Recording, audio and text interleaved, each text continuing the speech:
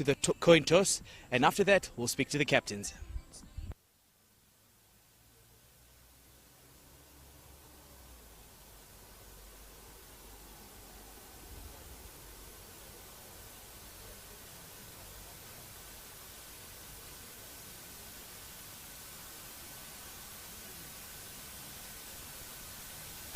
Morning, Gerard. Winning the toss, is that a good turn for you? Yeah, definitely. Always nice to win the toss in 50-over competition. You can get some advantage out of that. So we're looking to bowl first. I think it's going to be a very good wicket. So, yeah, looking to put them under pressure and restrict them. I think, yeah, it's going to be tough to know what to set on this type of wicket. And on, like a very nice sunny day. So it looks like a batting day for everyone. Hopefully that can play into our hands. Just before I let you go, is there any notable changes that in your team? Yeah, we got the one change. Pakia France has a bit of a niggle, so Nicole of the Eaton comes in for him. Gerard, all the best. And joining me now is Monank Patel, captain of the United States of America. Monank, not winning the toss not going your way, does it bother you at all? Not at all. We were going to bat first anyways. The wicket looks like really good to bat on, and we like to put on a good score and make sure they put them under pressure. Monank, yesterday we noticed Aaron Jones not being able to field for much of the time. Anything that is a cause for concern? Nothing major. He had a swelling on his ankle, but he's fine now. So should we expect him back in the side today? Yeah, for sure, yeah. Any other notable changes in your squad today, Monank? No, we're playing with the same 11. Monank, anything that we should be expecting in different change of approach today from your team? I think we'll continue what's helping us, and we'll stick to our plan and make sure we play our best cricket. Wishing you all the best. And ladies and gentlemen, this is it from the ICC Cricket World Cup League 2 here from Windhoek, Namibia. Namibia winning the toss and electing to have a ball first. It does not bother the USA much because they were going to bat first either way. Stay tuned and we'll be coming to you live with action from Windhoek, Namibia.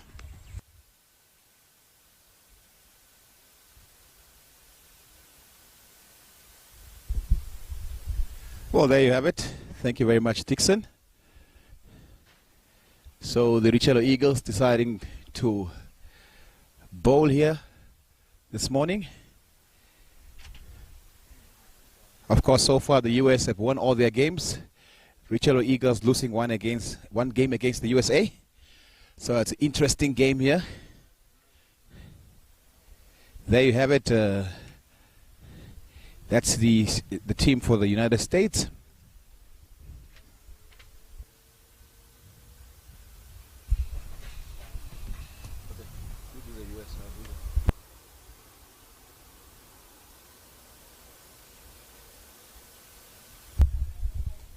Shayan, Jahangir, Nisarg Patel, Aaron Jones, Stephen Taylor, Gajan Anseen, Sushant Modani, Monank Patel, Kenjige, the left-arm spinner, and Netravalka really bowled well yesterday. Jasdeep Singh and Ian Holland, the top all-rounder for the United States of America. It's good to see that Aaron Jones will continue today. Had a bit of a niggle yesterday, got a ball on his ankle, and it was swollen. We didn't see him on the field during the second innings or their fielding innings. So yeah, Namibia winning the toss and electing to bowl. Beautiful and bright here in Windhoek, and should be a cracker of a match between these two sides.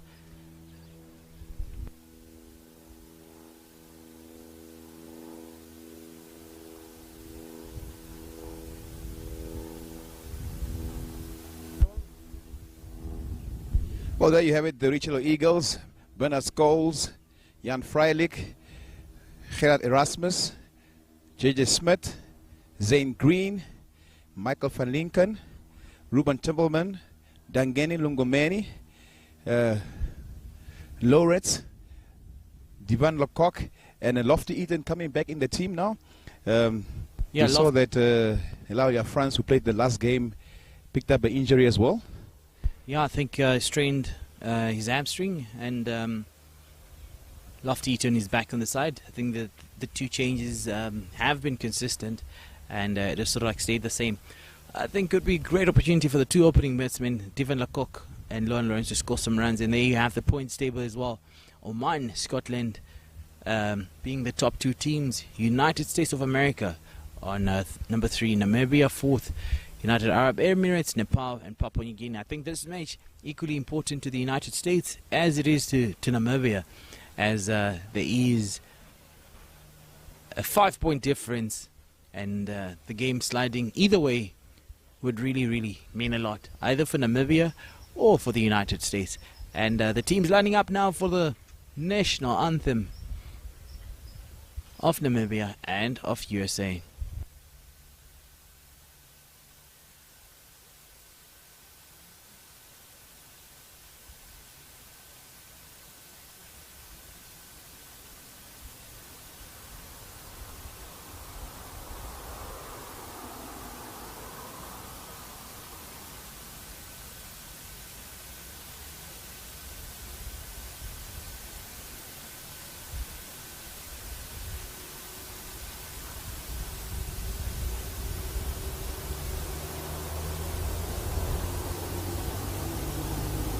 Good morning.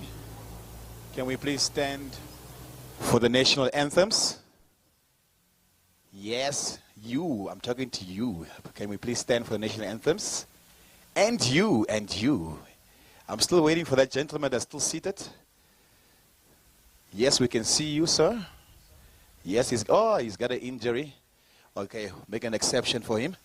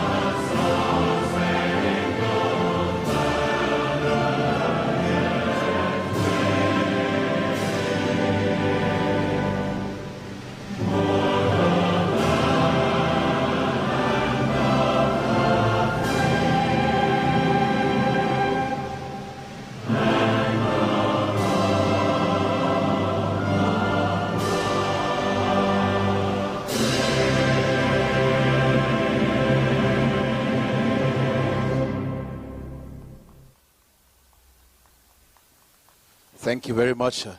It's the final game of the Castle Tri-Series here. Let's enjoy the cricket and good luck to both teams.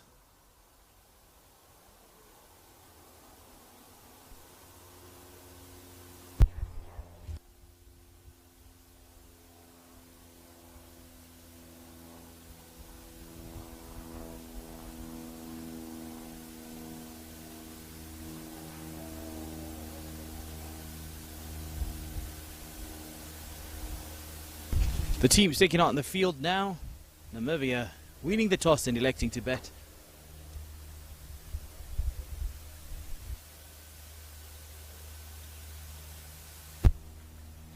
Looks like the first over will be from the church end. Stephen Taylor and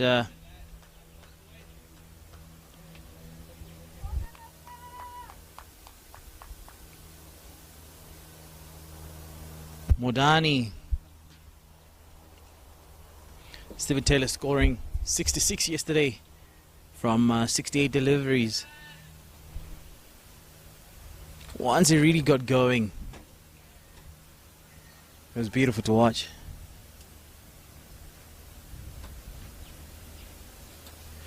Will he be looking to continue this streak of form and score more runs?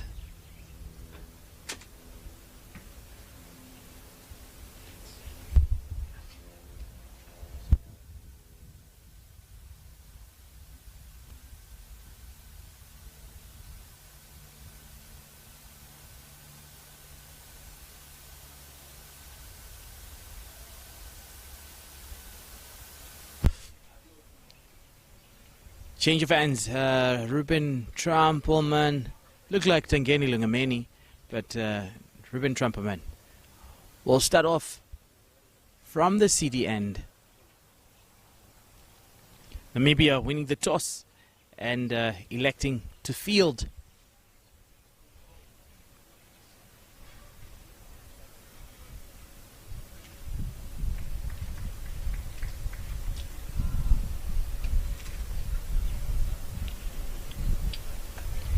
Taylor on strike, Modani, Trampelman. A great match-up here this morning.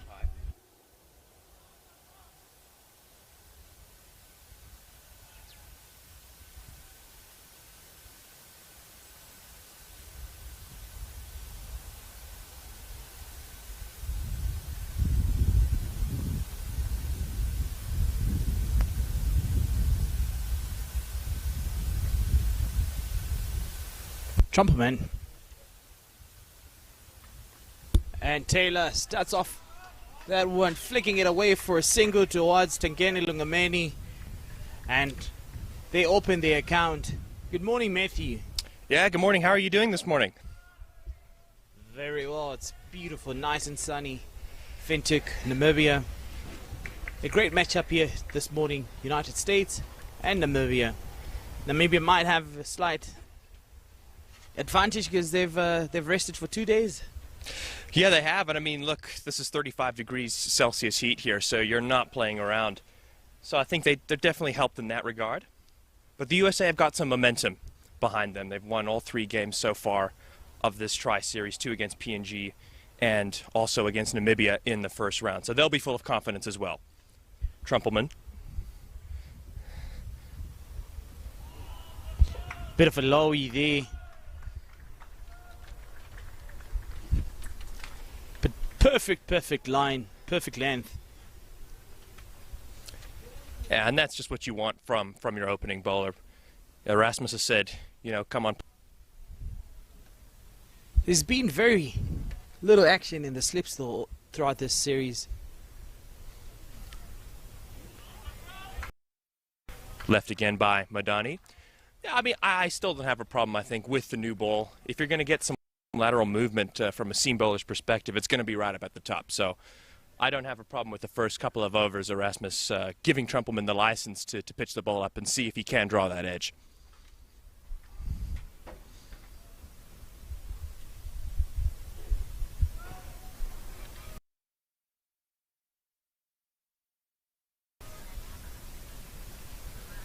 Trampelman.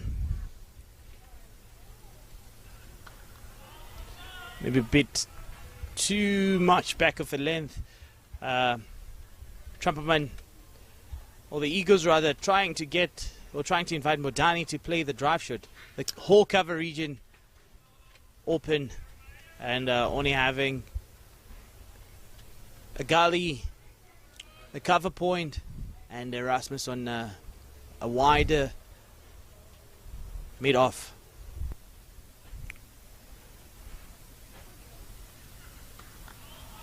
Nicely defended it again. Yeah, I think he definitely wants to be on the fuller side. And look, no bowler wants to be hit. But I think if he gets driven through the covers a couple of times, I don't think that's the problem because he's looking to get Madani to play on the front foot.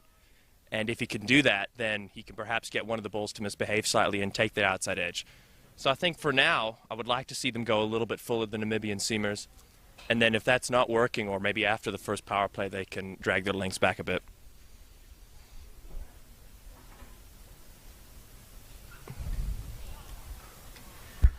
Exactly the kind of sounds that he's looking for. The sounds of an urge. Yeah, absolutely. Just the outside half of Madani's bat there. He'll get a single for it, but again, on another day, that could fly through to that cordon. I like the Strumbleman just angling the ball across him here and getting the outside half of the bat. I think Madani's actually controlled this pretty well in the end, though. I think Madani's done quite well, just moving slightly across and making sure he has more wheelo behind the ball. But Trumpelman will be looking to get it a touch fuller. From the church earned J.J. Smith.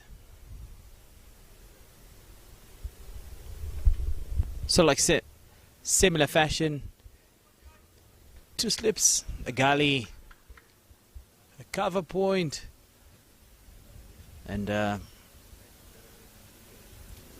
looks like extra coverish mid-off.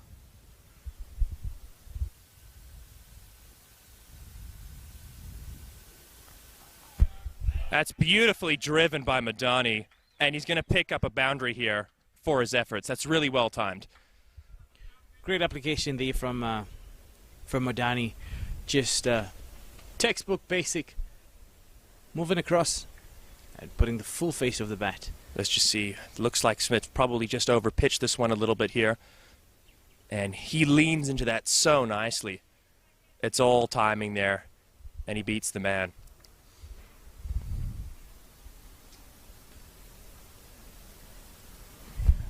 Much better delivery now from J.J. Smith. Yeah, I don't think the Namibian bowlers should be too phased by the occasional boundary going down the ground because that's exactly what they want them to do with this new ball, particularly first 5 overs or so. But a good adjustment here from Smith. And just angling the ball across Madani as well.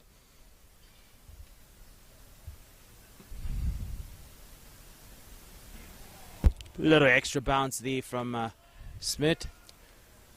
Yeah, much closer there to the off stump as well. Pretty decent delivery from Smith.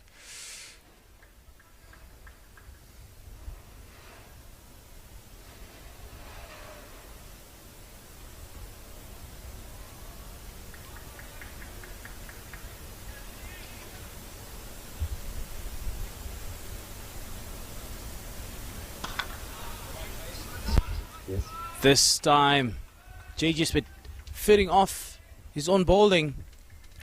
Yeah, no, that's a good piece of work. It's never easy when the balls hit back to you. He's got such a small window to react, and he's done well there because I thought Madani got a decent piece of that.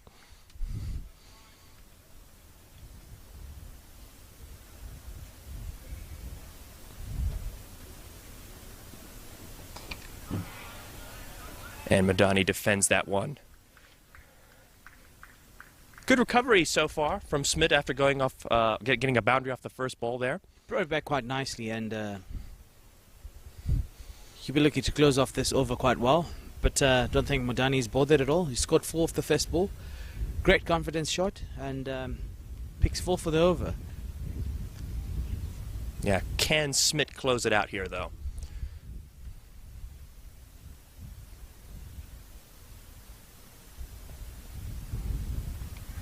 Oh, and that's the edge he was looking for. Just doesn't carry, though. But good work there from Nicole Lofty-Eaton in the slips. And end of the over. Smith closes it well. 6 runs coming in from the 2 overs. Now look at that angling across. Gets the outside edge and it just doesn't carry. As you said, good work there by Lofty-Eaton there at first slip to prevent any runs being scored. So, Tom, I know it's early on, but what do you think the United States are looking target-wise here? Look, they've consistently scored above 230, and and they've been able to bowl to it. Haven't really lost a match, and maybe a bit of a different change in mindset and try to push it to 260, 270. Trumpelman. Their bowlers have also done quite well. Yeah, absolutely. And I mean, also in the absence of their talismanic paceman, Ali Khan, I think the other guys have stepped up quite nicely for the United States. But it seems like 250 has been that magic number this series, hasn't it? No one's really been able to chase it down. I know P&G yesterday looked for a moment in the latter stages of their innings as they could get there. But then they ultimately fell away near the end. Trumpelman coming in yet again. Oh, this is a brilliant delivery. Did he get finger to it? Oh, he had Taylor all ends up there, did Ruben Trumpelman.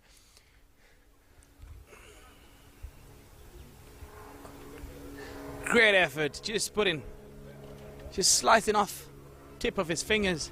Let's take a look here at this delivery from Trumpelman.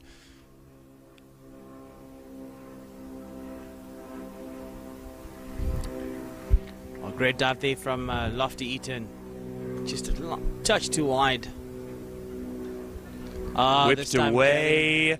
Is it going to be 4? Nope, it's going to be fielded by, I believe that's Schultz there on the boundary. Batting it Scolds. Moving across the field quite nicely to pick that one up. And Modani picking up 2. Halfway into Trumpelman's over. A lot has happened already. It's a decent start for him. He's been angling the ball across the batters, and now he's bringing it into Stephen Taylor, who missed that shot onto the leg side.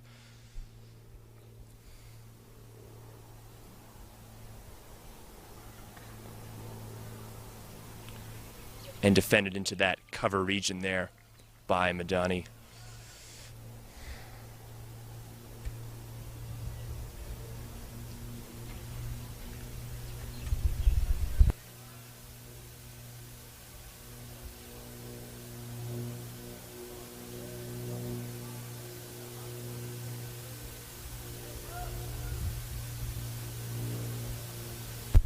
Trumpelman.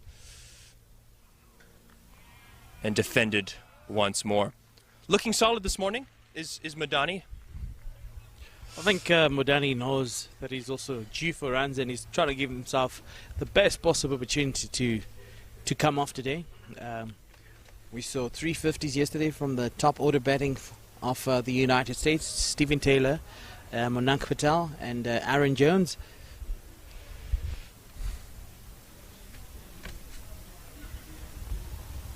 Again, outer half of the bat there. It will run away so that they can pick up a single. And that's a pretty good over there from Trumpelman, asking a couple of questions, particularly when he went fuller. Like this one here. Not a great deal of foot movement there from Madani, and I think that's why the outside edge was taken. Anyway, it's after 3 overs. The United States are 10 without loss. Modani 8 of 15, and Stephen Taylor 2 from 3 deliveries. And some of those runs coming from the urge that was put down by Nicole Lofty Eaton. Spit again from the church end. Just opening the face there, Madani, but couldn't quite find the gap for one. So we see another Cessna over there, maybe a Cessna Skyhawk. I don't know my Cessnas too well.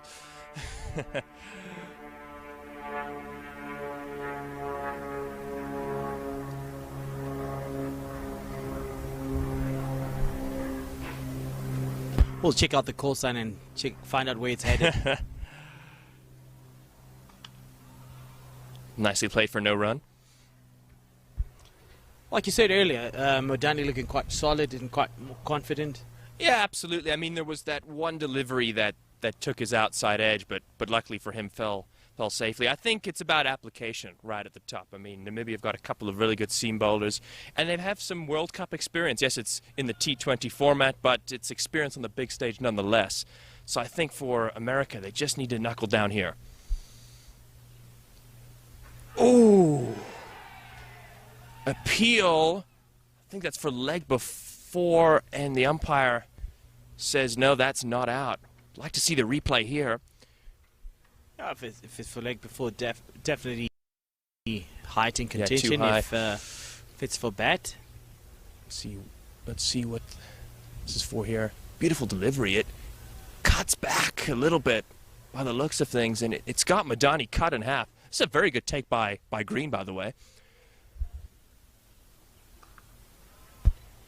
Much better there from Madani. Making sure he's sticking back control.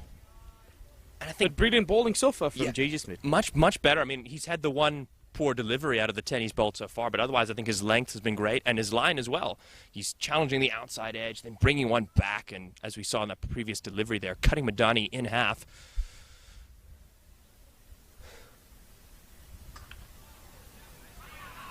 Brilliant there from Jan Freilich. Yeah, it's a high traffic area, particularly on the more bouncier surfaces around the world, so you have to have a good fieldsman there, and he's done well. Yeah, I'd really like to see a head-to-head Jan Freilich and Kenjige. It'd be quite interesting if we get clips, split-screen clips, because Kenjige also does well in that position. Punched for a comfortable single in the end, forces the fumble. Yeah, we saw him there yesterday against P&G, and he was quite a lively one, Kenjige. Oh, he's quite an athlete. And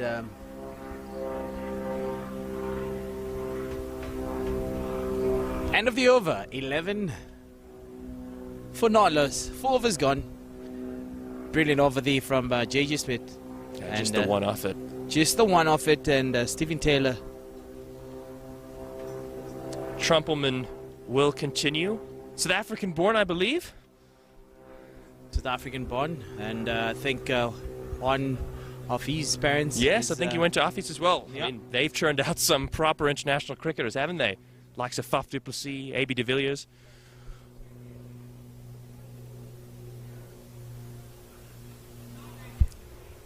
So much control here from Modani. Yeah, just looking to maneuver the ball. And I don't think he'll be too upset with that. Just obviously the slip fielder there preventing the run from being scored. And likewise, Trumpelman might not mind him trying to fiddle around there outside the off stump. Maybe it gives him an opportunity to take his outside edge.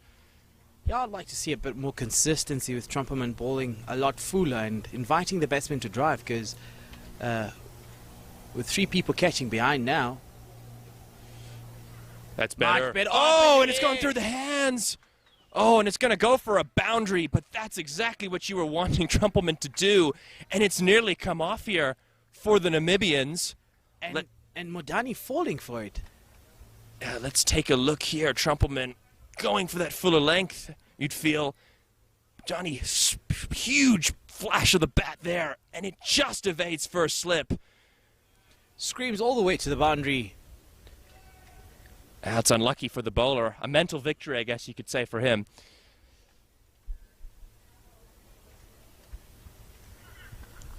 And just to try and slow down things a little bit, he bowls a bit of a back of the length, hard back of the length. I'd bowl a fuller one again and see how far Modani can go with driving those. Yeah, you're absolutely right. I mean, the problems for the American batters has been that fuller length in these 20-odd balls that we've seen. There's definitely a little bit on offer, and Trumpelman's got a bit of pace, so it can certainly trouble the Namibians. Sorry, the Americans. Looking to punch that down the ground, and I think he's gotten that away here. Is it going to go for 4? Is it going to be hauled in? No, it has been. So, a couple of runs there. Much more convincing now on the front foot there from Madani. There's the replay. Oh, this was the edge. Just evading first slip. JJ Smith trying his level best to get there. But Good effort, must be said. good effort. Maybe the the timing of the jumping's just a little off. I guess, perhaps. Trumpelman again. And nicely defended by Madani. He's had all the strike this morning so far, Madani. Largely looked okay, but was cut in half by Smith, and then obviously that edge there just evading first slip. So Namibia will be encouraged. I think it's equally important to note that both these batsmen have offered a chance, and Namibia has failed to take it. Or take them. See here. Just a single there shot at the stumps, but I think Taylor would have been comfortably home. Yeah, I mean, if you're going to be ultra critical, I guess you could say that catch should have been taken, but it is a difficult chance nonetheless, so don't want to be too harsh there on the man at first slip. And speaking of that man, he's going to be coming in from the church end to bowl another over. He's looked good so far. Bowled a decent line and length, just offering one full delivery, or half volley rather, that was punished to the boundary for 4. But other than that, he's looked pretty good. Held a decent line and has bowled that sort of top of the stumps length, which is, I think, what the Namibians really want to do with this new ball.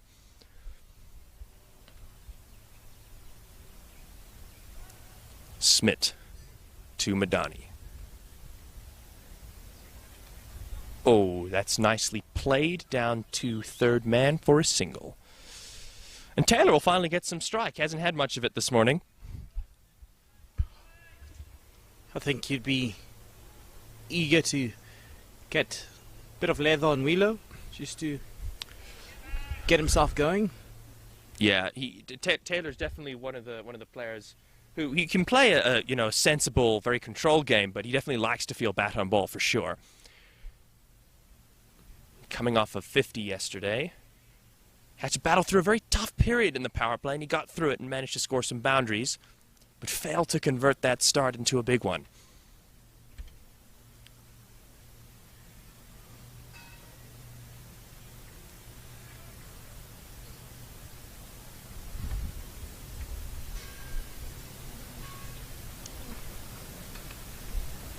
And plays it quite well to Berner scores in fine leg, picks up a single, and Modani seems to be favoured with strike this morning. Yeah, just a little bit too straight there from Smith if you're going to be ultra critical here.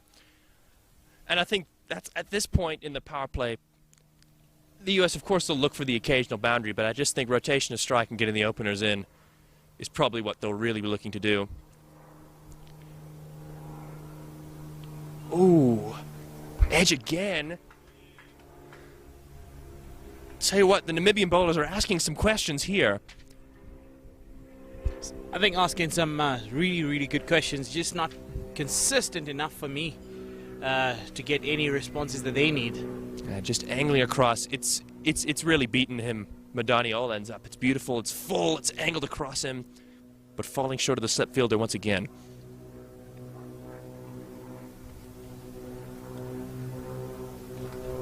Taylor, I think he's got this in the gap, and it is going to run away for his first boundary of the day.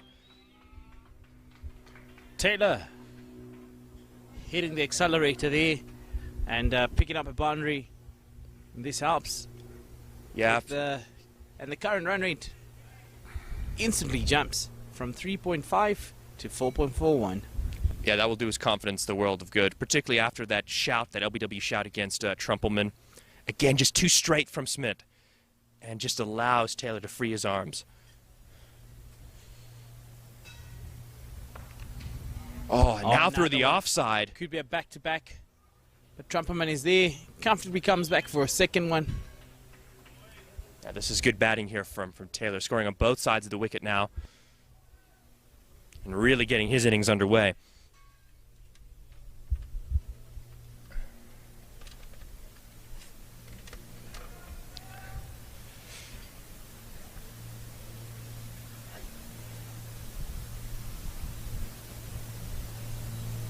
Smith's been a bit expensive here,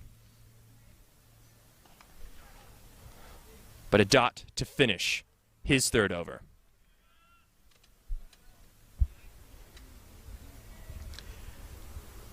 and of the 6th. And 27 for Nolos. Taylor, 9 of 7. Scoring 6 from that over. And Modani, 18 of 29. Bit of an expensive one from J.J. Smith. Yeah, 9, I think, coming from it. What, 3 singles, a boundary, and a 2. So the USA will like that. We'll just settle some nerves. And I think what Erasmus and the Namibians will be disappointed with is that it's released a bit of pressure.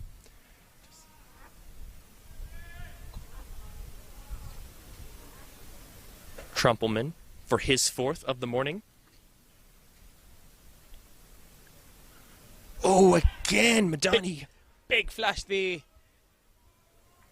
See, this is what Namibia and Trumpelman want to do here. Draw him into that shot. Let's see here on the replay. Just angling it across. I think Madani will be disappointed with that. That was well wide. Probably should have left it alone.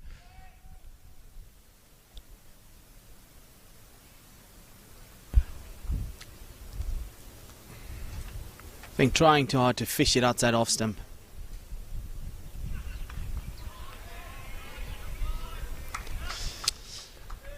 I think I've seen a bit of a sequence now from Trumpelman. He pulls the fuller one and either the batsman gets hold of it or misses and he goes back off the length again.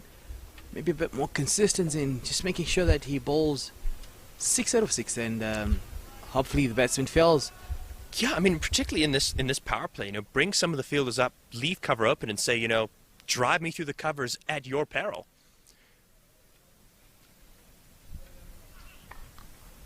Ooh, good work again by Freilich, I believe.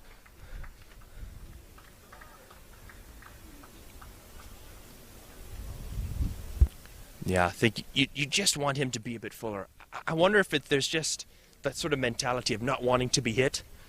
And you can understand it, but I definitely feel the rewards will be there if they're bowling, 5 or 6 deliveries on that fuller length. Not necessarily half volleys, but just sort of top of the stumps length. Oh, that's the shot that he wants. Modani getting hold of that one. And that will go for 4. It is a beautiful shot from Modani. He's just caressed this here through the covers.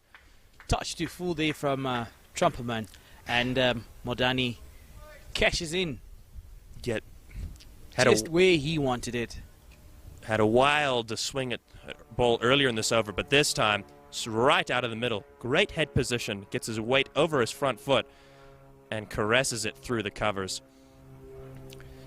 And I think there's just some mind games here with the bowlers. They want to be full, but they don't want to see this. They don't want to see the ball racing off to the boundary. How will Trumpelman respond here?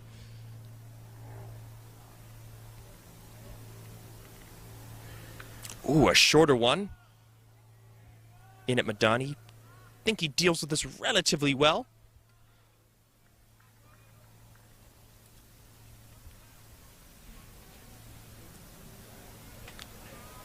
Don't mind that too much from Trumpelman. The occasional shorter ball variation. Try and test the Americans.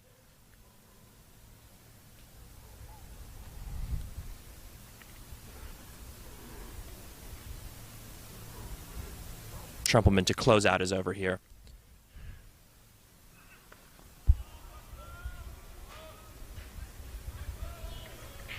And with that, 31 from 7 overs. Just that one boundary coming off of it.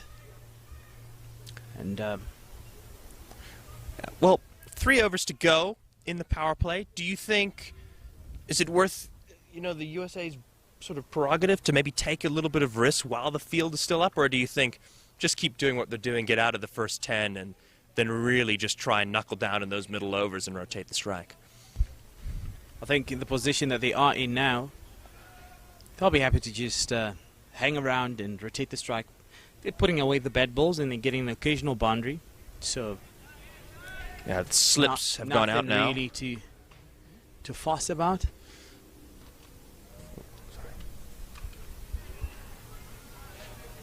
Again, back the length there from Smith. Yeah, I think you're right. I think they just want to sort of be a little bit more circumspect because although I think the USA have done okay here, they haven't got off to a rollicking start by any means. So if they were to lose a wicket here, then Namibia will feel a lot better about their performance so far. Smith coming in from the church end, a little bit expensive in his last over. Ooh, and that one just surprising Taylor a little bit there with the bounce. I'll have to take another look at that one. Something a bit extra from the pitch. And it may have hit him in a painful area.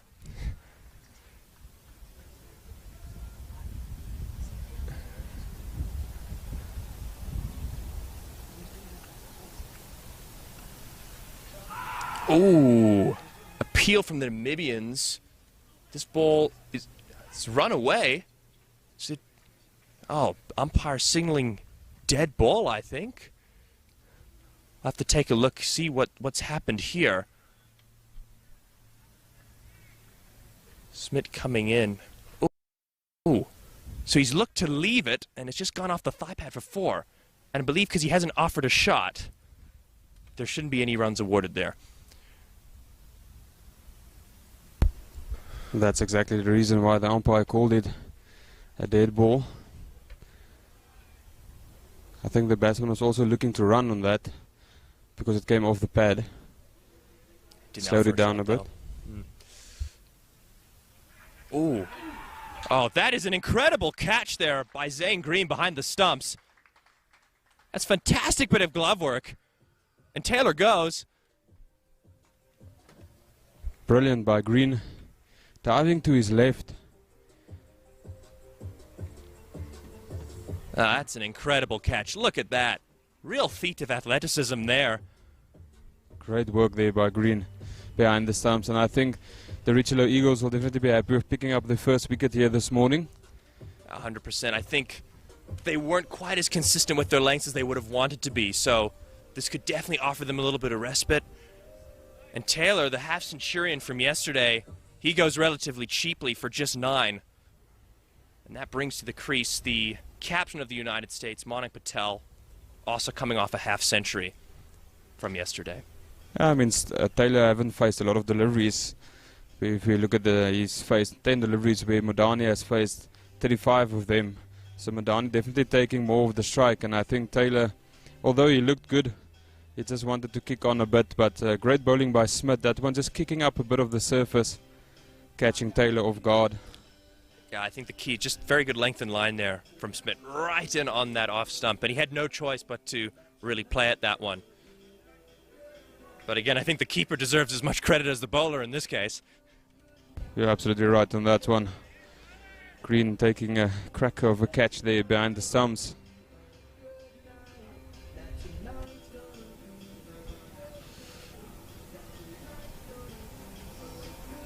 A good comeback from Smith as well. Had a 9-run over when he bowled previously and has now come back and got the first strike for the Namibians.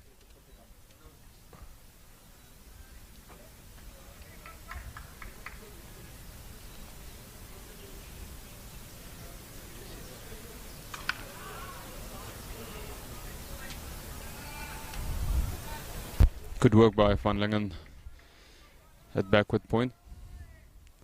I heard you talk earlier to Dixon about how lively that fielding position is, and he's done really well to stay low. Yeah, 100%, particularly on the slightly faster, more bouncier pitches that you get here in southern Africa. It's a high traffic area. Oh, but that's whipped away really well by Patel, and he opens his account with a boundary. Patel has definitely looked good throughout this tri-series that they've been having here.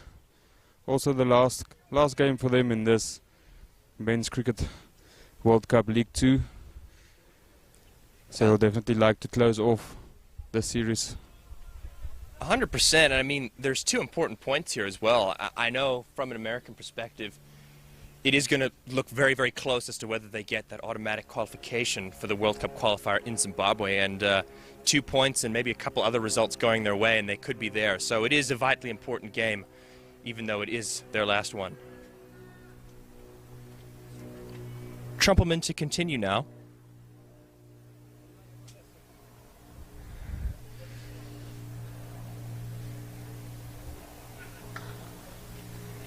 Oh, that is a beautiful shot there from Madani. I mean, the sound off the bat there, incredible. Absolutely beautiful. It's never that easy to play the on drive actually, so to execute that shot so well, and you could hear, like you mentioned, you could hear the bang of the bat. Absolutely brilliant shot there. One of the most difficult shots in cricket, they say, that on drive. Beautiful, and again, just really good head position as well, getting his weight right over the ball, which allowed him to just time it and punch it with such conviction.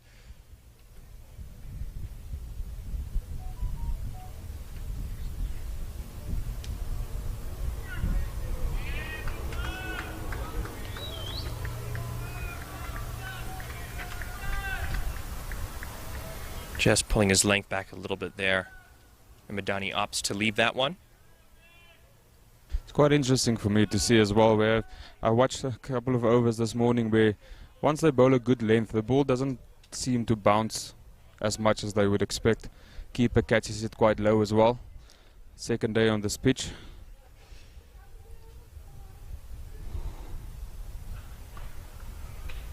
And defend. Yes, I mean, look, used pitches are always going to have a little bit of variable bounce, and I think the biggest question is how is that going to play as the game goes on? And will it prove that batting first is probably the better position to be in? Yeah, I think with the Richelieu Eagles being this their home ground, they know how the pitch is playing, and also opting to bowl first, they know what will happen throughout the day and how the pitch will change. So I think they're always happy to have a bowl first, because I know the pitch will be a little bit better later on to actually play on. Yeah, it'll be interesting to see. We saw some of the American off spinners yesterday getting quite a bit of sharp turn, actually, from about the 30-over mark onwards in PNG's chase. So we'll have to see if that comes into play.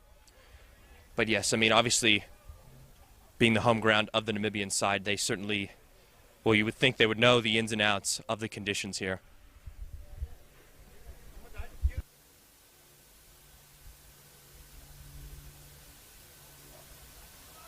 What a great delivery, actually. A bit wide, though. Bit wide, but looking at it from the angle we are sitting at, good bounce from that one. Trumpelman hitting the deck nice and hard there. I mean, execution a little bit off. I like this plan, though, of trying to angle it across Madani. I mean, we've already seen him get the outside edge, even though they went relatively straight to ground. There's definitely an opportunity there in this power play for that, so wouldn't be too fazed by that.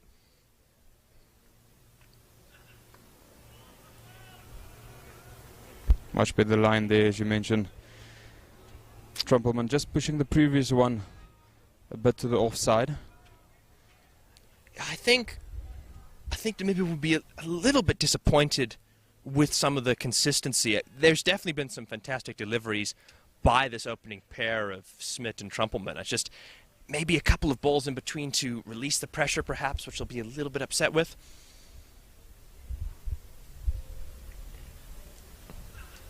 Ooh, and the shorter one there. Madani ducking under it, though, I guess relatively comfortably. A little bit of aggression there by Trumpelman towards the end of that over. But Madani doing well. I must say, I have an affinity for fast bowlers, and particularly when they show a little bit of aggression, it's always entertaining to watch.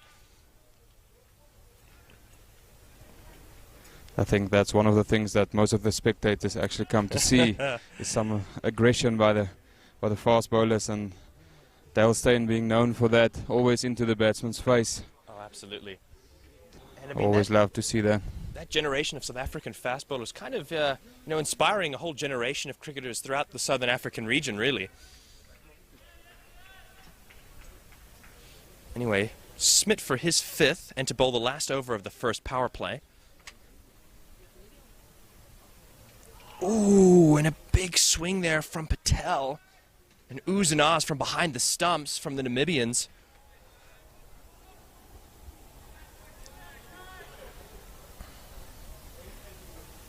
Yep. That one beaten Manik Patel.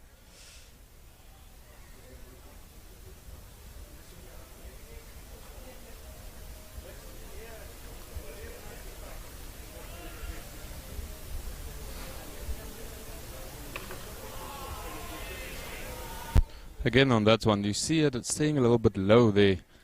Monank Patel having to drop his bat towards the end. Just to make sure that he's not going underneath the bat. Yeah, you could see there, almost after he played the shot, he was almost sort of, the bat was falling towards the ground there. And again, it'd be interesting to see how the pitch plays throughout the day, whether that variable bounce will get worse or whether it will flatten out.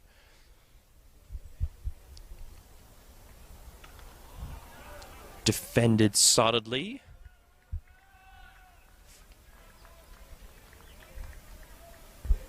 Good work there by Lawrence at mid-wicket. Just making the batsman think twice about taking that quick single. Just running towards that ball, trying to get the dive in. The fielding from Namibia has been largely very good this morning. And it's the one element that's really in your control.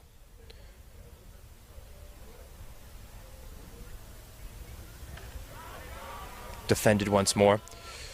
And it just puts so much pressure on the batsman, doesn't it? When you've got a lot of noise in the field, you've got fielders attacking the ball and making stops and taking flying catches. Absolutely, especially if you save a couple of runs as well in the field, and the fielding is backing up the bowling. Like you mentioned earlier, we've seen some really good deliveries by the Richelieu Eagles, but some just pitched up a bit too full, or been hitting to the boundary. But the ones that is bowled really well is also backed up really well by the fielding side. 2 more balls left here in the opening 10 overs. Oh, and he's gone past the outside edge of Patel again. This is very good bowling by Smith. Just looking here on the replay. Angling it across the American batters. Oh, and it's nearly hit the top of the off stump there. That's a brilliant line. And Patel really can't do too much about that. Absolutely brilliant bowling. It also looked to me like Smith just rolled the fingers a little bit off the side of the ball, just allowing that ball just to move.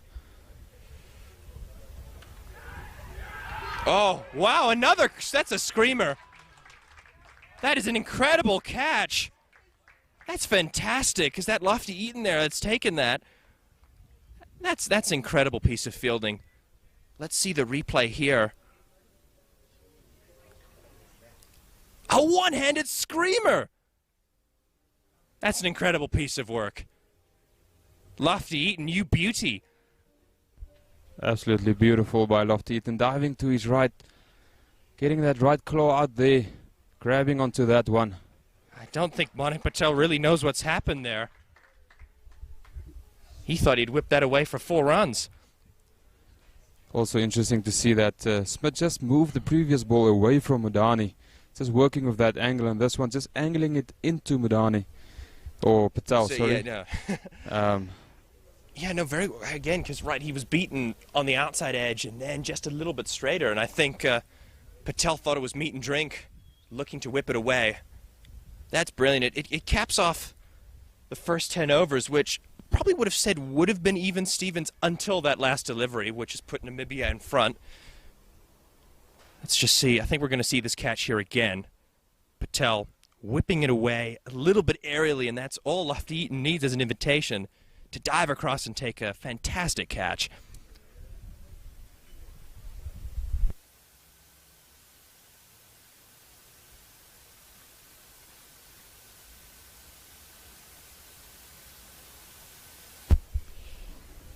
Anyway, seeing the introduction of spin now.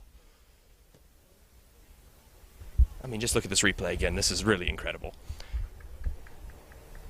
Full length dive there by Lofty Eaton. Absolutely brilliant, like you mentioned. And I'll tell you what, it's Namibia's fielding here which has made the difference. Yes, some good bowling, but 2 difficult chances taken. There was that one at slip, which I think was very, very difficult there.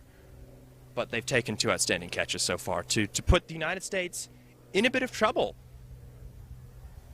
Probably for the first time, you'd say, this tri-series with the top order haven't really been put under this amount of pressure in the 4 games thus far that they've played. United States 40 for the loss of 2 after 10 overs. Still a lot of overs to go, a lot of time left in this game, in this first innings as well. We see Bernard Scholz coming from the city in, left arm orthodox. Oh, and he's bowled him. That's a first bowler. No, it's not. Sorry, it's Madani there. I think it's on strike. And he has no idea, I think, what's happened there. Missing leg, but crashing into the middle stump. Let's see this delivery here from Scholz. And just goes on with the arm. Just goes on with the arm, as you mentioned. No, not a lot of turn involved there. Actually, no turn. Just straight through the gap between bat and pad. Absolutely brilliant start for Scholz. I think Madani would be a little bit disappointed with that. It looks as if he's played for a bit of turn, and in doing so, he's left a massive gap between bat and pad, which the ball has sneaked through. Well, Madani, he was looking okay, hit a couple of decent fours, but he has to depart for 26. And the U.S. now really in a spot of bother here at 40 for 3.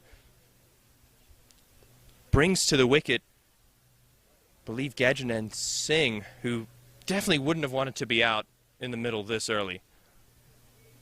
It's also a batsman that likes to play his shots, and I think he'll definitely favour it more to come towards the middle of the innings.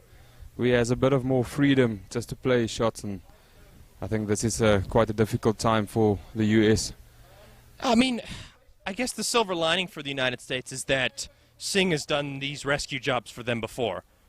And they're going to need all of his ability today. But just need to get a partnership going here. They've lost 2 quick wickets. Or 3, rather.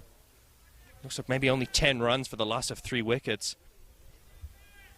Also good for the Richelieu Eagles and the Namibian players. They have 2 new batsmen at the crease. They haven't even faced a ball. Haven't even faced a ball. Yeah, pressure is right on the United States here.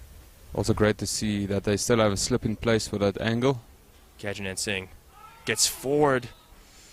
Huge stride from him, actually. Quite a big lunge there. Perhaps, I mean, I would only think that you'd do that if you're trying to smother the spin, but haven't seen a great deal of turn yet. But I guess... It's only the second ball. Let's see here.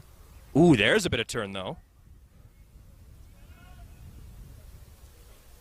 And I think you can tell that this is a used wicket. Absolutely, I think once Scholz just bring his length a little bit back, he'll get some turn. But bowling nice and full. We'll just go on with the arm. If I'm Scholz right now, I'm feeling pretty boisterous. I might float one up, get one above the eye line and say, come on, Mr. Singh. Hit me over the top if you will. Again, flatter and into the pitch.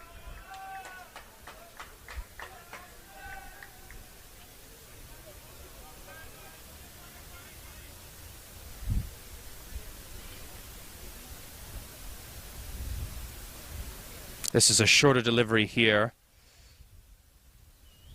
Punched away for 1.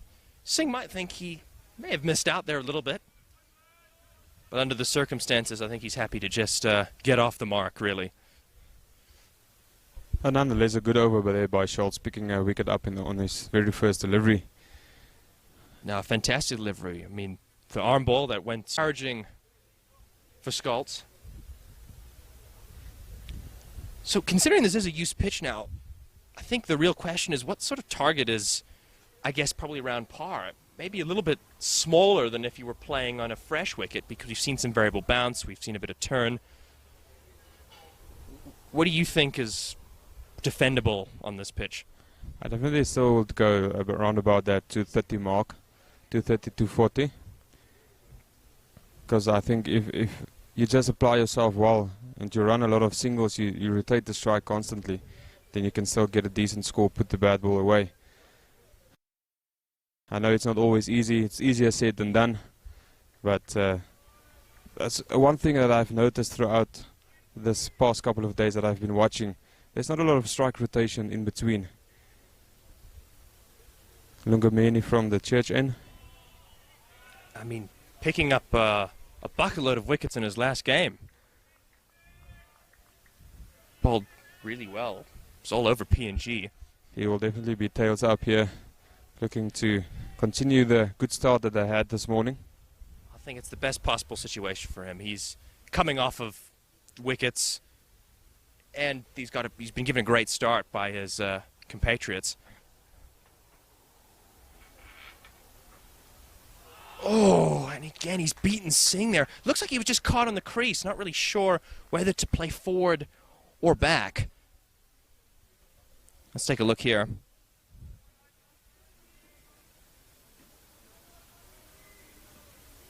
Decent length, angling in and squared up. Squared up, not a lot of feet movement there in the end. Yeah, Singh has a little bit of a shuffle there, but that's it, that's where the feet stayed. Bit more confident there. But I think that's a very good length there. That sort of in-between length, not really sure whether to play forward or back. And we've seen variable bounce come into play off of that length. So the ball could misbehave if you'd run it and hit it hard. So I think that's all he's got to look to do here. I think that's also the reason why the captain of the Namibian side is definitely still attacking, still have that slip in place.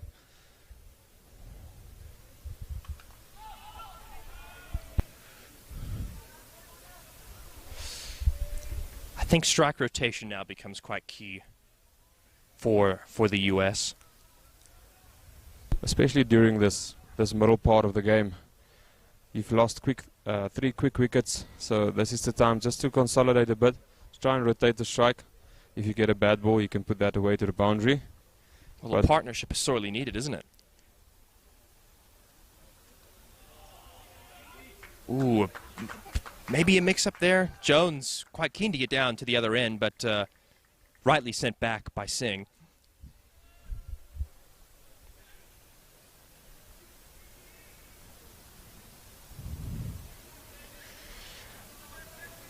I must say, I think the Namibian seam bowlers have used angles really, really well. You know, they've looked to bring the ball across the right-hander and draw the outside edge and then potentially bring it back in, and I think it's been quite clinical from that point of view. Maybe length's not always there, but the plans, you can certainly see them from the Namibians.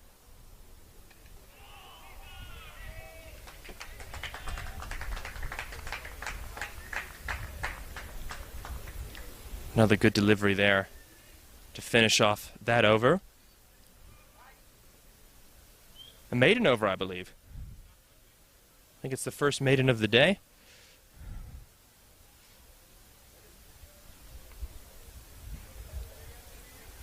Yeah, Lugumeni just continuing what they've done so far this morning. There's a question I wanted to ask at the beginning of the game, probably not now, but do you think, obviously David Wies's not in this Namibian side for this series. How much do you think Namibia have missed him? I think David Wiese is not part of the 50 over games. He's just more focusing on the T20 side of cricket. But definitely I think all the experience he brings to the team, there will always be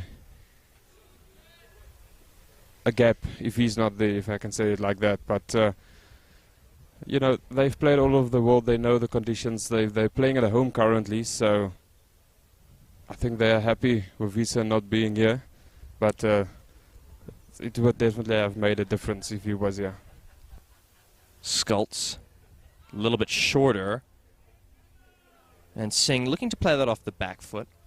Yeah, so no, he's focusing a lot more on his 2020 career and playing for Namibia and also playing in the plethora of T20 leagues that we have these days. Just a fraction short again. I'd like to see Scults floated up a little bit. I would definitely like to, you know, have mid on and mid off and say, here's a fuller delivery, toss it up, give it a lot of flight, and ask Singh to hit it over the top. Well defended though. I don't think Singh in this situation will go for the sweep shot. So maybe bring the fielder out on the deep square boundary and put but off all the way on the boundary. And like you mentioned, just float one up. Ask him to hit you. Oh, that's short. And will it be cut off? I think it will be. Good work out in the deep. And a couple of runs for Singh. Yeah, I think Skulls just has to be careful here because there is assistance for him. He just wants to make sure that he's getting his length right because when he drops it short like that, it makes it considerably easier to hit. I think Scholz will also definitely like to bowl to the right-hander with him turning the ball away from the right-hander. But nonetheless, a good over, only conceding only 3 3 runs. Anyway, partnership desperately needed for the United States. Namibia will just look to continue applying pressure. Yeah, I think that's the most important part in a 50-over game is building partnerships. And we saw one with the first wicket actually, quite a good partnership. But since that partnership has been broken, they've been struggling to get another one. Yeah, absolutely right. I think what is good for the United States, this is probably a situation that suits Jones quite nicely. He's not a massive boundary hitter. We know that he has the ability to do so, but he prefers to sort of take his time, get into the game, and look to rotate strike and take, 2s and 3s when they present himself. So I think he's going to be the key man here, also coming off a half-century yesterday, so a bit of form behind him. But this pair you definitely think will be the key.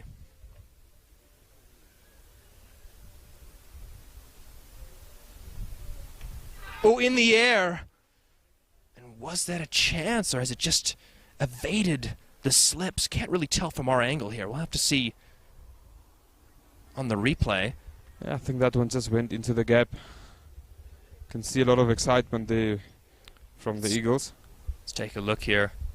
Lungameni coming again, trying to angle the ball across him. And yeah, just in the gap. Encouraging for Namibia again, though.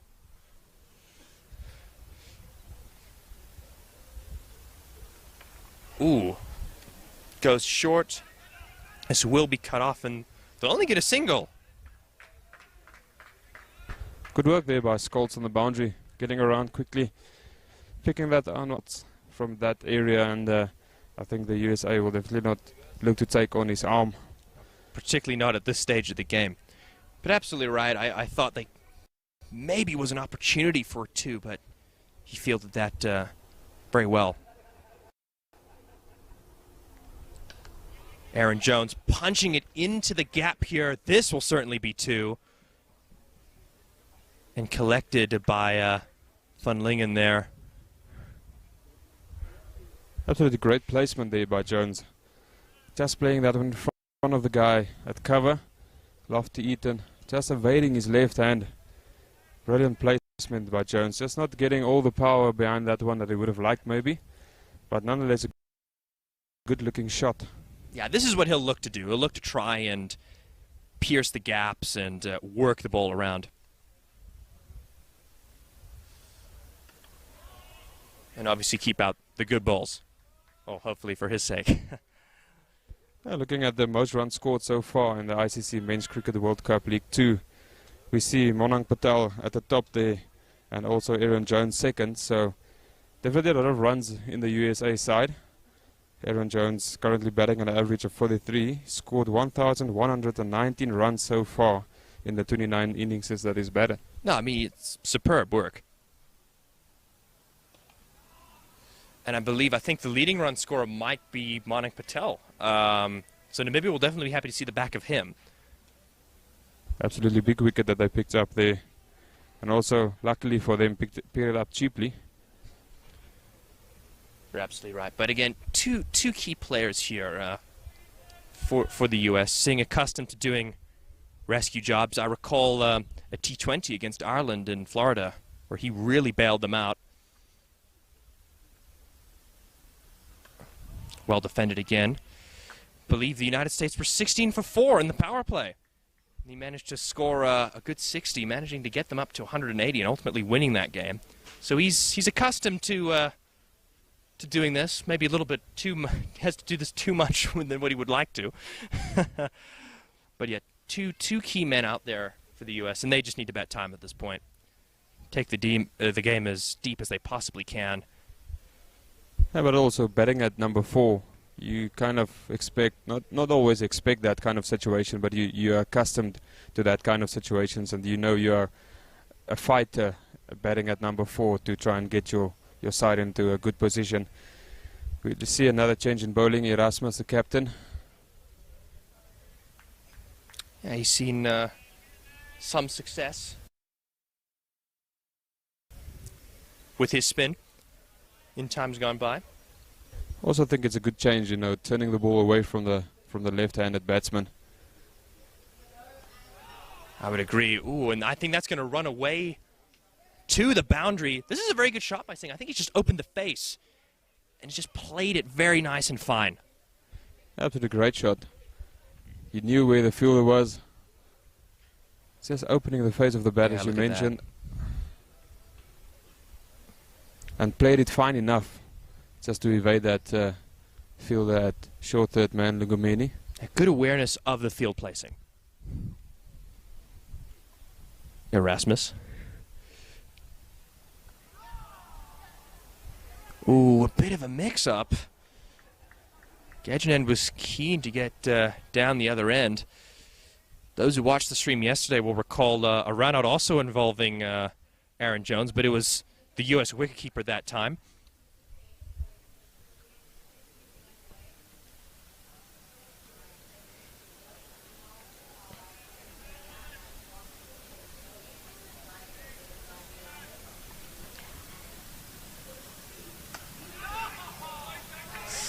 Yeah, I think Singh will be a little bit disappointed there.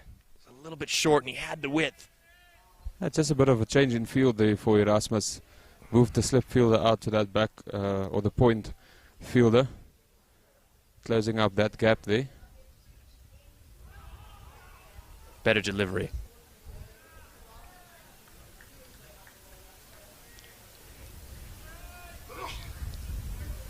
Let's take a look here. I think, yeah, inside edge. Get a short leg in there. Solid this time, though.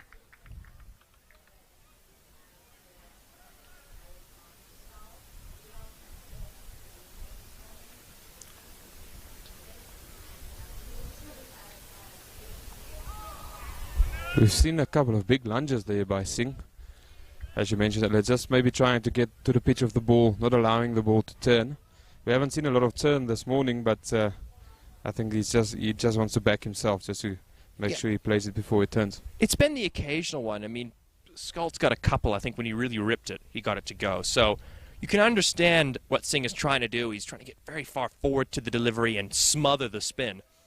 But he's just got to be careful that he doesn't overbalance, because then stumping could come into play.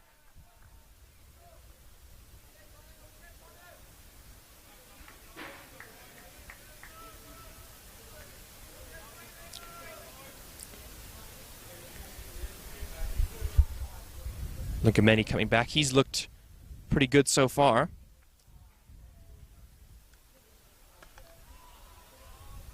Solidly defended by Aaron Jones.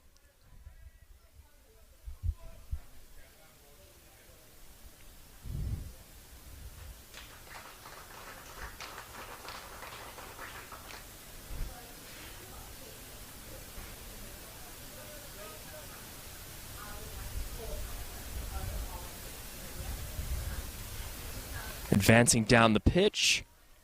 Don't mind that from Jones, just trying to maybe upset Lungomeni's length there. I've seen it quite often happening during this tri-series, the Castle Light tri-series that we had here, where they just tend to try and go forward to get to the pitch of the ball. Again, not allowing the ball to move in the air.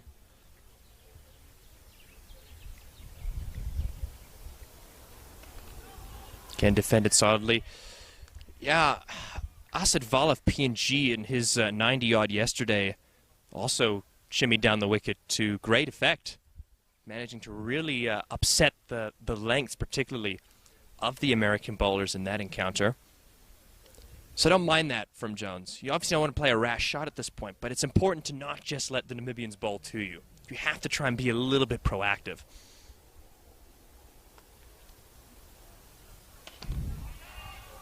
Good. Oh, and that's a misfield. Won't want to watch the replay there. He will haul it in, but it's an easily preventable 2 runs.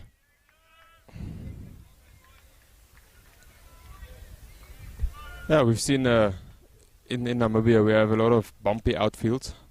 It's not always easy to field in Namibia, but Wanderers has been really well managed, and the outfield is really looking good. Lacock just not getting all of it behind that one. And Jones not getting the biggest piece of that as he wanted. Yes, you're 100%. It's, you know, when you're in a very water-scarce country, of course, it becomes very difficult to prepare a luscious outfield like maybe you'll find on some of the English grounds or in other countries around the world. But I think they've actually done a pretty good job to actually stage this event. I mean, it's particularly considering the high temperatures around as well.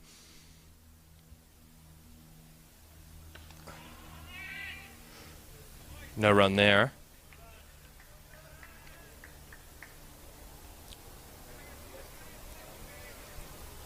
Nonetheless, good over again by Lungomeni, only conceding the 2 runs. He's bowled really well this morning so far in his spell, only conceding the 6 runs of his 3 overs. Yeah. Could have been another maiden as well, but yes, even though the 2 was conceded, still a very decent performance from him thus far. Erasmus will continue.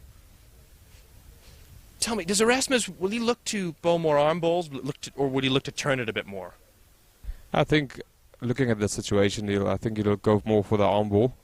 Just especially also bowling to the left-handed batsman. Getting that odd one to turn away, having the batsman to think that there's some turn involved, and then getting the arm ball in, again creating that gap between bat and pad. Maybe the batsman playing for the spin.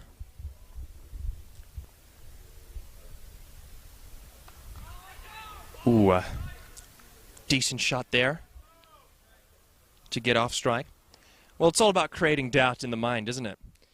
We'll often find a lot of spinners, they use that straighter ball to great effect because the batsmen are thinking about the one that's going to be turning in or away from them. Ravindra Jadeja, great exponent of the straighter delivery. Seeing a fielding change, it looks like Trumpelman is coming up. Interesting to see for the right-hander they have a slip in place. Again, maybe for that arm ball, throwing it outside of off-stump a little bit, playing for the turn and hopefully finding that outside edge. Ooh, a little bit of a shimmy there. I think it's only going to be 1 though. And I like this proactive use of the feet from Jones.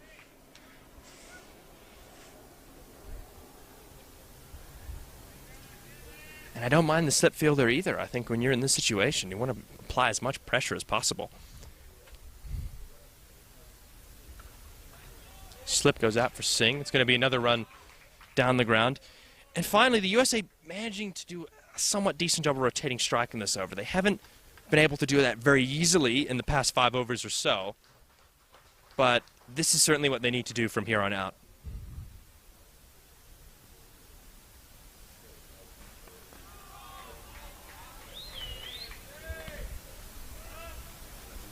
Yeah, I think they're managing well to rotate the strike against the spin bowlers. They've still been struggling a little bit with the seam bowling from the church end from Lungomeni, but they've done really well against the spinners from the city end.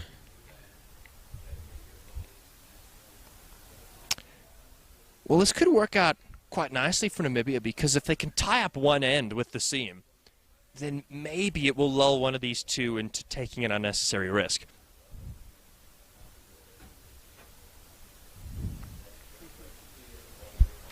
And this is exactly where the USA batters needs to make sure that they do not lose their mind and try and play a false shot and just keep on rotating the strike. Yeah, composure is key, and I think just absorbing pressure. I mean, we've seen some games in this tournament where lots of wickets have been lost up front. I believe even in Namibia's chase against PNG the other day, lots of wickets going down, but just managed to get one partnership together, and it got them back into the game, and they ultimately won it.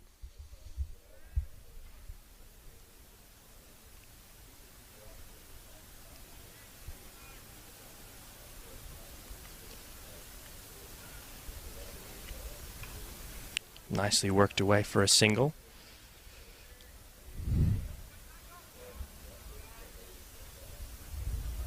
And that's what they need to look to do here against Lungomeni. He's not offering that many boundary deliveries. So rotation of strike is going to be really important.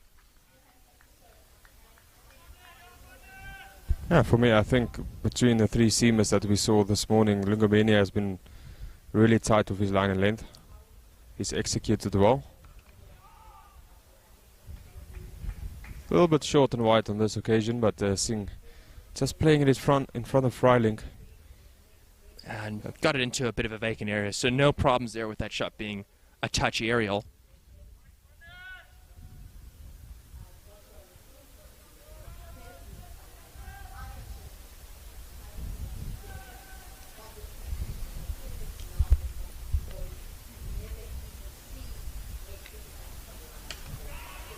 Nicely played for no run.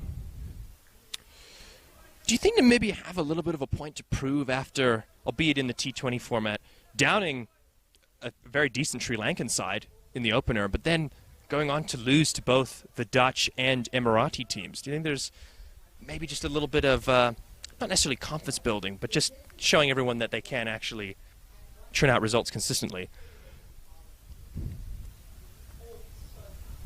Worked away for another single.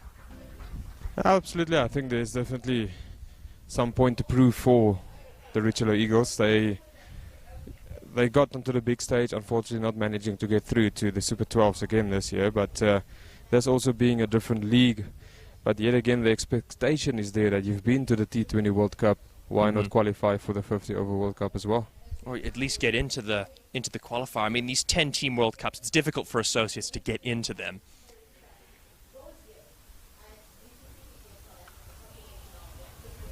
But we know, believe the 2027 edition, which Namibia will be co-hosting along with South Africa and Zimbabwe, will be back to the 14 teams. And that gives the smaller teams a real opportunity to actually get into the World Cup.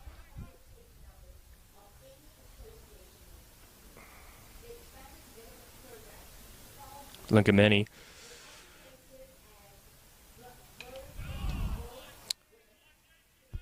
Singh just making sure he keeps that one out, as this will be drinks for the teams, just a little bit of a refreshment.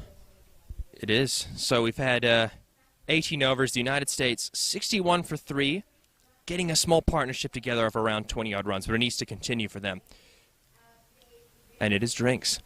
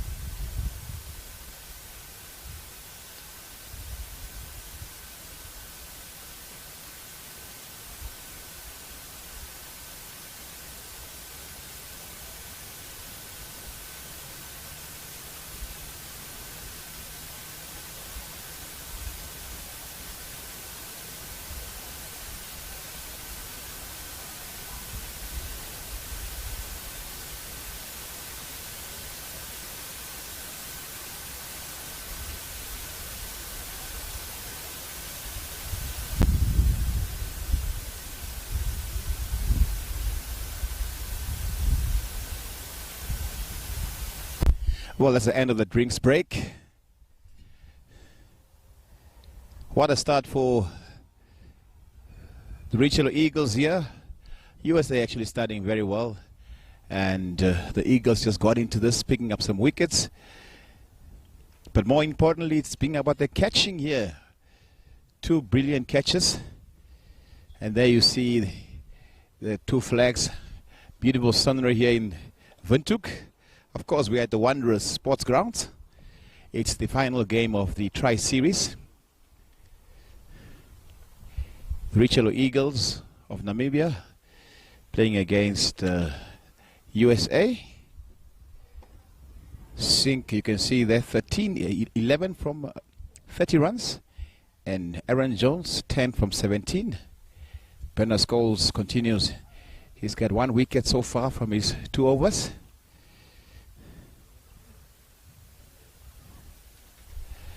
Well, the Richelieu Eagles very greedy this morning. Not giving away much. But of course the US started very well as well. Picking up some runs earlier. But after a few wickets, it's always going to be difficult for the new batters to score. Very close once again.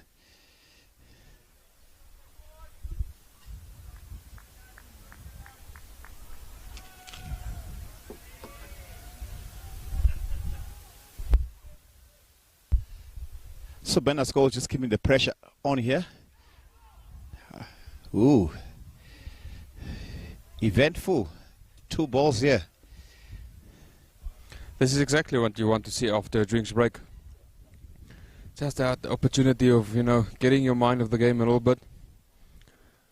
Sometimes play into the favor of the fielding side. We saw the first one finding the inside part of the bat there.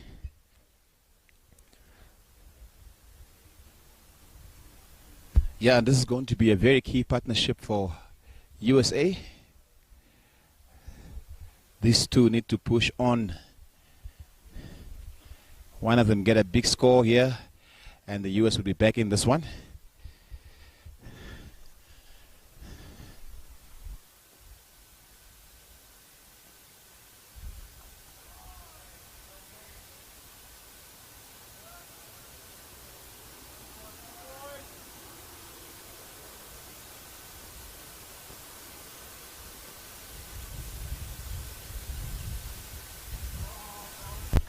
Scholes just starting that one. Just trying to bowl a little bit quicker, not allowing a lot of turn, maybe get the one sliding on again. A little bit slower on this occasion, but they've managed to stop the runs quite nicely. Yeah, but I also like the way that the US batters are approaching this.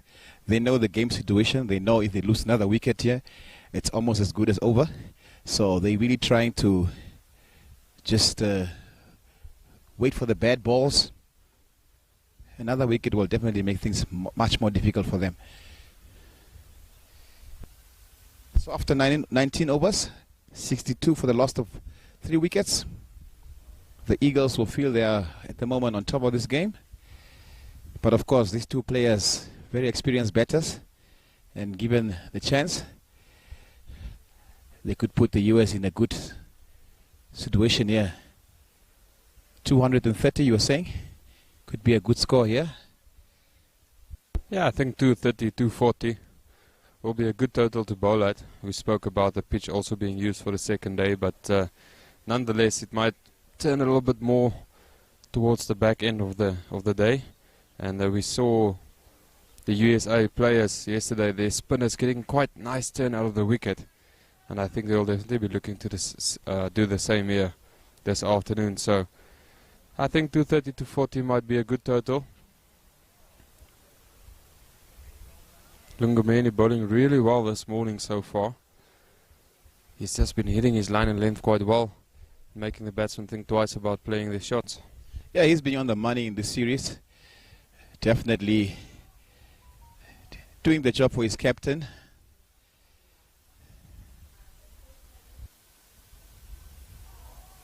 Ooh, almost played on there.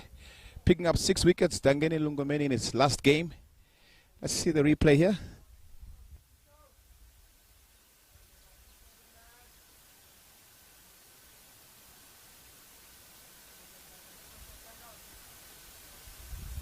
Yeah, Singh just looking to pull that one from the offside line towards the leg side, but getting the bottom edge.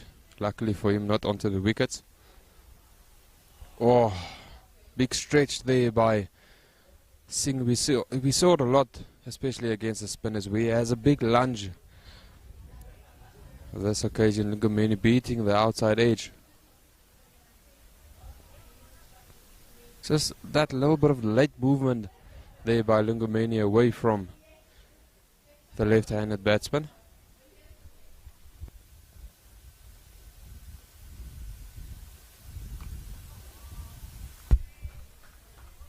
Yeah, Dangeni keeping it very tight, not allowing Singh to free his arms, because once he does that, very dangerous player. In the first game, he took the game away from the Richelieu Eagles, scoring about 66 runs, believe so. So Dangeni Lungomeni very aware of what he can do. Just got to close it up, just 2 more balls to go.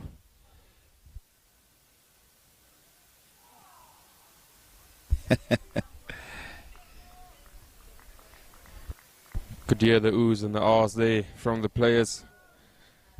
Definitely looking to get that outside edge. Lungomeni bowling really well.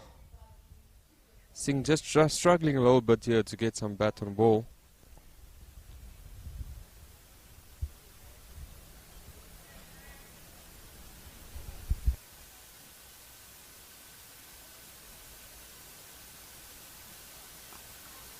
And that's what happens when you want to play your natural game.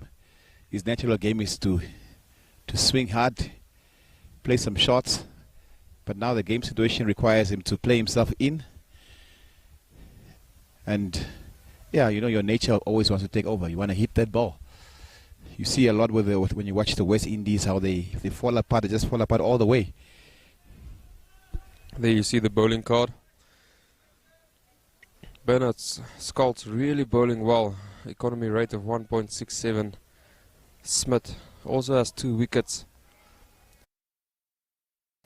3.6 economy. And then Lungomeni as well. Bowled 5 overs, left arm seamer. Only conceding 10 runs so far. Scholz to continue from the city in. And I think he'll definitely be happy to bowl to the right-handed batsman, with Scholz being a left-arm orthodox, just trying to turn that ball away. We see Lofty Eaton there positioned in slip, but just as we speak about it, they're moving him out to point. Scholz maybe feeling that there's not a lot of turn on offer.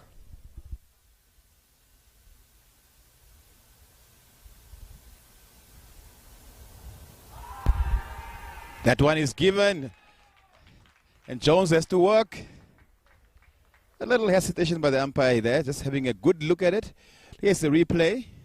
I think that one just stayed low. I was not expecting that one to skid through.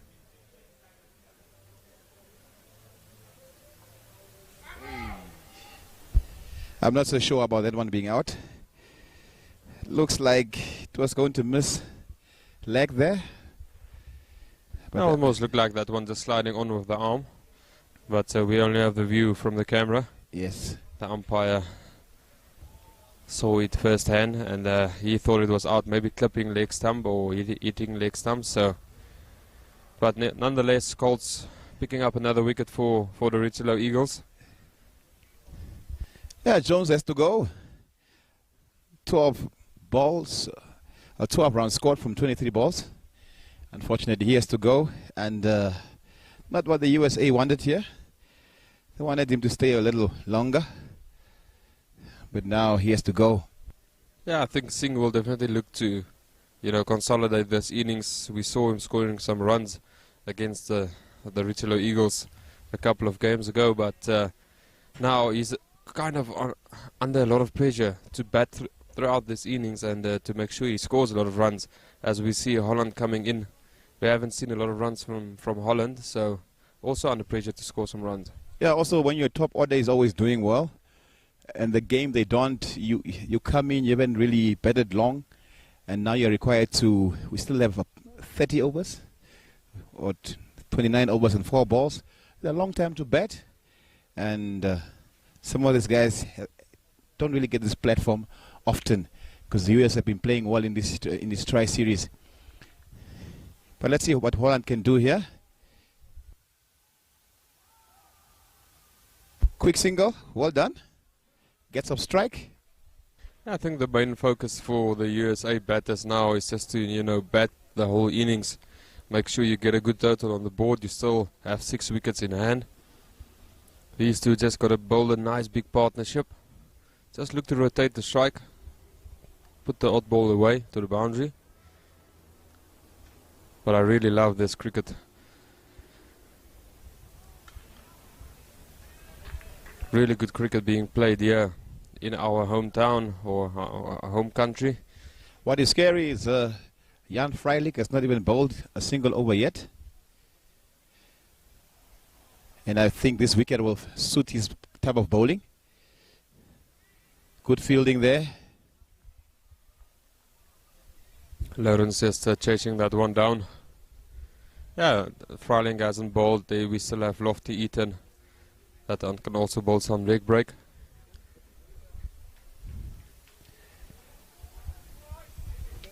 But Singh just doing very well. Picking up 2 runs there. Keeping the scoreboard ticking. Yes, another one there. So this is all they need for now. Just focus on those singles and twos. Don't give the Eagles a chance to pick up another wicket. The Richelieu Eagles, that is. Because I've heard the USA also calls themselves the Eagles as well. So which Eagle will fly higher today? That's the question. And that's a good question. There we see the batting card of the United States of America. Stephen Taylor. I've not faced a lot of deliveries. He was quite stuck on the non-strikers end. But they looked good. Madani also looked really good. Had a good start. But brilliant bowling by Scholes to get the wicket of Madani. Monang Patel falling to JJ Smith. Just bowling the straight to one. Absolutely brilliant catch by Lofty Eaton. And Jones also getting the LBW that we just witnessed previous over. But we also saw a screamer of a catch by Green of JJ Smith, and that was absolutely beautiful to watch. Well, JJ Smith owes Lofty Eaton and Green some drinks after this game. 2 excellent catches there. It's a great start for the Richelieu Eagles. These 2 batters just need to rotate the strike here. Time is on their side. Good shot. Quick single. Maybe a better ball.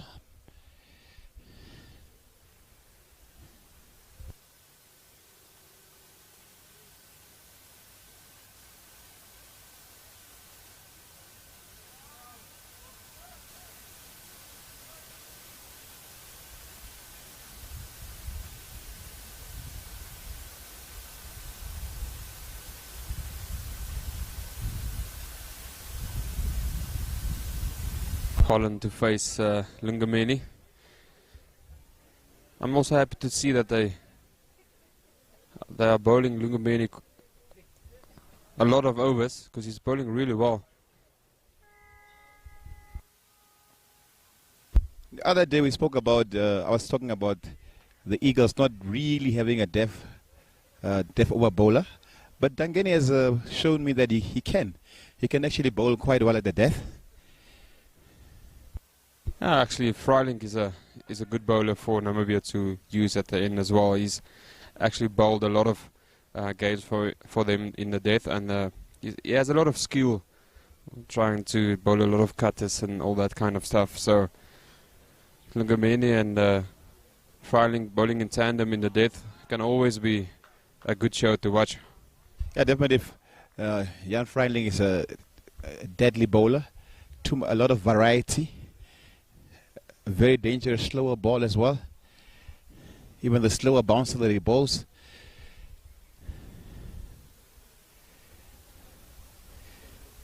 So Dangani, as you can see, they're just 2 runs so far from this over. 12 runs from 4.5 overs. Quick single there, well played. Yeah, played well and played with soft hands. Just dropping that one into that mid-wicket area. Don't have any fielders there. Only Lacock here on mid-on for the left-handed batsman. And I think that's vitally important for the United States batters to do at this stage. It's just to drop the ball, rotate the strike, get some singles. If you get a bad ball, you can always put it away to the boundary. We know all of them are capable of doing that, especially playing at this level.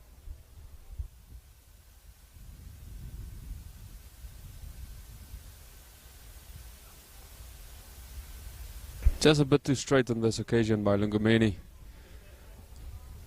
Holland comfortably working that one onto the leg side down to fine leg. 4 runs from that over. Lungumeni spell so far really good. 14 runs of the 6 overs that he's bowled so far. USA 71 for the loss of 4 wickets after 22 overs. Penna scores to continue. He has done well.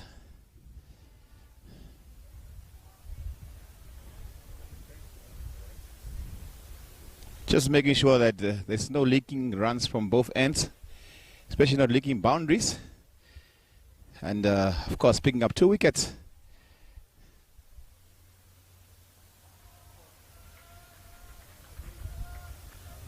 I would definitely like to see Scholz slowing it down a bit here.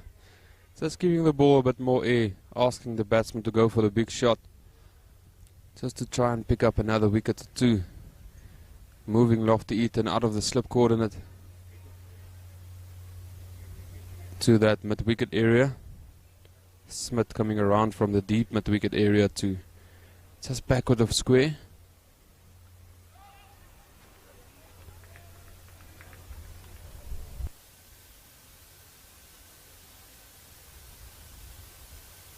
We saw from Papua New Guinea how they really try to set up fields that put the opposition under pressure, trying to go for it, and that somehow it does work. I think with all the footage going around the world nowadays, you can quite easily analyze a batter and try and get his weak points and set the field for that weak point. Brilliant shot there by Holland, just using the feet, punching that one down the ground. But we see it quite often where a new player comes onto the scene, does really well for the first year or 2, and after that you have so much footage of the player, you can quickly analyze him, and they start struggling a little bit more because the teams get plans for every batsman or batter or player on the team. Not a quick single there. That is a quick single, but so far 2 singles from this over. Final ball. Ian Holland on strike.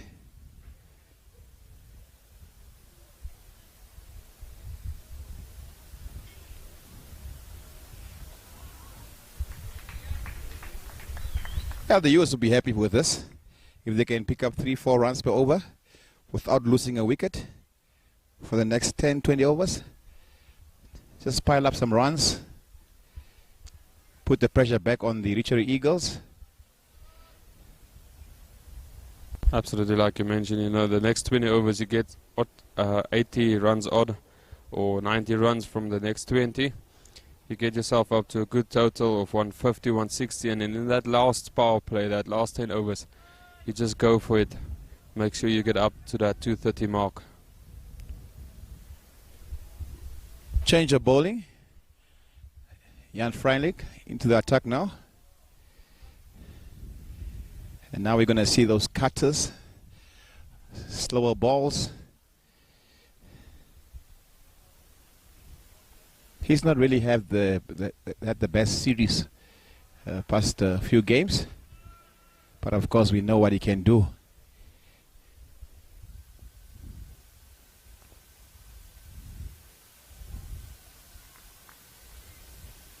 Good shot by Holland through the cover region.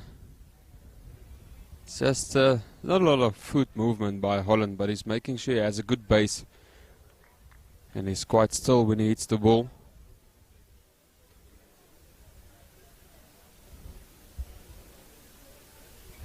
What a lovely day out to come and watch cricket. Castle Light series between USA and Namibia, the last game of this one, but there will still be a lot of cricket coming. Nepal and Scotland coming next week.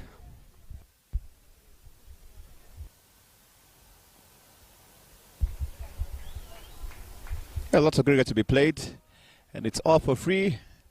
Bring your kids, bring your meat, come braai here, come have a barbecue with your friends. The crowd's slowly building up, and also we had a press conference by Cricket Namibia as well here today, so quite a lot of media around.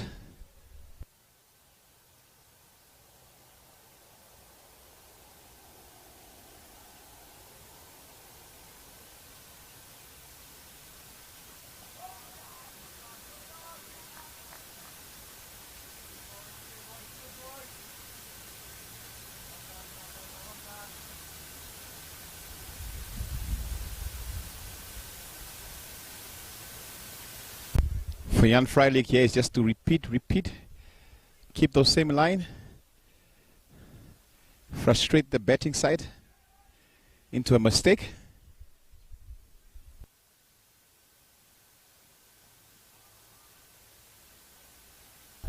Holland playing that one down the ground to third man.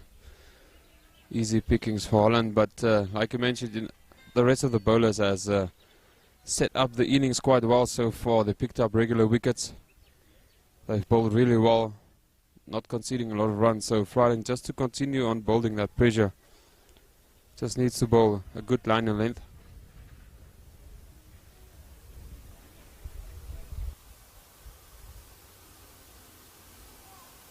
Oh, that one finding the inside of the bat.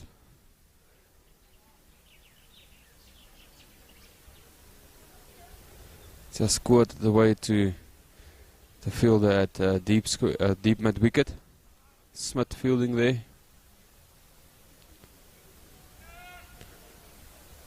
Singh just looks to be struggling a little bit to get that strike rate going up a little bit.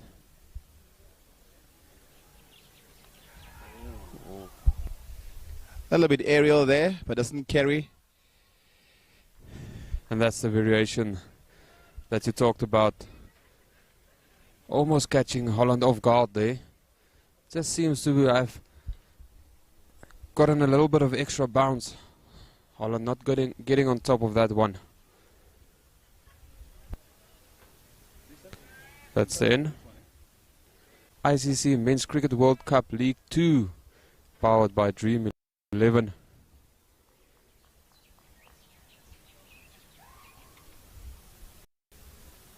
Last game of the tri-series between these three teams. Yeah, the good thing is the USA side, after losing this 4 wickets, still picking up at the moment those 4 runs per over. So nothing to worry about. Just keep on focusing on the 1s and 2s. Last thing they want here is Bender Scholes picking up another one. Holland looking to use the feet. It's done well to just punch it back to the bowler. And that's why I feel the way that Holland is using his feet, you need to give a 1 or 2 overs to Lofty Eaton. You could create a stumping opportunity.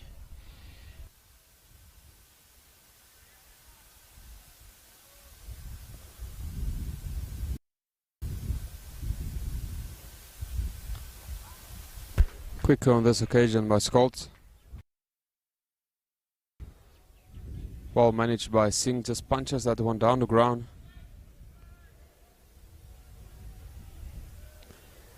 Just making sure that he keeps on rotating that strike.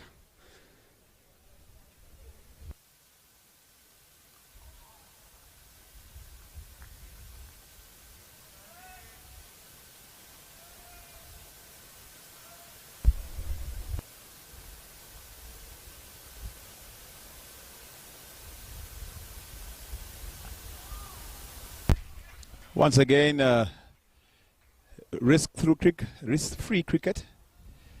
Picking up 2 more here. So 5 runs off that one. And that's the end of the 25th over. Halfway through this first innings. 83 runs for a loss of 4 wickets. I still think USA will feel that they are in a good position here. Still have 6 wickets left. 6 wickets in the bank. So they will definitely look to get that total of 230 to 40.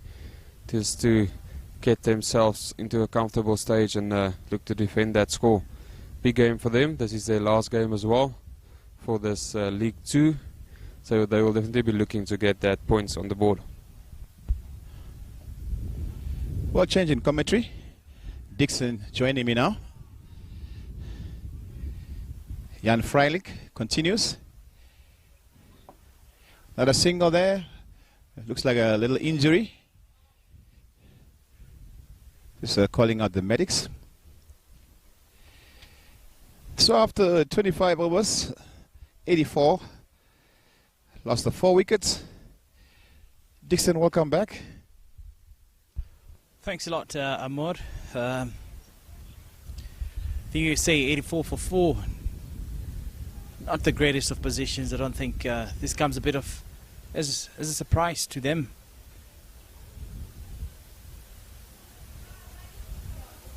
The Devin Lecoq looks like a bit of a side strain with the way that he released the ball. If they can just roll back a little bit and maybe in slower frames.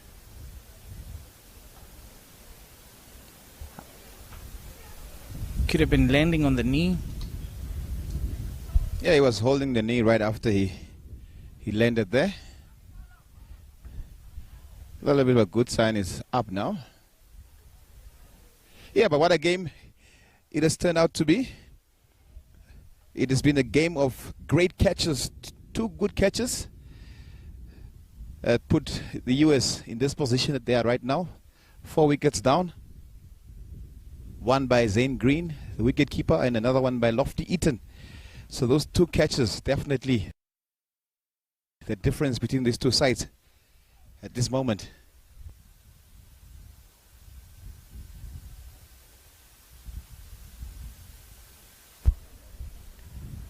I think a lot of hope lies in Gadget Singh here and Ian Holland. If these 2 stick around, we might still a huge potential for that 240, 250.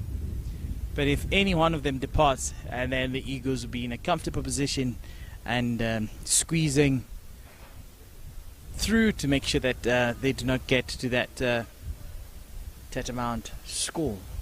Yeah, that's the biggest thing here, because in the previous games, the top order of the USA has done quite well for them, and the lower order didn't have to do much betting.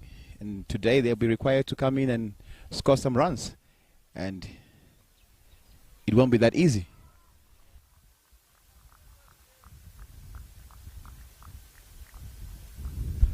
Lecoq coming off the field now, and Ben Chikongo went in for him, and he's fielding a deep square. Well, that's just the kind of guy that you want to come in as a fielding replacement. Ben Chikongo, one of the fast bowlers of Richard Eagles, but he's got a very good arm when he's fielding.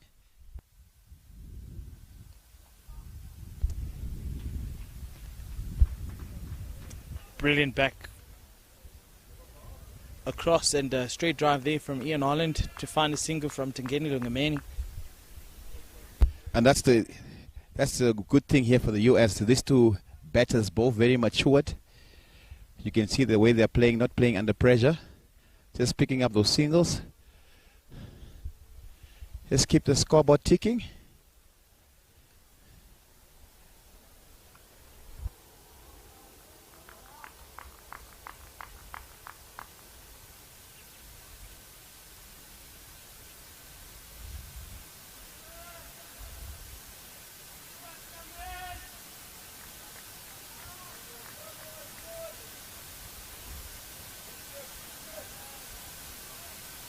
Two singles, two dots in this over. Jan Freiling.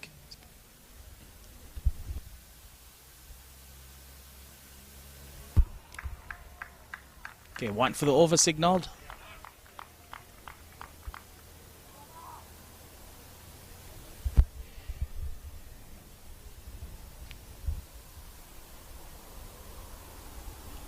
Jan Freilich there.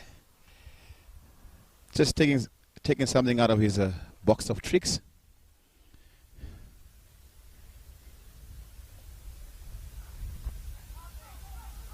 Bit of confusion.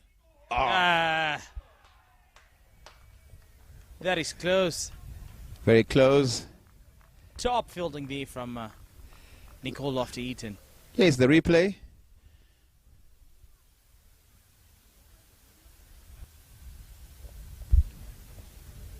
He was... Okay, bat down. Ooh, we could have something here. This is very, very close. This is very close. It is tight. Okay, slowly. The bells. Maybe the he's bells on the just line. in.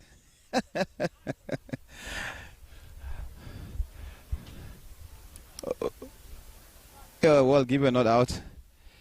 There's 2 runs from that one. But what a arm. Lofty-Eaton.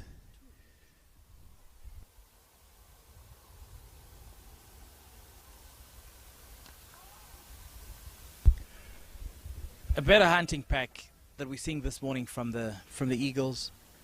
I think picking up early wickets and consecutively has really helped to make sure that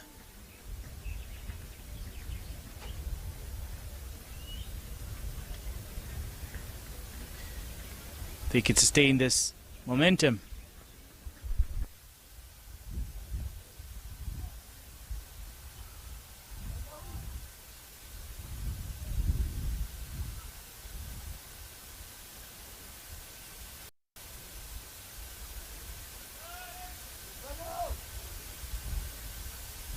That's the game of cricket.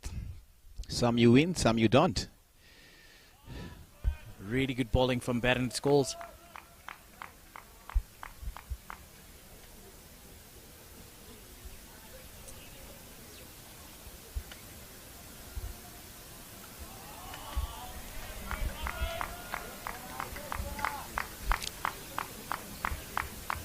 Two more deliveries. Gajanan 22 of 57. Really has taken him a bit longer today to get going. Another dot. But as we know, Gajanan, once he settles and once he starts going, just doesn't stop. That one a little bit with more width, and they pick up a single, and Gajanan again on strike. 87 for 4, 27 overs.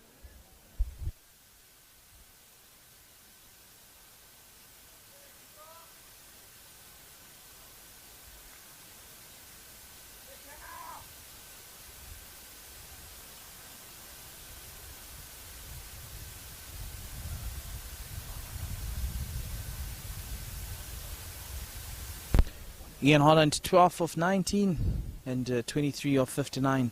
Gajanan Singh. I think Gajanan here, he knows that if he sticks around, there is a chance for the USA to put up a big score. Yeah, he's just doing what is required of him right now.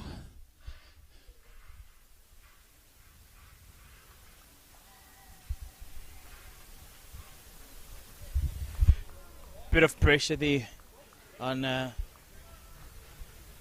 Lugamani, and the fumbles, and they pick up an easy single.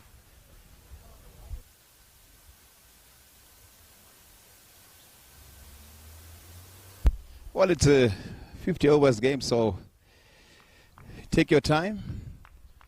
Still a lot of overs to be played.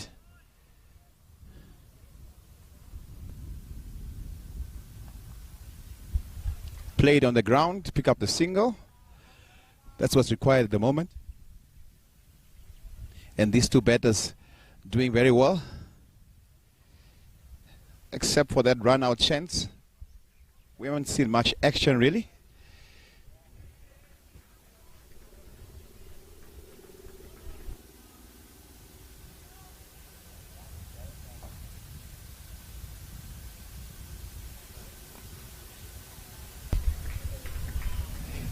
You'll feel you missed out there, Singh.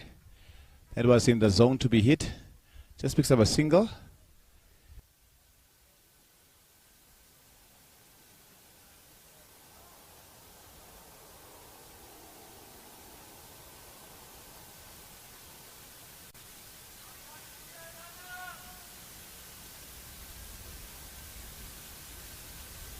Freilink. Oh, there's big shots, And Bongani Jele signals that it was the thigh pad and not the Willow.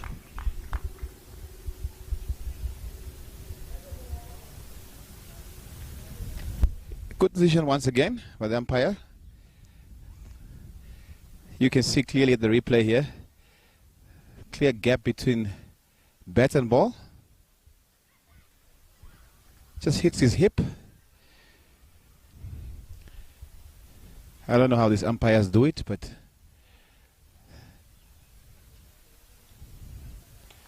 somehow they get it right all the time, at least most of the time.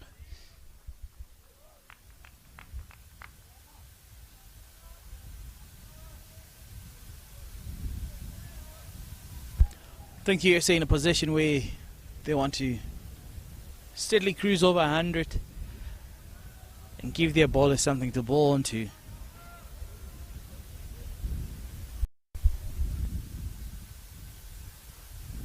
Oh, that one finding the outside edge to JJ Smith for a single. End of the over, and 91 for 4, 28 overs. Gajanand still taking his time. Might be seeing a 90 ball 50 at this rate. Yeah, like we said, the key thing is him staying in there. Can always catch up later. Trying to make sure they don't open their lower order batters to come in here and struggle against the bowling. If these two can just stay together for another 12 overs or so, definitely put the US in a good position. Change of bowling. J.J. Smith back. Played very well, very well from the hip.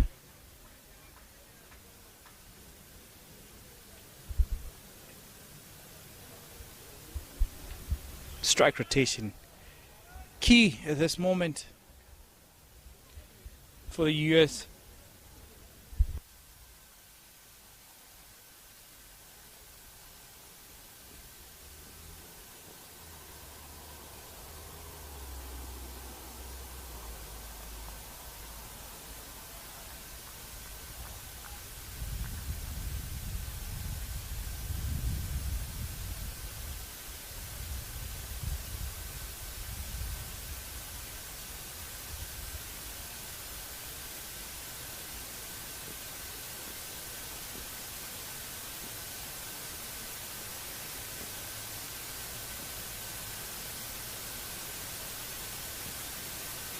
Oh, big swing there from Gajanand.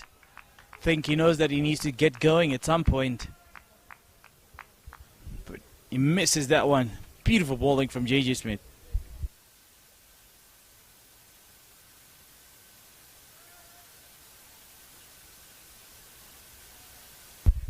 Yeah, very hot sunny day in the capital city here. 33 degrees, between 30 and 35 today. It's quite a hot day. Another better ball from J.J. Smith.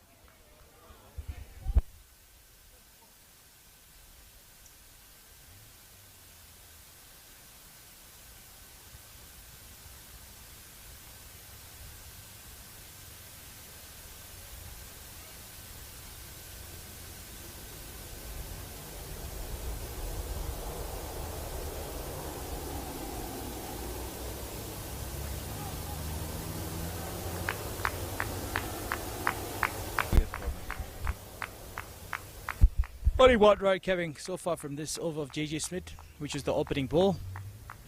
Other than that, he's managed to keep it tidy. Will he be able to keep it tidy throughout?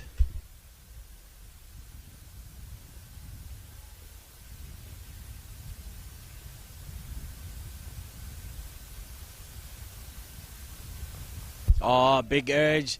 And Scholes just doesn't do enough to get it to the ball. 4 runs. 5 coming from that over. And Yeah, so what you're asking for there, taking a swing at JJ and getting away with it. Not really getting a hold of it. Matching the boundary brings the score to 96 for the loss of 4 wickets.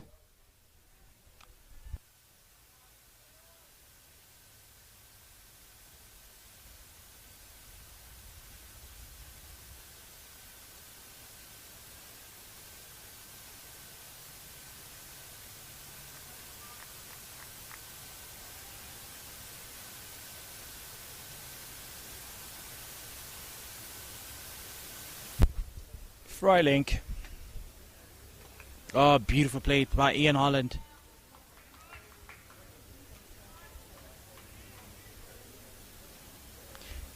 Just sitting on one knee and delivering through the covers. Yeah, actually something different we see now from the Richelieu Eagles today. Normally, between the middle overs, they bowl a lot of spin. Today we have seen something different.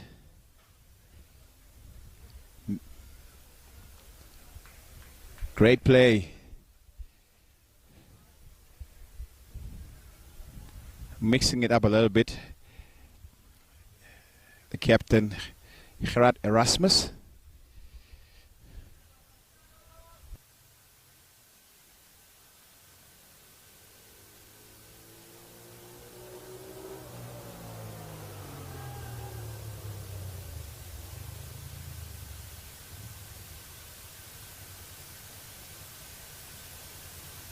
Another really good shot there from Holland. And they come back for a second one.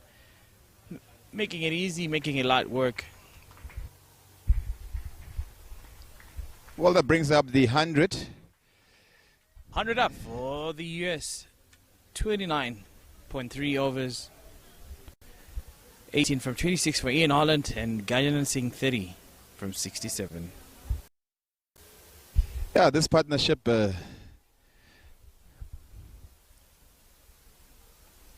the partnership definitely brewing here.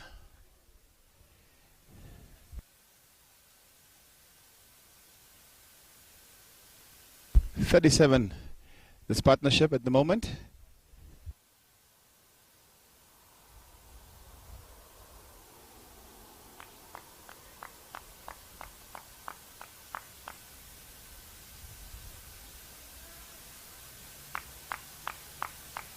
Yeah, 38 partnership from 56 balls.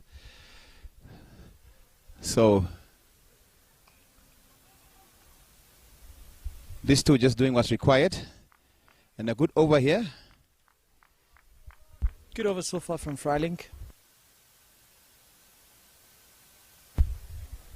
Actually, in terms of this game, good over for the US. 5 runs from it. Last ball of this over.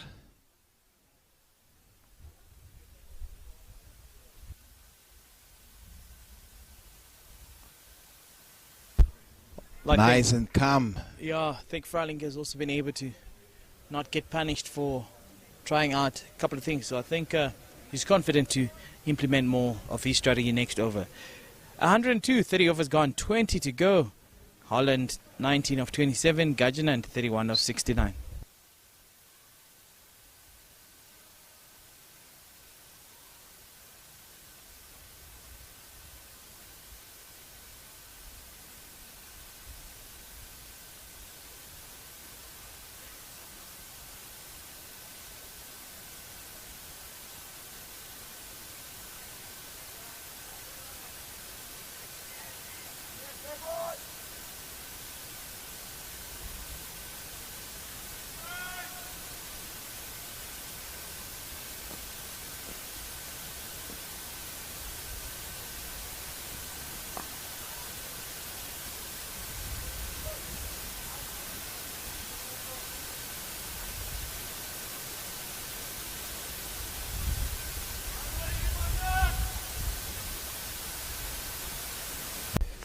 Smith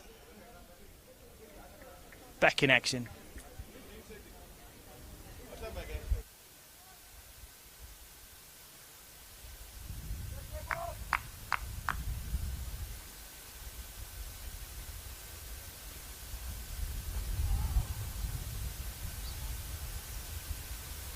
For the U.S. I think these two are the hope that there is for the US team, and they surely know that their contribution will very well be appreciated, and that if they lose any more wickets, there's not much depth in the US side in regards to batting, and these two are the potential big scorers. Gajanand a bit slow this morning, but he also realizes the amount of responsibility on his shoulders.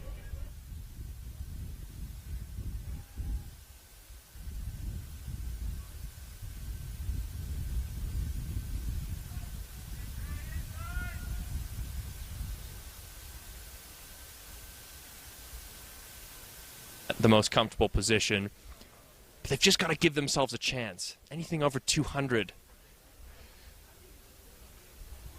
you'd feel will at least give the bowlers something to work with. Bit of extra effort there from JJ Smith.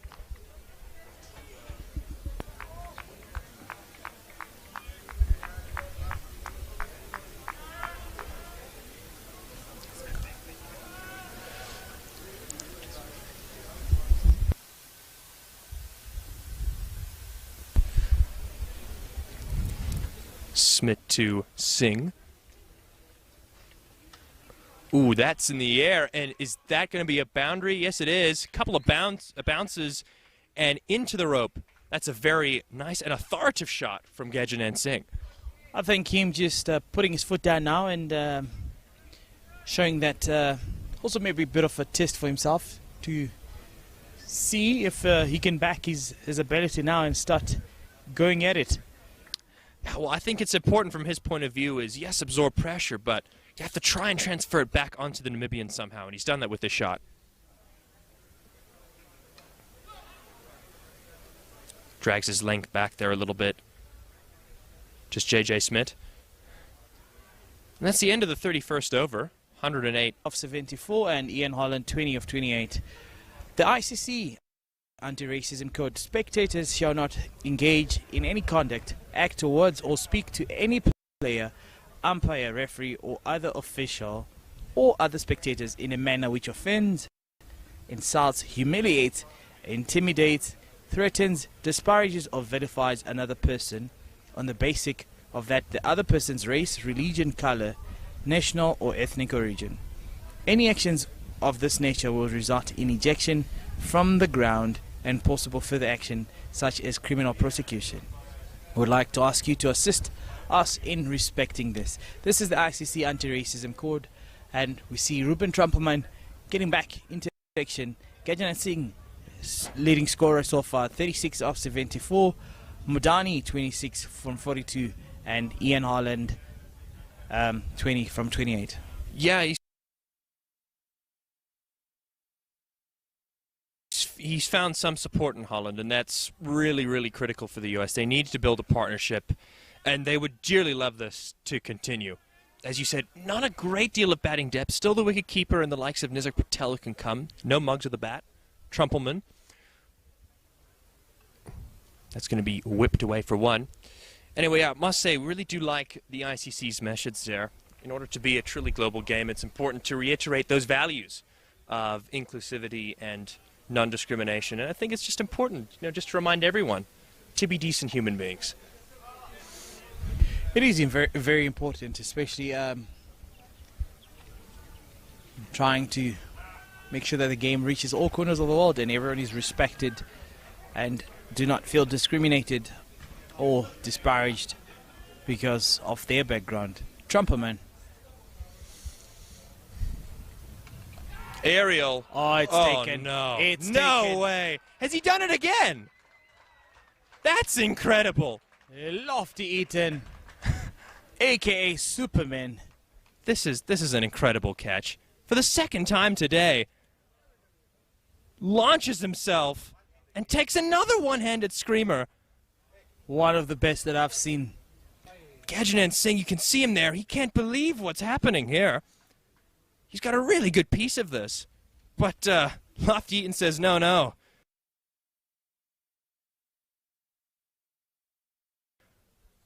I'm going to Game changer. What a brilliant catch. Brilliant, brilliant efforts from Lofty Eaton. And it's really incredible because Gajanan was set. He had absorbed a lot of pressure, and only now was he looking to maybe cut loose and hit a couple of boundaries. He departs for a well-made 36. But again, pressure right back on the American batters.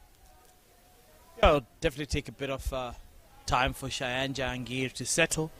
And probably by the time he settles, overs would have moved and would be very close to the second drinks interval. Just looking at this catch again from another angle. Smashed by Singh, just a little aerial. And that's an incredible dive from Lofty Eaton. It really is a Superman dive. And the ball's curling away from him as well. So this is a fine piece of fielding. It really is. And the Namibian outfit has been incredible in the field today, haven't they? Oh, definitely. They know what's important here. I'd argue that they've engineered probably 3 wickets just through fielding alone.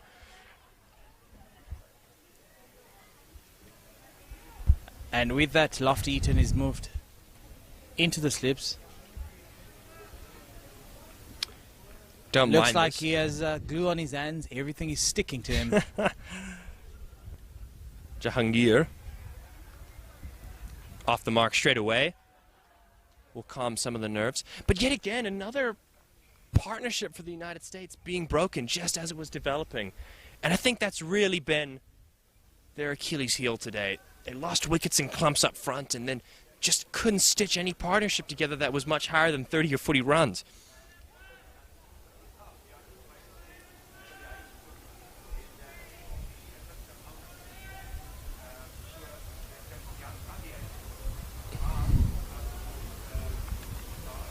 Holland working that one away, looking for 2, but will settle for the single. Surfing the USA camp here, what can you realistically aim for? Obviously, you know, 250 definitely not on the cards anymore. Do you think they should just sort of try and, you know, bat as deep as they can, maybe just get something over 200, and that gives them at least some opportunity? I think right now what's realistic is anything over 200 is a huge bonus for them. And all the batsmen are looking for an opportunity to stay out there and bat as long and as deep as they can. Oh, playing and missing, playing and missing. Past That the shot outside edge. really wasn't on. I don't know what the plan was there. There is a third man. There is Nicole Lofty Eaton. And I believe it's your second ball as well.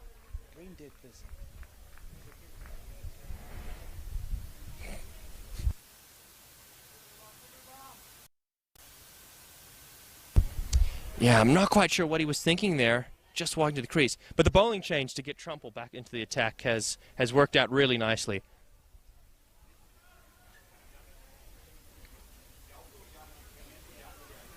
I think that's what he was trying to do off the previous ball, Jahangir, just trying to work it into that third man region. Still think strike rotation is key here. Strike rotation is key, and not losing wickets is also quite key. Yeah, absolutely. I think that's really been the big problem. They haven't been able to build partnerships like they did yesterday, like they did in their previous, all of their 3 games actually.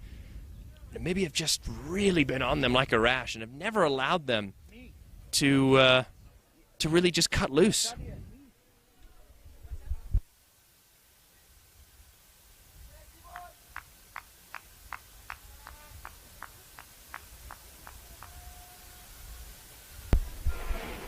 Like a Many coming back into the attack.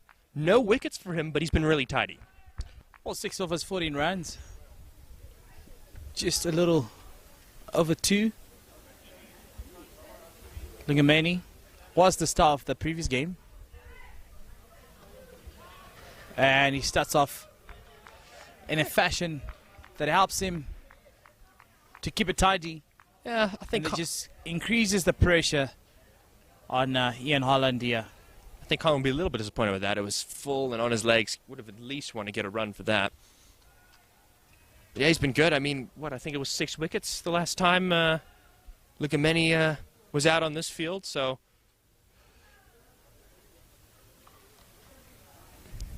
Quick single shot the stumps. But no worries there for Ian Holland. So he's got the momentum behind him, doesn't he?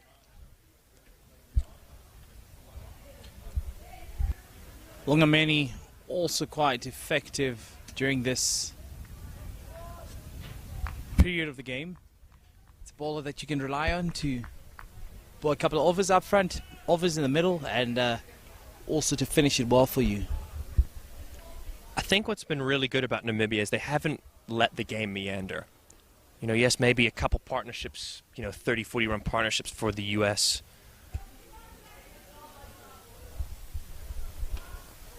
Ooh, thick edge. I think that's going to be running to the boundary before Jahangir, the USA wicketkeeper batsman, will get his first boundary to really get his innings underway.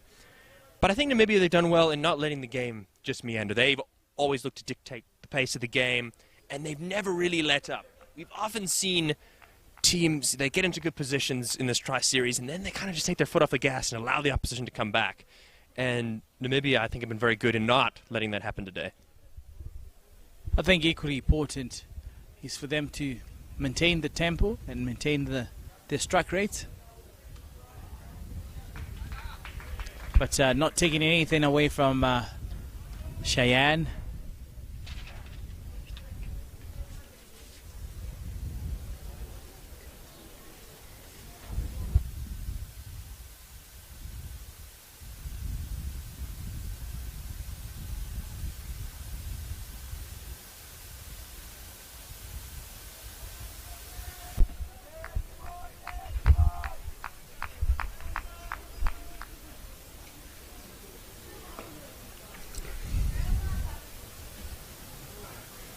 Ooh, Hunt looking to be cheeky there.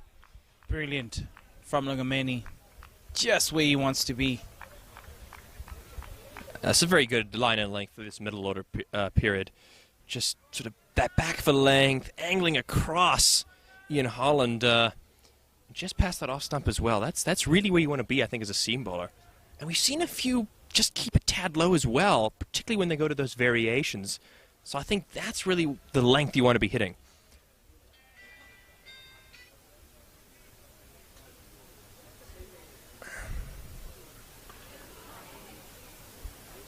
Oh, that's a good shot. Well, we'll see some athleticism here, but this one goes all the way. 4 runs. Erasmus and Van Lingen never really had a chance on that one. Very good timing on the straight drive there from Ian Holland. An authoritative shot down the ground. You can just see here. Good head position. A decent stride in.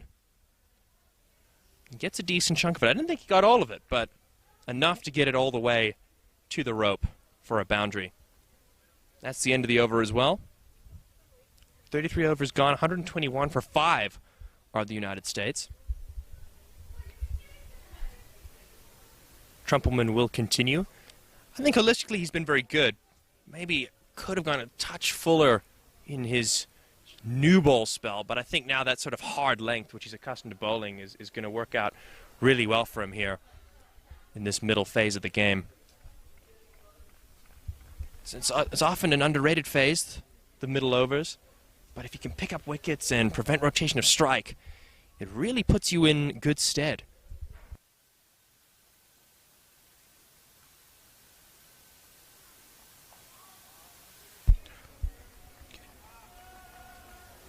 Jahangir. 6 of 6. Trumpelman making sure that he has a good start. And that economy, not too shabby. I think 4 and over at this point. No one's going to be objecting at that. And I mean, all credit to Lofty Eaton, who I think has bought him a wicket there as well.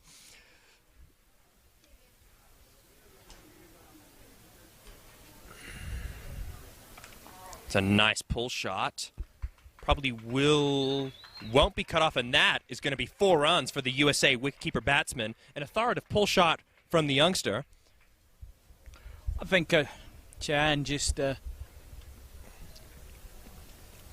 stamping his authority here. Say, I'm here and I can take on a shot pull.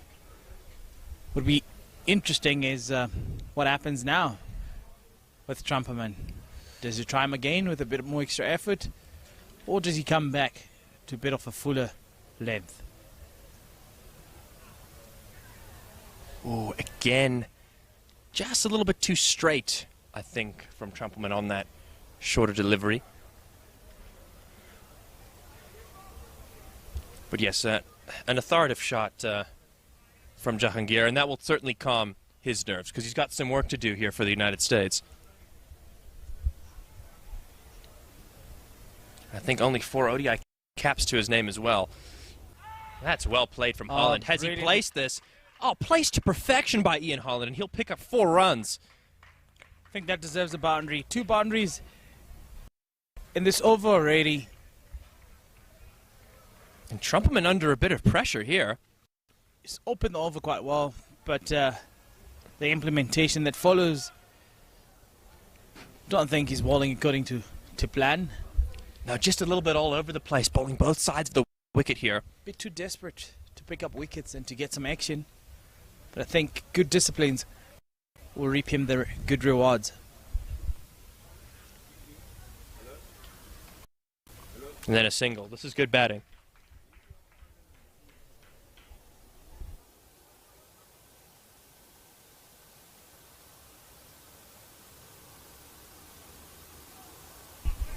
For the first time in a while, a bowler being put under pressure. I think this is good for the U.S. because those are 2 deliveries that were not particularly risky to take on, and the fact that they've put it away it's very good. It gets a partnership up and running, and I think it just settles the nerves of the 2 batters out in the middle.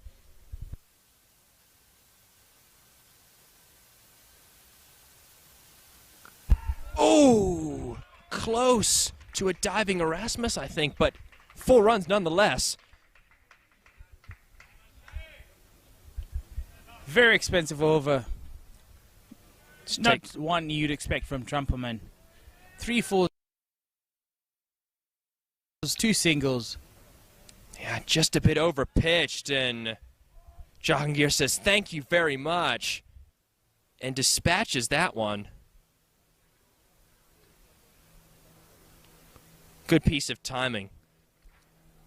And not even the flying Erasmus was going to be able to stop that.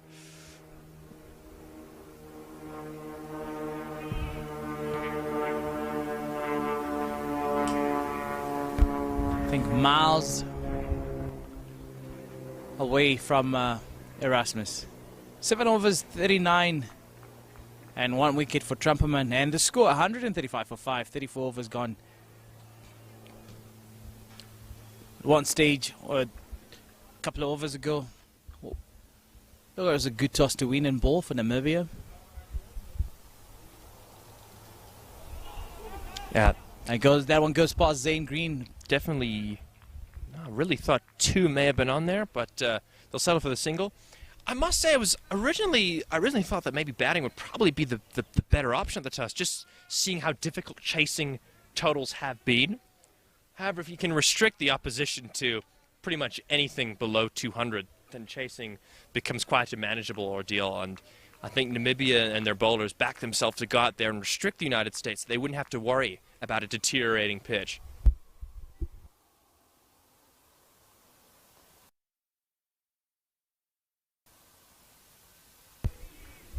No run there.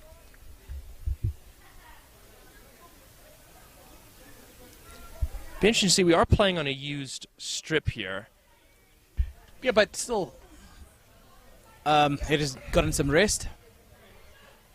I think it's been more than 6 days since it was last used. Yes, of course. It's not as if it was played on yesterday.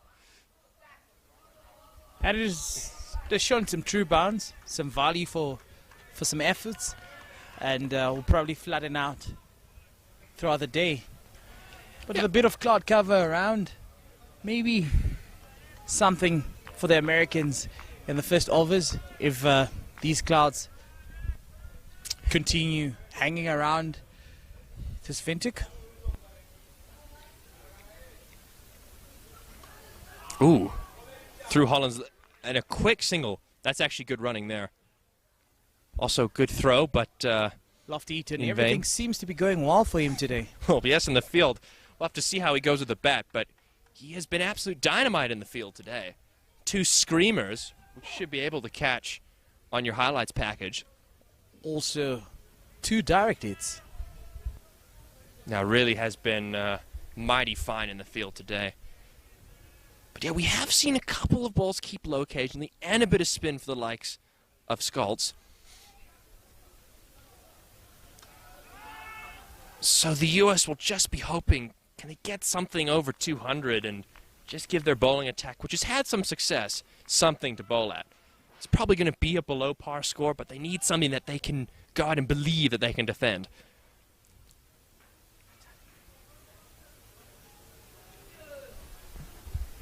Just looking at this throw here to Zangri, just regulation, return to the wicketkeeper. Ooh, Holland trying to use his feet. Definitely not hitting that ball in the intended area, but a single nonetheless. And with that, it is the drinks interval. 138 for 5. 35 overs gone. 15 overs to go. And definitely the game in fair balance here for the United States and for Namibia. Gajan Singh departing a couple of overs ago for 36, 75 deliveries. Ian Holland still in action, 34 from 39. And Sushant Modani, 26 from 42. The leading bowler for Namibia so far, Bernard Scholz, 19 runs off his 2 overs, from his 7 overs. And JJ Smith, 29, 2 wickets in 7 overs. Ruben Trumperman, his previous over just being slightly expensive. 7 overs, 39 for 1 wicket. Spin, few highlights from Nicole Lofty-Eaton. 2 great catches and direct hits. Yeah, as well. I think the United States will be gutted to see the likes of Gajan Singh depart. He was really digging in and looking to try and bat big. But Ian Holland is still out there. And we'll have to see with 15 overs to go just how high or how many runs the United States can put on. Don't go away. And we'll see you after the drinks interval.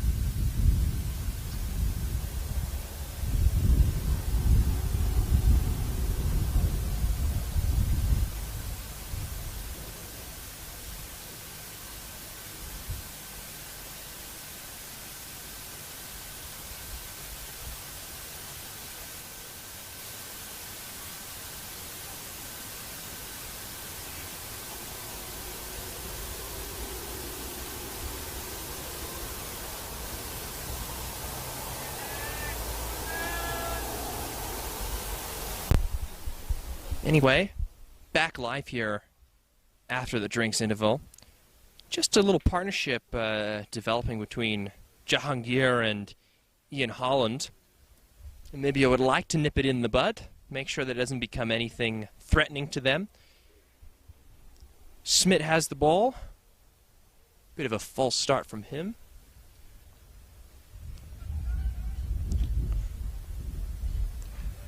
JJ Smith's been very good this morning.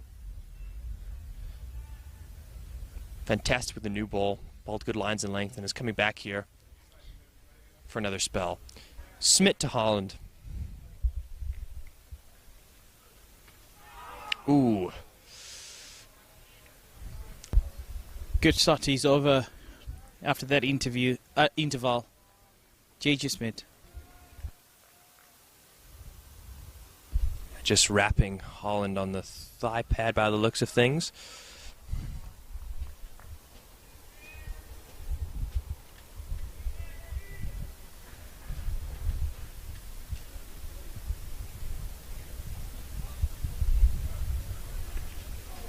Ooh, thuds into his pads yet again there.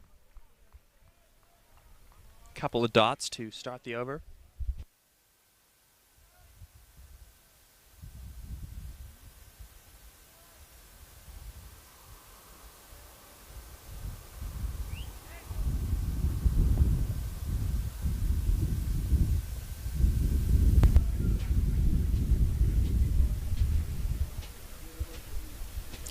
Smith.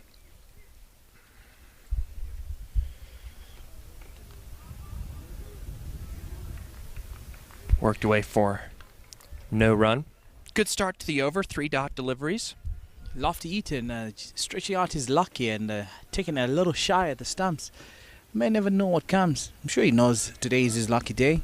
Well, I must say, I saw him actually put down a chance catching one of their warm-ups, and then to see what he's done thereafter. Definitely determined to make amends.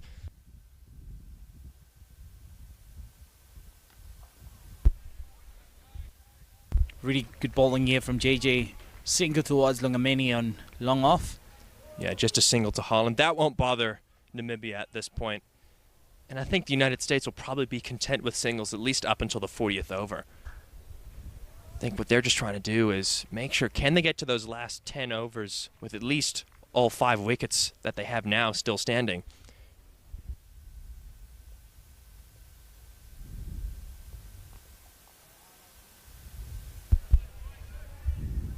Freilink doing the fielding there at backward point.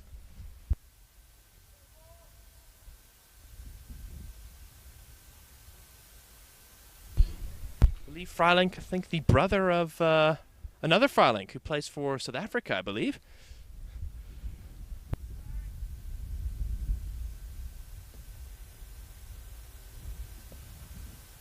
Oh, bit of a fishing tactic to that one. Brilliant over. Only one coming off of that one. 139 for 5. 36 overs gone. Cheyenne Jahangir, 16 of 14. Holland in the 30s, 35 from 43 deliveries.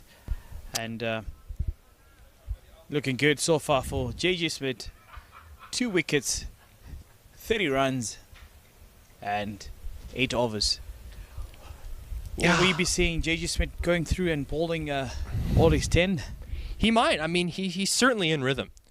And I think Erasmus is thinking, we get another stick here, and it's really going to impede the United States' ability to finish well. So I like this sort of aggressive move to keep him on, because you get another wicket here, Namibia can really restrict the run flow. Anyway, it's Bernard Schultz now with the ball. We saw a bit of turn in his first spell. That's too short. This one goes up and behind, and with a spin, it will probably race to the boundary. Lungameni picks it up. Not quite sure how he's managed to get the ball there.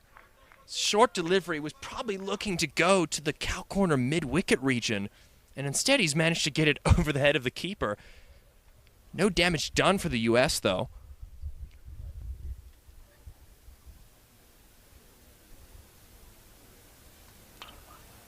Oh, great running, great running.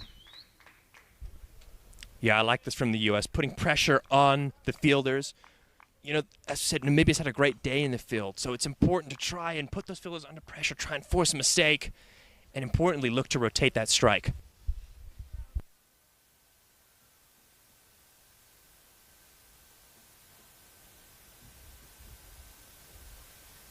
Oh! That one being a bit of a lowy. Yeah, kept a touch low. Have to see the replay here. Skults. Yeah, I think just going on with the arm and staying a bit low. Another one in a bit of a consistent fashion. Could this just be an area of the pitch that's playing like this? Perhaps. Or could it, the deterioration starting to come into play already?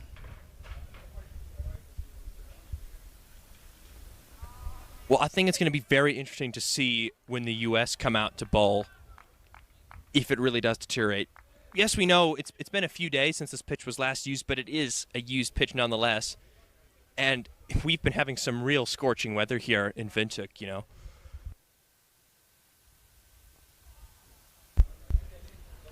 Which you would think would allow for the pitch to deteriorate.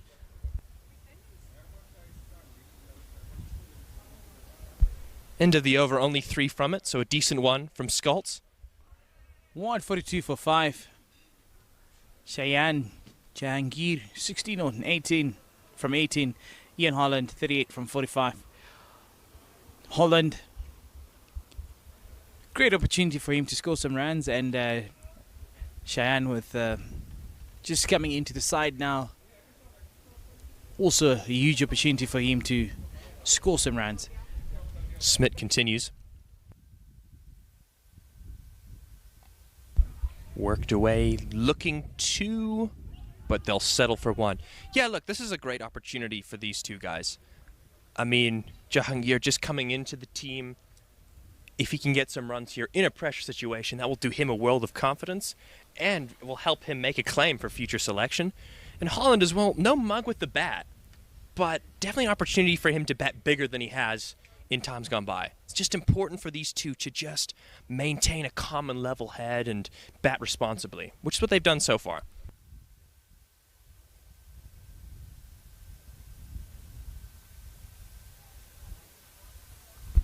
No run there.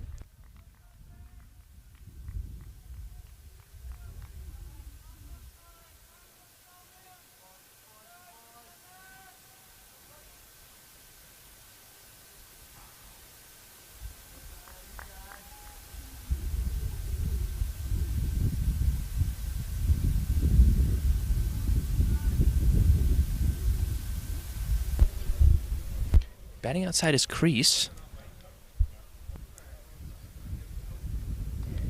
Oh, that one Ooh. gets a thick edge. Only a single, though. Sometimes you wish maybe you just get a finer edge that doesn't make the ball rush to the field and hopefully create an opportunity for coming back for a second one.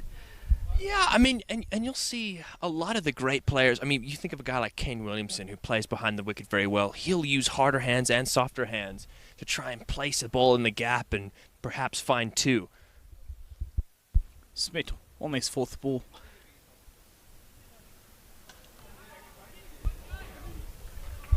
Little fumble, but no run conceded. I think the word fumble and Lofty Eaton do not belong in the same sentence. Well, at least not in this game today.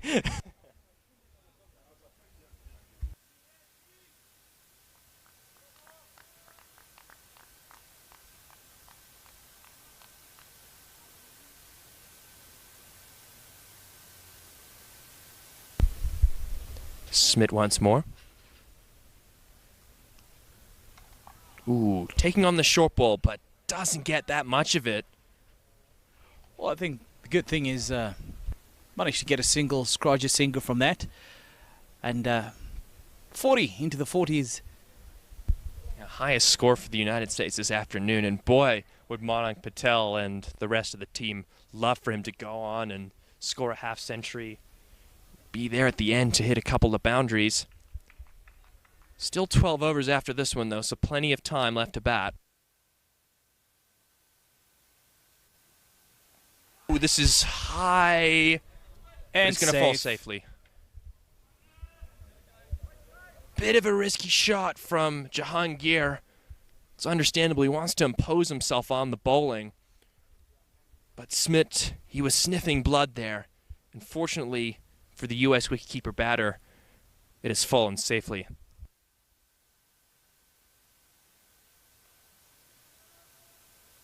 And not quite in the best position to play that shot, as you can see, and it's just a top edge. You think 50 overs, playing a whole 50 overs yesterday, the US team might be suffer from a bit of lethargicness or a bit of lethargy in the team? It's totally possible. I mean, I was getting tired just sitting here, quite frankly, because it's a dot delivery. Because we're sitting here in around 35 degrees centigrade temperatures, which it's pretty hot, and you have to be incredibly fit to play in these conditions. Well, you can always add an extra 2.5 degrees sitting under these gazebos. Yeah, of course. I think for the U.S. team, you know, they play a lot of cricket in the likes of Texas and Florida, which are, well, Florida's very humid and quite hot, and Texas is also very hot. So you'd expect them to be a little bit used to this. Oh, a bit premeditated, and it's quite lucky that he manages to survive that one. I don't mind the option because you've got the fielders up there, so you can understand the thinking, but just the execution not quite there. Oh, not really sure about what Cheyenne's plans are there. But talking about the heat in Windhoek, it's definitely different from Florida. If this is a dry heat, whereas in Florida the humidity always seems to help. Oh, it's in the air. Grabs that one, but a full shot of Jan Freiling, and they still managed to pick up a single. If a stick, for example, if you're close to the area of like Fort Lauderdale, yeah, that's their premier stadium at the moment, and there isn't, you know, and there's quite a bit of water bodies around, a couple of lakes, a couple of rivers around, and helps. And obviously the vegetation is so much more there than here. Yes. Goes for the sweep shot, and he's given. Finger goes up. Ian Holland is gone, and that's a hammer blow for the United States. Just as they were getting another partnership together, yet another wicket falls. Let's take a look here at the wicket. Scults, again, just going straight on, and I think that's hit him in front of middle. And although it is going down the leg side, I think that's clipping leg stump. I think that little movement that he made across, if you skip looking at the picture now, there's the leg stump exposed. Yeah, went too far across, you'd feel. And that's a hammer blow again. Ian Holland was looking good. Had a decent strike rate, but he has to go for 40. And I believe that is going to bring Nizar Patel to the crease. No mug with the bat by any stretch, but definitely putting the U.S. middle to lower order under quite a lot of pressure now. Scults has been really good today. That's his third scalp.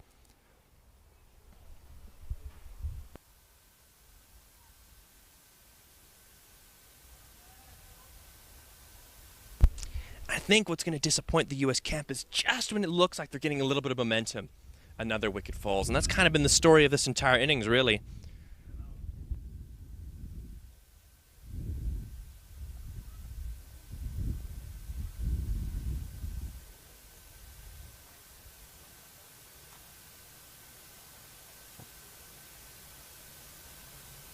You feel now the American hopes largely rest on the shoulders of Jahangir. Wasn't looking very comfortable against Scults, but only one more over of his to deal with. Smith will continue.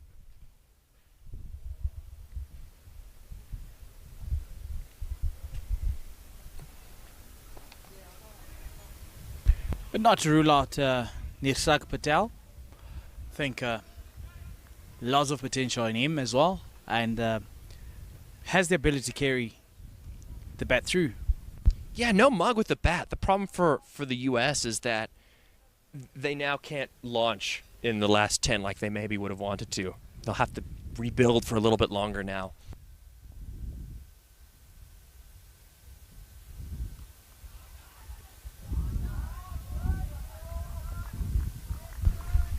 Good work there, not allowing strike rotation from the U.S. batters.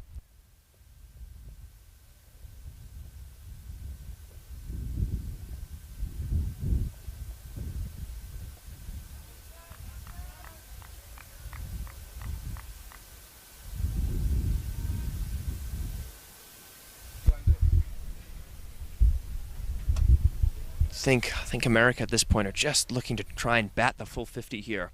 And they would probably get somewhere close to 200.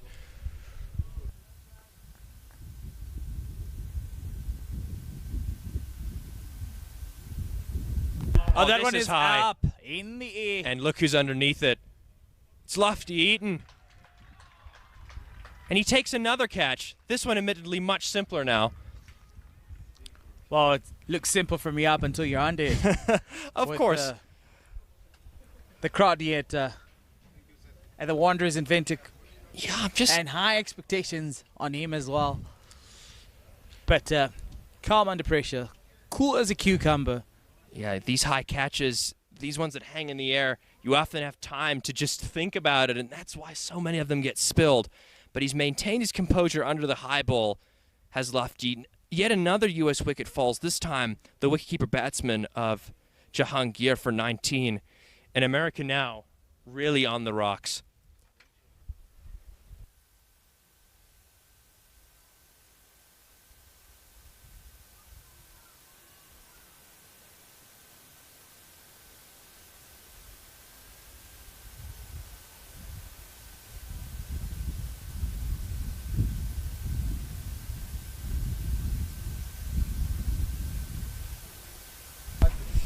It's Kevin, supposedly. Well, the U.S. now probably just looking to bat through.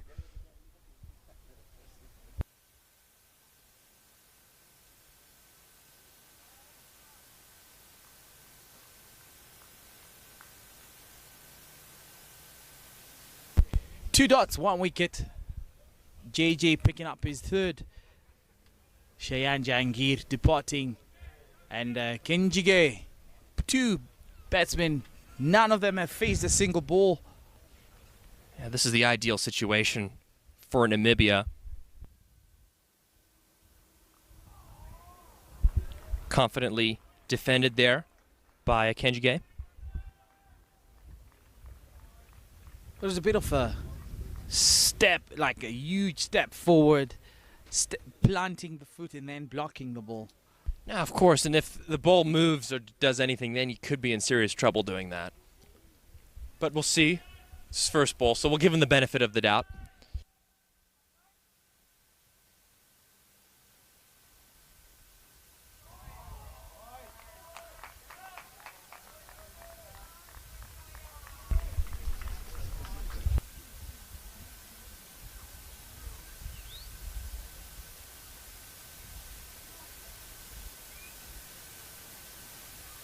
Someone. Where is lost?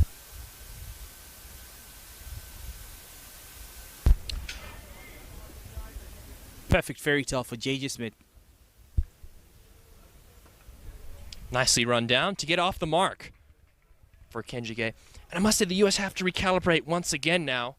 Do you think they just try and look to bat out these next 60 deliveries and just take what they can get? I think in the process of taking what they can get, 3 wickets in hand, 200 could be on the cards and could potentially be a good match. I think their bowlers will be rearing to go and finish on a high in this ICC Men's World Cup League 2.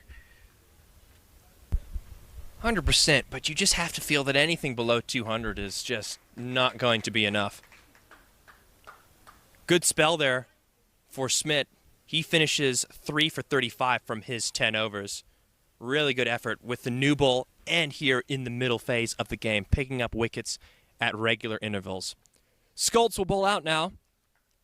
And I think he'll be looking to take one of the lower order players of the USA with him.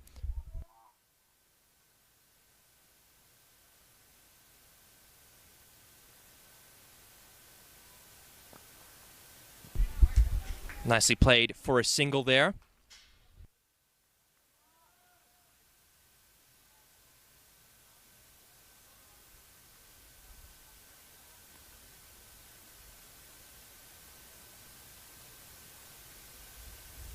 Schultz.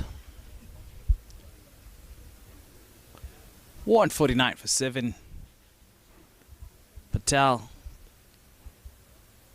Still to get a taste of some leather. And with that fashion, he goes off the mark, opens his account. Makes it look easy. But they definitely realize the amount of responsibility that lies on them. Yeah, him again, and Kenjige. Patel, no mug with the bat.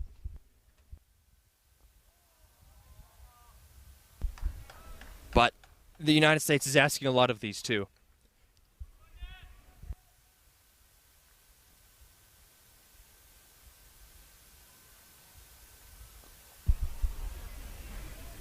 Kenjige looking solid there, defending that one into the covers.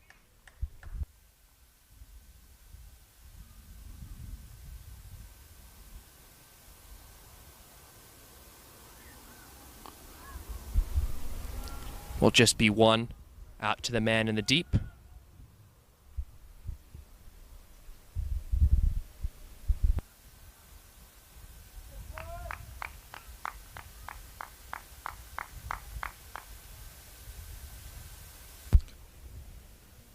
Last ball for Schultz.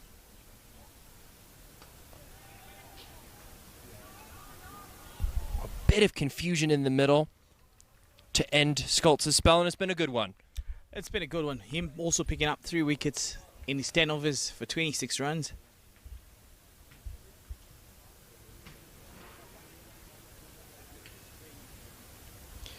Has been a stalwart for Namibian cricket. He's been playing for quite a long time. Lots of experience. 26, 3 wickets in his 10 overs. Batting at Schultz. 41 overs, gotten 151 for 7. Live from the beautiful Wanderers here in Windhoek, Namibia. Crowd starting to come in. And we still have the Trevor Britton Black Friday special. Could call it a Green Saturday. Free entrance to come and watch some good cricket on Namibian soil. Absolutely, there's a lovely atmosphere here. You've got people barbecuing on the side, aptly called braaiing in Afrikaans. Yeah, try and say braai.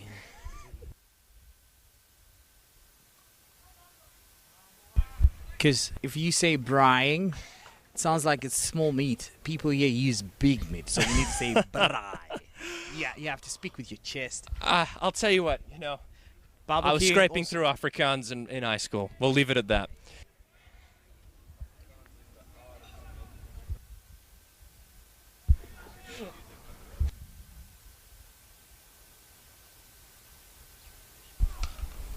Trumpelman. Good start to the over. I think he's just been a little bit wayward in his last few overs. So I think important for him to find his radar and just close it out, considering that Smith has obviously been bowled out.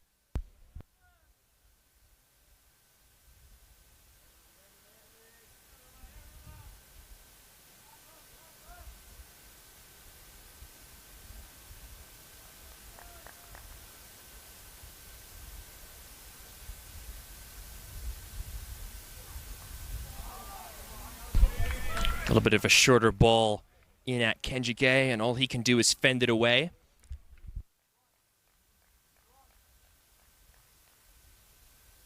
Just angling the ball into him. I think this is a good ploy from Trumpelman.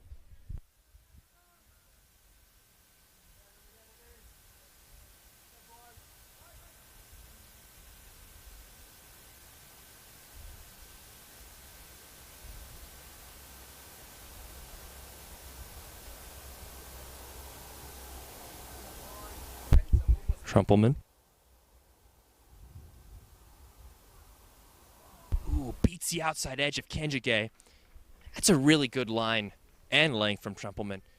You often see when the lower order guys come in, bowlers, they try to do all these funny things and depart from the game plan. But what I always say is if it's worked for the top order, it's going to work for the lower order as well. So it's good to see Trumpelman stringing some dot balls together and just holding a good line and length. Doesn't need to do anything fancy here.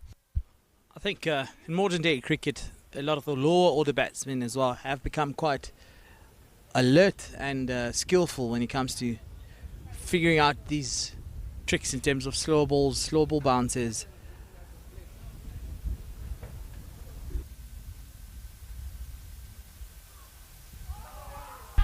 Ooh. Kenjige getting a bit of chin music there from Trumpelman. A belated appeal, but the umpire says not out. More like checking his hairline. Absolutely. I'm sure it receded a little bit there. That's a fierce bumper from Trumpelman. That really is well bowled.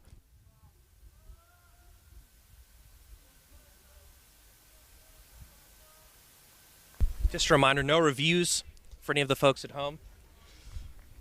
The umpire's word is the final one.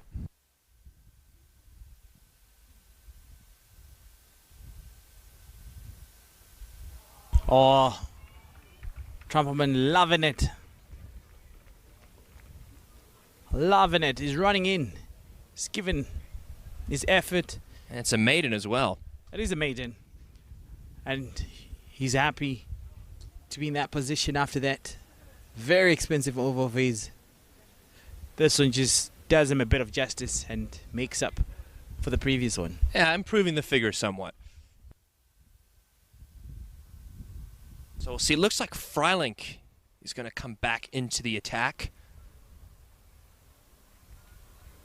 Can't believe another chap born on South African soil and then came over here to Namibia. Also a big pillar of this side of late, particularly in the T20 game. Saw him playing pivotal roles in both of their T20 World Cup campaigns earlier this year and last year. Like you'd say, not a mug with a bat and probably not a mug with a ball as well.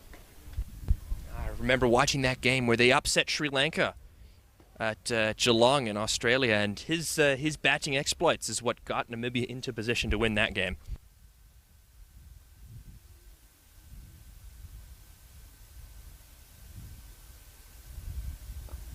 Ooh, slightly aerial there from Nizar Patel. And this is running away here. Should be a easy couple of runs. Erasmus doing the most there on the field. I wonder if that was just maybe a variation, or yeah, you can see Patel just playing far out in front of himself, and that's why it's gone slightly aerial. Fielder may have thought for a second he was in with a chance.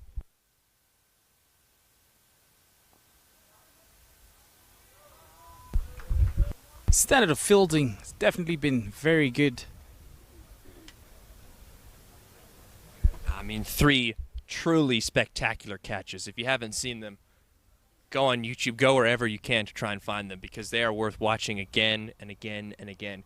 But even the ground fielding as well. You know, in the circle they've been good, not allowing easy singles.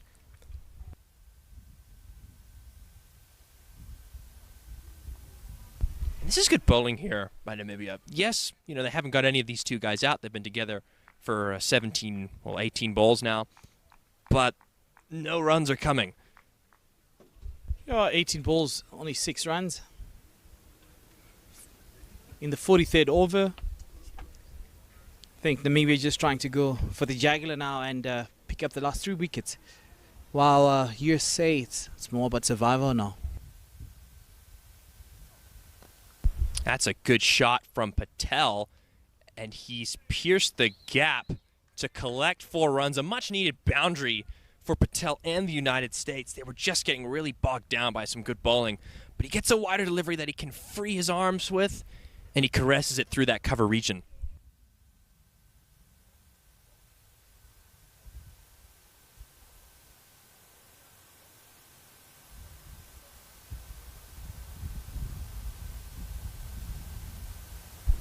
Freilink. Bit of a play and miss. They start planting his leg. just think trying to be a little bit cheeky there, trying to run the ball down perhaps. But unsuccessful this time round. There's that man on your screen, Lofty, and he's been outstanding today in the field. He really has been.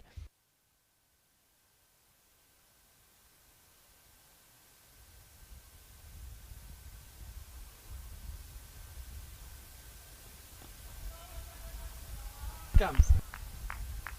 Bye. Dot to finish that over. United States 157 for 7 with 7 overs to go.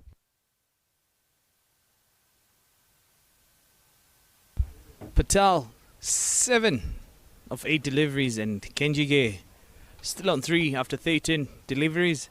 And Namibia happy with their toss to decide to bowl. I remember having a chat earlier with Monank Patel, saying if he had won the toss, he would have decided to bat anyways. But I think the closer they get to 200, the better it is for them, for their bowlers to have something to bowl to. Ooh, just run off the face of the bat down to the man at third man. Will just be a single. And I think an important single because Kenjige has really struggled here with 4 off 14. Patel did get a boundary in the previous over, and hopefully the USA, well, they're praying that that gets him going and he can pick up a few more. Again, 200 is looking difficult. They're going to have to go at about a run a ball to get there. But they really need to get up and towards that, because if not, you'd think Namibia would be able to chase this down without much sweat.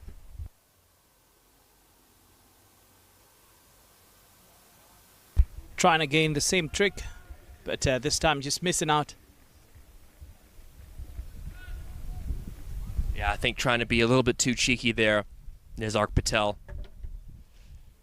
And we saw him play a couple of decent shots. I think he just needs to maybe try and back himself a little bit here. Probably what I think America will look to do is maybe bat another 4 overs or so, and then maybe give themselves the last 20 balls to go down and try and swing.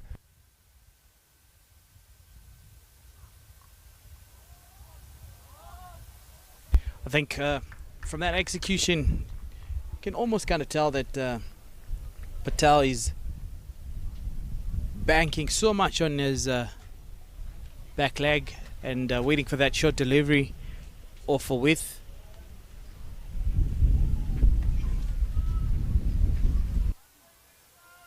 Just getting a little bit windy over here in our commentary box.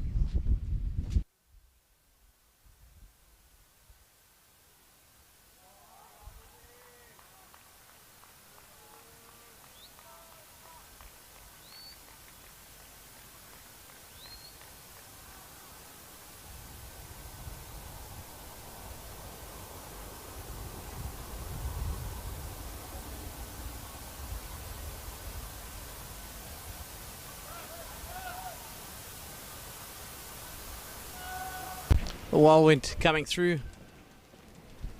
You can't quite see it on your monitors. We need to get a different angle, but the gazebos and seating here really being blown around. Anyway, the cricket continues though.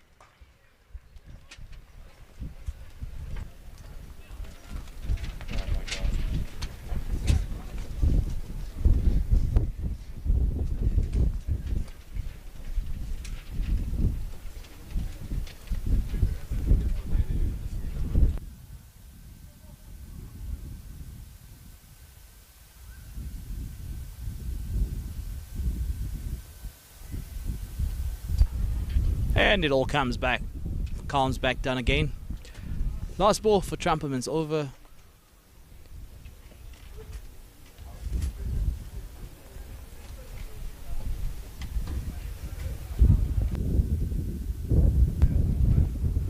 Trumpelman to Patel.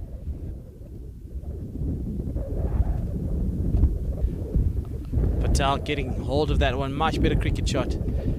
And he maintains strike.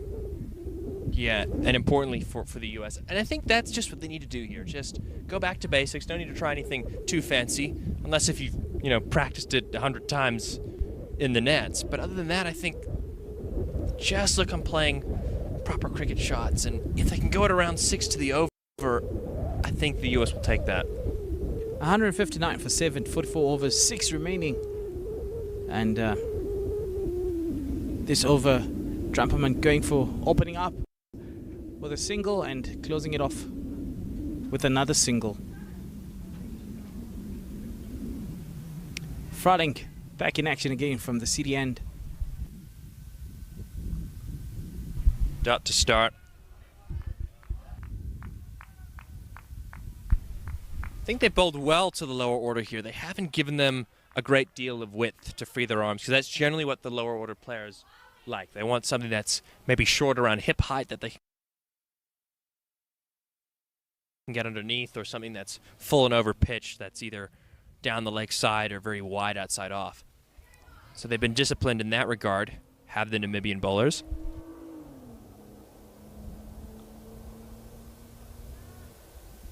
And again, just that lively fielding once more.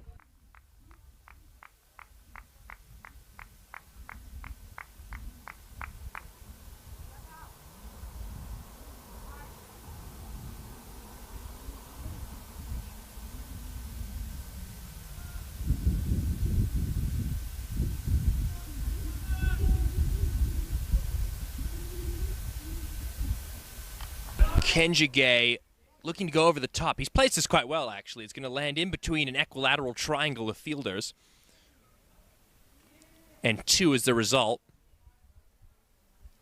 I think he would have wished he just got a little bit more on that, and he probably would have had 4. But good placement nonetheless from Kenjige.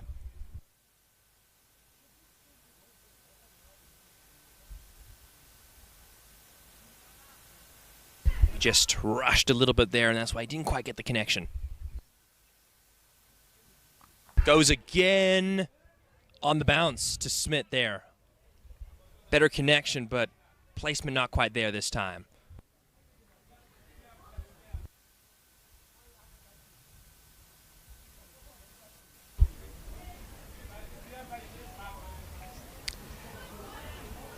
Two balls remaining.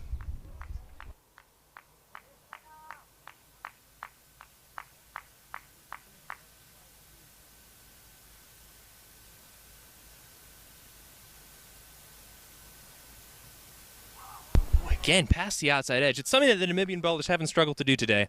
Routinely passing that outside edge.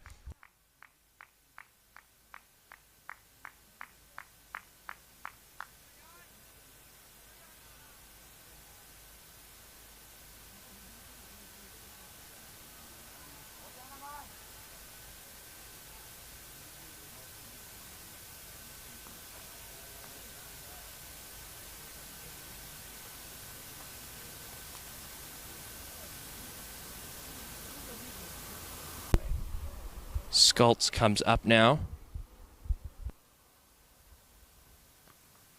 Oh, brilliant there from Lohan Lawrence. That's great fielding. And again, it's only saving a run, but, you do that so many times and it compounds. It adds up. Namibia have saved quite a lot of runs in the field today, and this is a decent strike from the batsman, but he's unable to beat the fielder. Good diving effort. It's great to see the Namibians putting their bodies on the line to save some runs. It's the end of the over. There's 5 more to go. What can the USA muster here? Well, 5 to go, 163. 200 plus. And might be a bit of a swing shot now for Patel and Kenjige. Yeah, look, a run a ball will get them close to 200. The problem is they just don't have those wickets in hand. If they were 5 down at this point, it would be much easier for them to launch into the bowling, but Patel and Kenjige have to play this game of trying to stay out there, but also taking a bit of risk to try and score some runs. Trumpelman now, he's going to bowl out.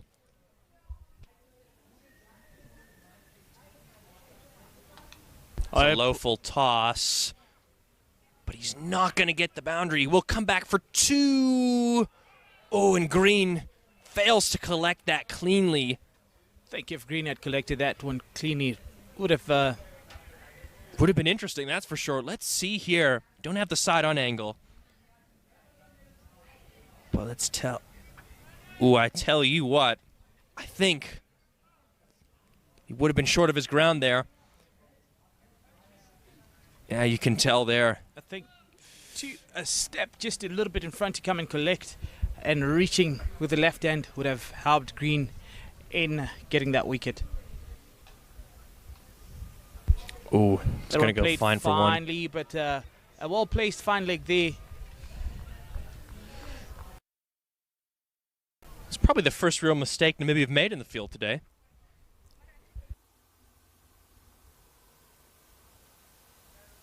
That has costed him years.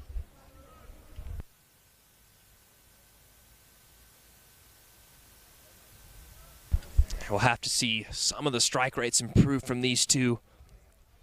Need a boundary here, the United States. Oh, big swing there.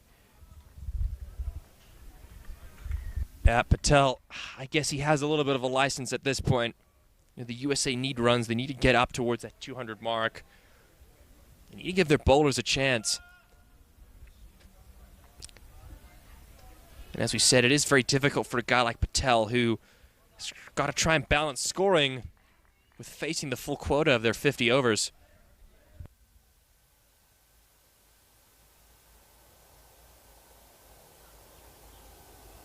Again, another big swing, but it's gone absolutely nowhere. Didn't quite connect, did Nizar Patel. Just looking here on the replay. Looking to go for the pull shot, but just unable to get that connection, and it's an under edge. Looks like it slams into his thigh pad or his knee, perhaps. Decent bowling again for Trumpelman. Only 3 runs conceded from these 4 deliveries. I think in the last 2 deliveries, you'd be desperate to pick up another wicket. And it's another dot ball.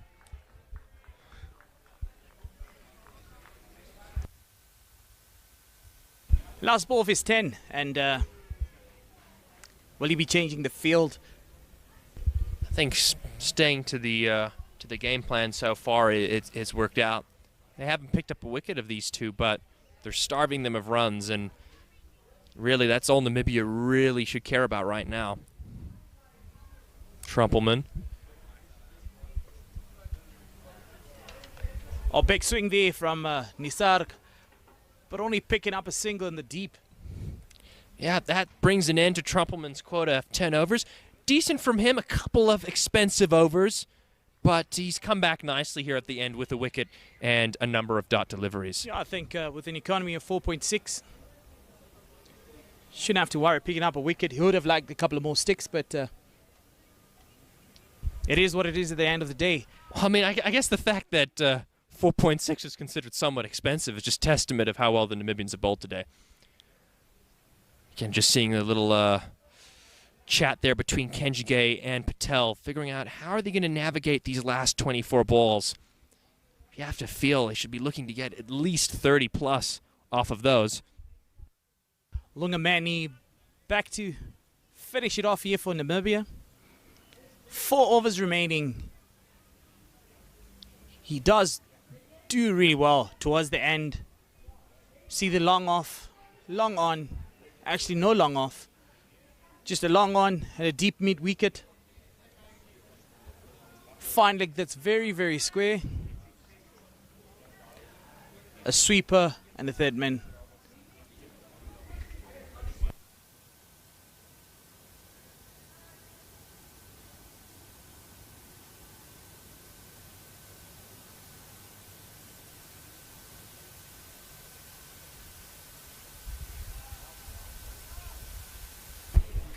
Yeah, Namibia really bossing proceedings here in the back end.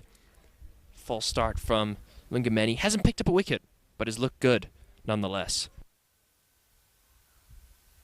Oh, big swing there. Finds Baronet scores and they pick up a single. Yeah, definitely not in the intended scoring area, that's for sure, but the United States will take anything really at this point. They don't really care how they come, just as long as they do come. Just thinking, what are these two's best boundary option for them?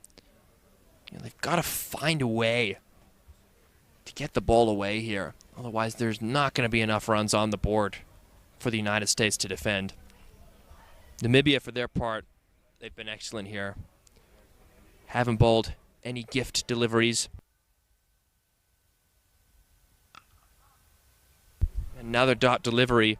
Just really unable to even get the ball off the square at times, these two. And you do feel for them. Their primary role are as bowlers in this team, and they're being asked to do a hefty job with the bat.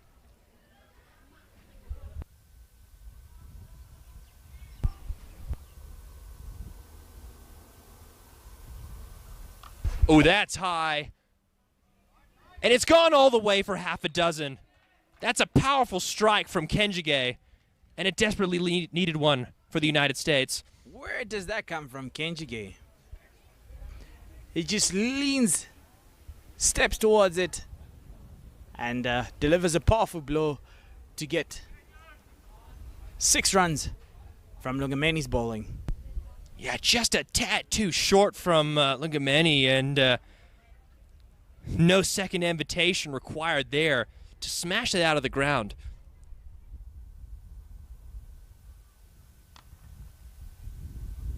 Better follow-up delivery there. But the USA are going to need a couple more of these.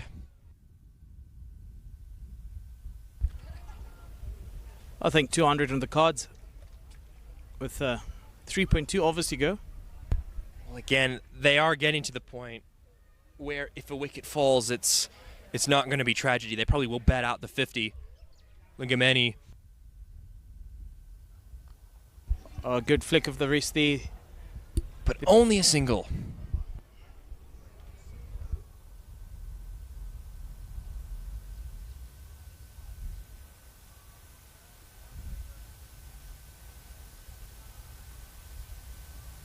Well, 25 needed to get to that 200 mark. 19 deliveries, it is possible.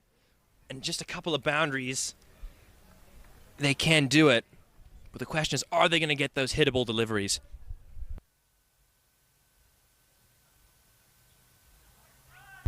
Oh, does that clip the pad on the way through, perhaps? Oh, yes, it did. You can see Wangani Jelly just signaling that came off the pad. New set of gloves, towel. Must be sweating profusely there in the middle. Nirsag Patel. 3 overs to go, 175 for 7. Will Lungamani get another over to finish off his 10? 35, not picking up a wicket, and 9 overs for him. Yeah, I personally think Patel's going to be a little bit disappointed with that. It was down the leg side, and it was there for him to hit, or at least get a wide delivery in another ball. But unfortunately for him, it's brushed his pad, and a dot ball it is. 8 runs from the over, so a decent one for the United States. Kenjige 18 of 25, and Patel 10 from 20. I think this time now it's all or nothing. Freiling coming in from the church end, and I can promise you that every ball might be a variation in his over. Well, yeah, we know his variations that he's developed on the T20 circuit. We could definitely see him pulling out all the stops now in the final stages of this innings. It's going to be a nice set of repertoire next 6. Looking for 2. They are coming back, and that's good running from the United States. Need more of that. Lofty Eaton left in wonder. How dare can they run 2? Yeah, to the man of the moment. Lofty Eaton. Really, a couple of spectacular catches. And then one that you say a little bit more regulation, but still difficult nonetheless.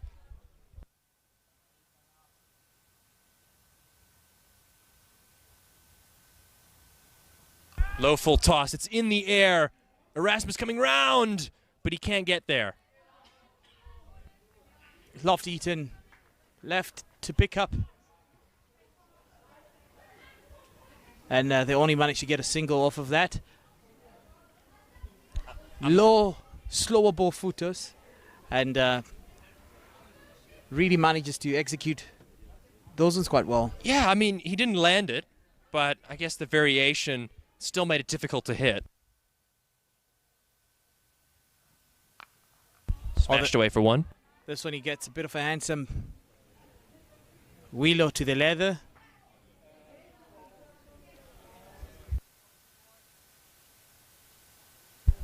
They need at least one boundary every over, though, you'd feel. So where do you think is Kenjige's best option? Does he look to try and go down the ground? Or what do you think? I think Kenjige's best option is just to stand outside his crest a little bit and try and hit it between Lofty Eaton and Erasmus.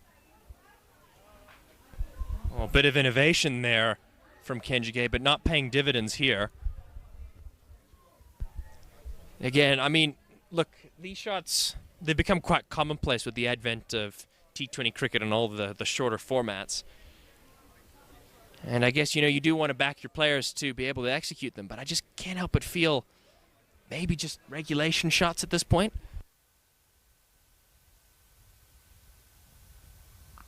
Oh, much better. Shot and wide. But Smith picks it up. However, they come back for a second one. Yeah, good running there. I must say, this is nice from Freiling because he's trying to get it out of the arc of Kenjige. I think maybe full and wide is probably a bit of a better option than short and wide. But don't have a problem with the tactics here of Freiling. There's one ball left here in the over, and the USA desperately need a boundary.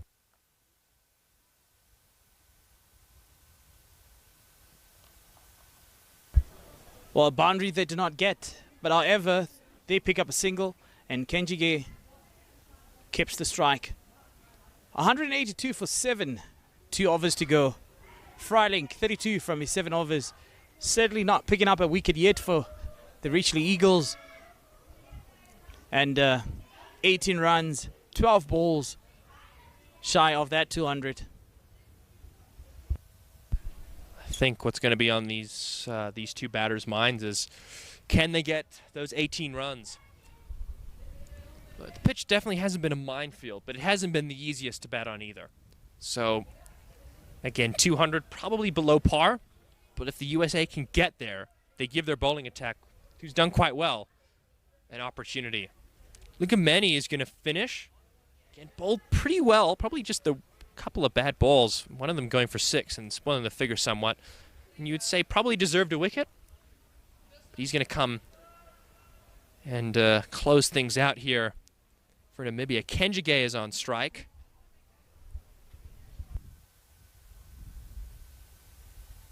Oh, and he gets it this time. That innovation definitely paying off. Sticks this time. It's making me eat my words for sure. Kenjige, you beauty. A lovely scoop to pick up a boundary. Add 4 to that. 186. And this definitely helps. The course for the US getting close to 200. Something for the bowlers to bowl to. Kenjige backing away and scooping that really nicely. And the option is on because there's no fielder back. What is Lugameni's response here? Down the ground, and it's another... No, I think it's fielded there. That's a really good effort. Was that Freiling on the boundary? That's fantastic work. Brilliant effort from Freiling. At one point, didn't think he was going to get there. But he manages to just hop across in the last moment. Yeah, this is hit really well. So he's done fantastic to come around because it's hit well and it's hit straight. 6 from the first 2 balls.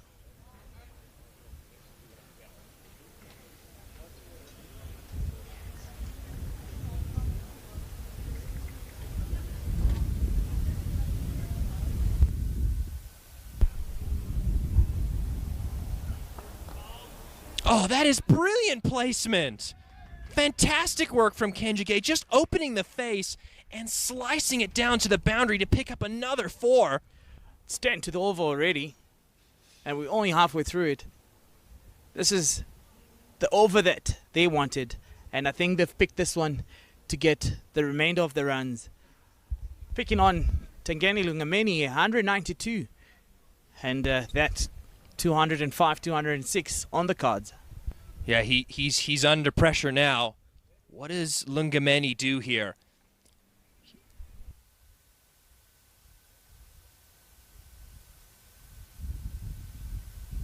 Ooh, that's going to be a wide. So yeah, serious pressure on the bowler. And it's just so interesting to see how just a couple of boundaries and the momentum can just shift somewhat.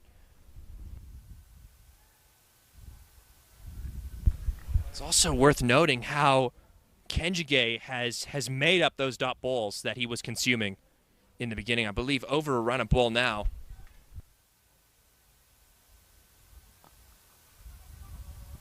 Again, skillfully just guiding it there to the man at short third.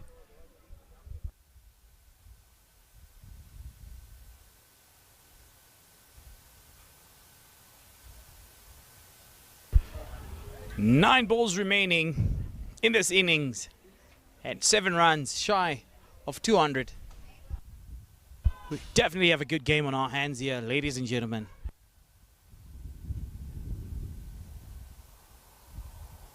Patel. Just going to be a single, though. You won't mind that. Kenjige's the man with the rhythm at the moment.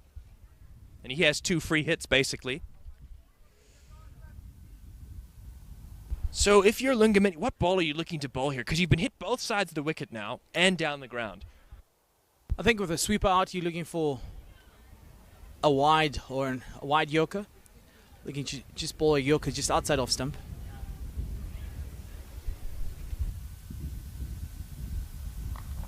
And he gets that good yorker length. Will there be 2? They're going back. Run on opportunity? No. Throw is not a good one. And the United States will pick up a 2 to finish it over. And it's a big one for Team USA. Gets them on course towards that 200. And perhaps, if they have a good last over, maybe 210.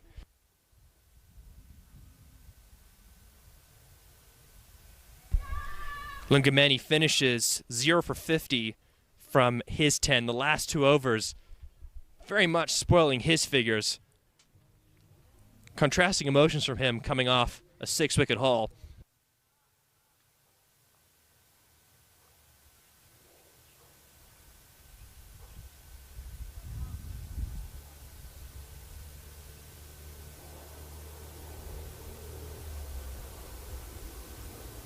It's going to be Freilich. He's changed ends. Sorry, to bowl the last over here.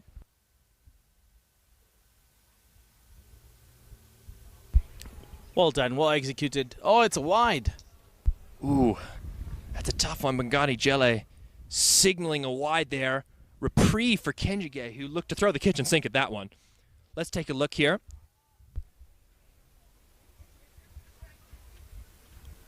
Yeah, that is definitely outside the tram line.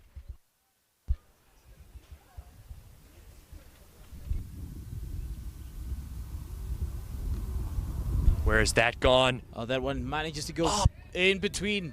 Beautifully placed from Kenjige. If I was Freilich, I would have probably bowled the same delivery, jumping much closer to the wicket, because that was perfect. And the only way it would have been hit, it would have been to sweeper or in the hands of Trumperman and extra cover. But importantly, it's 200 up for the USA now. Psychologically, that must give them a boost.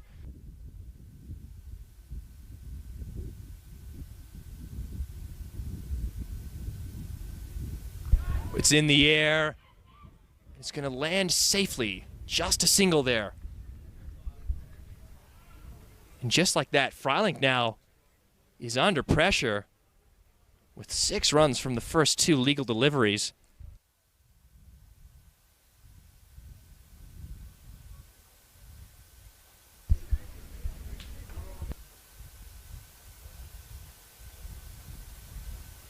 Well, and that's going to be another wide. Pressure's a funny thing, isn't it? Definitely Freilich maybe trying a little too hard to contain.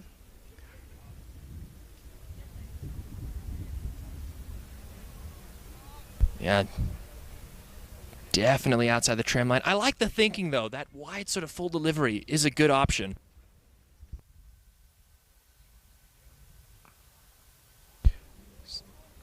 If well executed, definitely get a single. But I think a bit of a coaching point here is if he wants to hang around the tram lines, then he needs to jump much closer to the stumps rather than jumping wider and still trying to push it towards the wide line. Yeah, because then it's going to be difficult to have to try and angle it in, and it'll be tough the way he is now. Oh, surely this is another wide. Third of the over here, well above head height. And, yeah, just Freiling losing the radar here. Do you think someone just needs to come up and just have a little bit of a word with him? Just calm him down. Well, I think he's played enough cricket to know what's going on. A little overreaching, I must say. What can Freiling do here? This is high. It's coming towards us. And it's going to be 4 runs. This is just the finish the United States were looking for here. Boundaries flowing from both ends now. Well, all of a sudden it's 210. And with all the collapse that happened in the batting, at some stage you'd have thought that 150 would be a great score. However, big swing. Swing and a miss. Freiling getting his radar right there.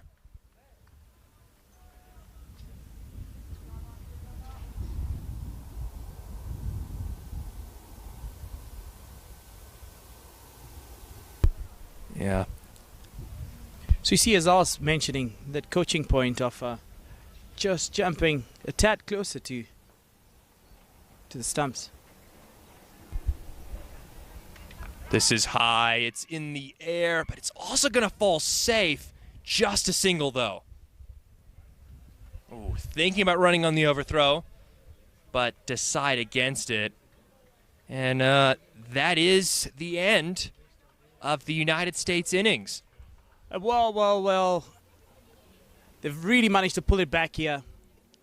And if you look at the average scores they've been scoring this past games, I think they're 40 runs short from where they wanted to be, but bothers them a little bit, but the bowlers have something to bowl to. So Justip Singh, Netravalska and Genjige himself really have Stephen Taylor as well, something to bowl to. 211 in 50 overs. Yeah, look, I think if you were to tell them that you get 211 right off the bat, they'd probably be disappointed. But considering the collapse in the middle, I think the U.S. will take it. They had a very good finish. Just looking at the batting card here, it was good at the top, Sushant Madani with 26, and then a valiant 36 from Gajanan Singh, who was dismissed by an outstanding catch from Lofty Eaton. Ian Holland as well. He played well for his 40, but unfortunately dismissed by Bernard Skultz. And then Nizar Patel and Kenjige putting on a really good partnership in the back end to just stretch out the amount of runs that the United States could score there. It is lunch now, ladies and gentlemen, in Windhoek, United States of America. 50 overs at a run rate of 4.22. Only 5 extras coming from Namibia. 212 from 50. We'll be taking a break now, and we'll be coming back to you live after the lunch.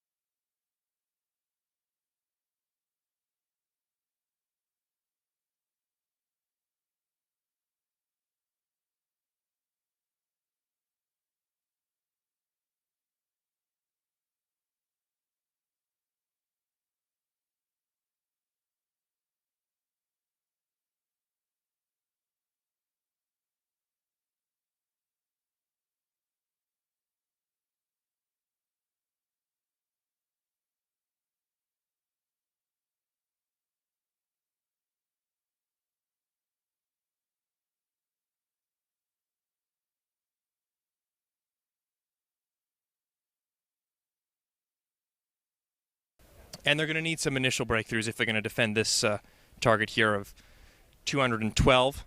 Slightly below par, one must feel, but if you told the United States during the middle of their innings that they would get to 212, I think they would have bitten your arm off. Absolutely, and Netravalka, he's been bowling really well this series. And here we go, start of the second innings.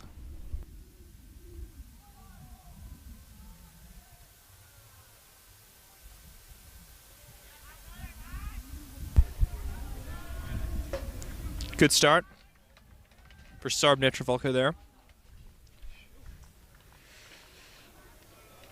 Really interesting to see that Jones doesn't have a hat on, and it's very hot out there. I must say that does seem like suicide for the skin on his neck and face.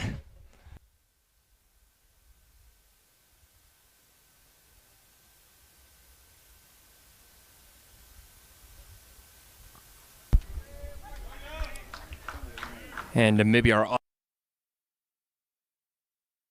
off the mark here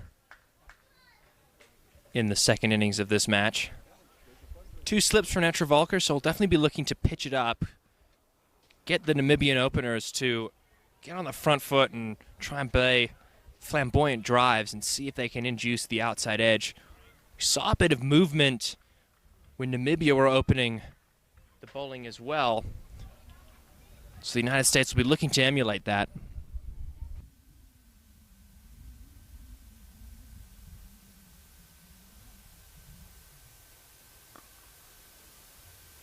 Beautiful shot by Lecoq on off the back foot.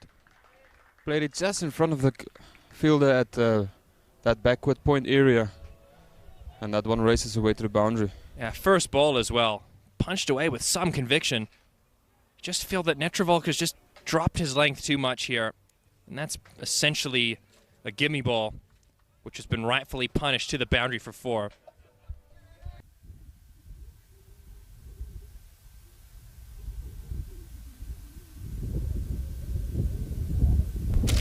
Netravalka.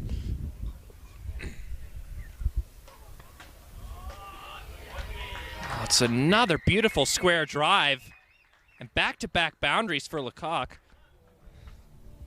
Very good batsmanship here. Netravalka goes fuller this time, but just a little bit too wide. And Lecoq obliges. He puts that away in quite a flamboyant fashion. Netravalka are now under pressure here. Yeah, Lecoq definitely looks confident here in this afternoon innings. I think he's also due for some runs as well. We saw him score a little bit of runs in the first game against PNG, but struggled after that against the USA. So he'll definitely be looking to go on to score bigger today. Bit better from Netravalka. And as a result of that, one of the slip fielders has gone out as well.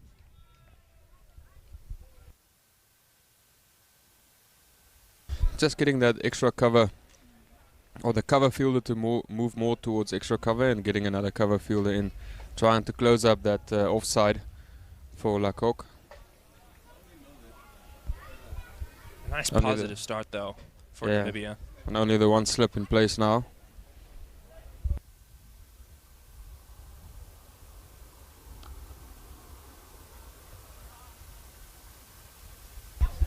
Defended solidly onto the offside to finish the first over, and it's an expensive one from an American perspective. 9 runs coming off it, and Namibia off to a bit of a flying start.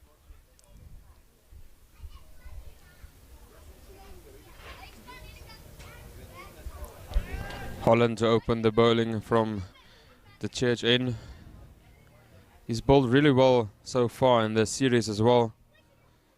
Picked up a couple of wickets for his side, and I think he's definitely one of their strike bowlers. You know, the USA team missing Ali Khan in their side. And he really is a talismanic player for the United States, bowling 145 plus. So he is sorely missed. And I think the pace trio of Jasdeep Singh, Ian Holland, and Sarb Netravalka have stepped up quite nicely to fill the gap, but they're going to have to do so yet again today with a relatively small-ish target on the board. Holland, coming off the back of a number of wickets against PNG, be looking to continue his good bowling form.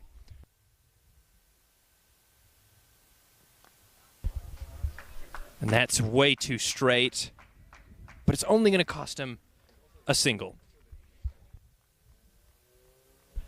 And with that single brings Lecoq onto strike. 8 runs already of just 4 deliveries. 2 very good shots to get himself going off of Net Travolker. It's a real catch-22 for the U.S. because they've got that slip fielder in place. They want to pitch the ball up, but at the same time, not a lot of runs to defend. And again, that's just a little bit too straight here from Holland. It's going to trickle away to the boundary for 4. Lecoq just managing to get some bat on ball onto that one. And doesn't have a fine leg fielder out on the boundary. So just made sure that it gets enough bat on ball. Just past that fielder. They had a short fine leg and it races away to the boundary. Fortunately, Holland cannot afford to angle that ball in with fine leg up. And for Lecoq, it's easy pickings. This one now dragged down, and it's been muscled out towards the cow corner fence. This is a real shot of authority here from Lecoq. It's interesting to see that he doesn't have the 2 players or 2 fielders back on the boundary. They only see a third man, and then they have someone there, a deep square leg, for that shorter pitch delivery. But Lecoq on this occasion managed to play it well in front of square, all the way to the cow corner boundary.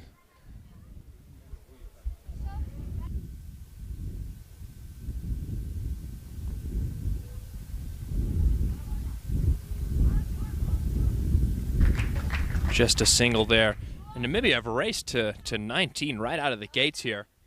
The U.S. just being a little bit sloppy here, not quite executing the good lines and lengths that we saw the Namibian opening bowlers execute earlier on this morning. I think everyone's just got to take a little bit of time just to calm down and return back to basics here.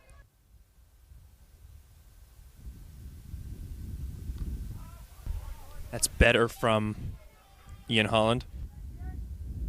Also, Lawrence just watching Lecoq bat. He knows he doesn't need to do a lot. Lecoq getting the boundaries in early up. Just make sure he gets nicely behind that one. A little bit of movement into the right hand. Eh? That will definitely encourage Holland, but they've got to hit that good length, that top of the stumps length.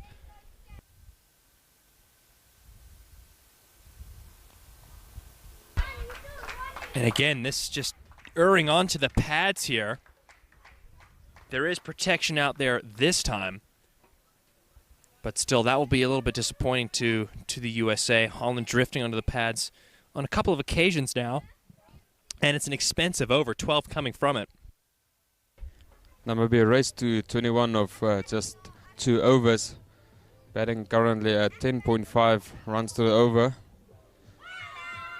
Also, almost seems like the Richelieu Eagles wants to finish off this game quite comfortably and also put their stamp of authority that they know they lost the first game against the USA, but they're coming back hard and looking to finish off the series quite well as well. Yeah, I think particularly after the U.S. got some momentum in the last 3 overs of their batting innings, I think there's definitely a desire from the Namibians to come out and say, no, we're the ones who are actually bossing affairs here. From an American point of view, they need to pick up some wickets now. That's the only way that they're really going to be able to stem the run rate. Also very interesting to see spin being brought up in the 3rd over already in the power play. Kenjige. I think it's a bit of a gamble here from Manik Patel. He saw both Net Travolker and Holland being hit for 9 and 12 runs respectively. And Scalds did get a bit of turn in the U.S. batting innings, so he's thinking maybe he can do something here. Kenjige, decent first delivery. An advantage as well is that Kenjige will definitely be turning the ball away from both right-handers. It brings Aaron Jones to play. That one just pitching and straightening a little bit there. More on with the arm there.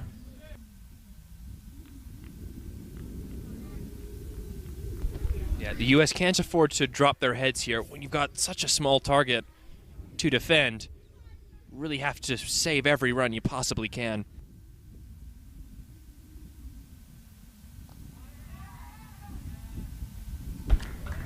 They also can't go on too much of a defensive type of field as well, because they don't have a big total to try and defend. So they need to be attacking from ball one. Yeah, well defended there by Lecoq. It's a catch-22 for the U.S. because they don't want to be giving away free runs, but at the same time, the only way they're going to be able to win this game is probably by bowling Namibia out. And thus, they need to be quite aggressive.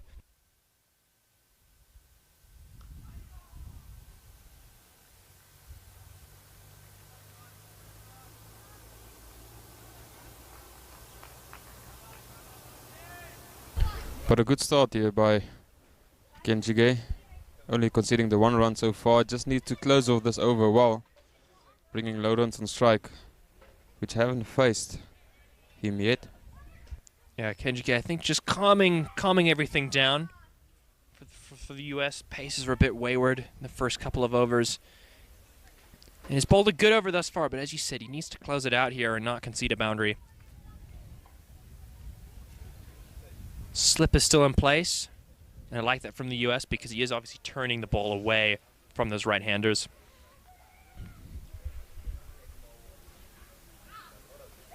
Ooh. Just a fraction short, a little bit into the pitch there, but it is a dot delivery and a good over from Kenjige. Absolutely great over, pulling it back after we saw the first 2 overs go for a lot of runs. But that one also just seemed to be that it just skidded on. Not a lot of bounce in that one. Lauren's doing well to keep that one out. Yeah, it'll be interesting to see because we did see a few deliveries misbehave in the American innings. We saw some balls grip and turn. We saw others from the seam bowlers, particularly on that back of the length, just skidding through a little bit low. And I think that's what they got to look to exploit. Perhaps also one of the reasons why the Namibians are looking to get off to a fast start. They don't want to wait around and see if there is some deterioration in the pitch. Do we see a change in ends for Netravalka, just coming from the church end? Maybe just brought in the 1 overspin to change the seamless ends. Really need Netravalka to come to the party here.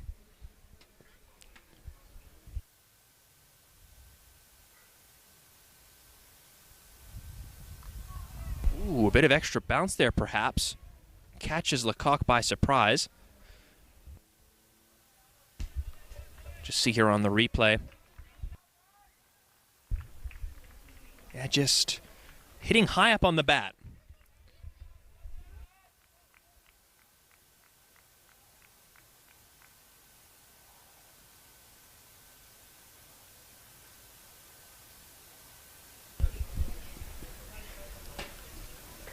Netravalka.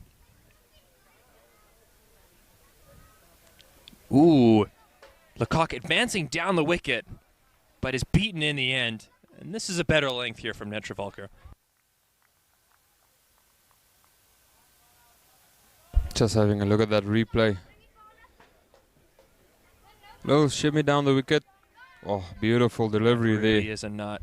And I like this. He's angling it across the batsman there, and he's bringing Aaron Jones there at first slip into play. It's a good response. You can definitely imagine that the blood was flowing after that first over where he was hit around a little bit, but he seems to have found his radar a little bit here.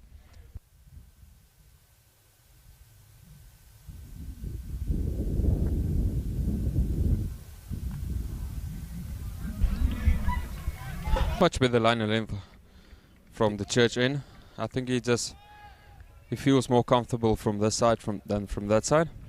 Yeah, well, it certainly looks this way. It definitely seems that that over of spin is just allowed the USA to settle a little bit better here. Netravalka setting into a nice line in length, not giving Lecoq any room to free his hands.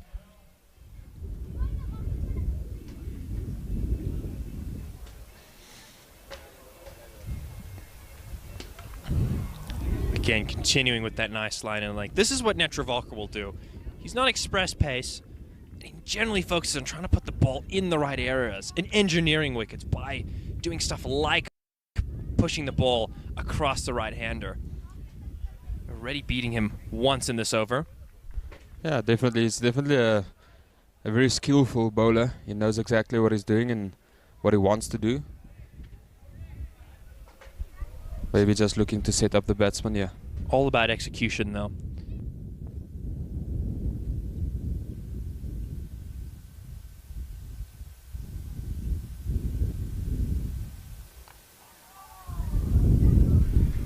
Yeah, it'll be interesting to see if Netravolker does try to bring the ball back in after angling it across Lecoq.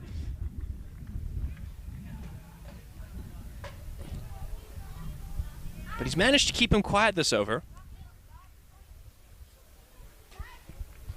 Can Netravolker close it out, though? After going for 9 of his first over, he's really pulled it back nicely. 5 dots already. Like you mentioned, just about closing the over well. Making sure he's not conceding any boundaries towards the end here. Ooh. I think it's an inside edge there from Lecoq. Was that the delivery that was coming back in? Just have to take a little look here on the replay. No, just trying to throw the hands at it and getting an inside edge. But a much better over for Netravolker.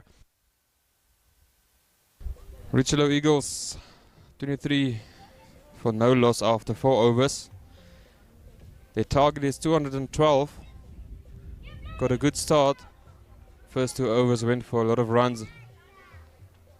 Can Jige to continue from the city in. Be interesting to see if the Namibians will still look to be aggressive against the likes of Kenjige. This is dropped a little bit short. And this is, oh, it's going to be a boundary. And you can see the frustration there. The fielder did all the hard work to get around. He covered all the distance, and then just right at the end, Gajanan Singh, I believe, just letting it slip. And I guess you have to say at this level, you got to be pretty disappointed with that.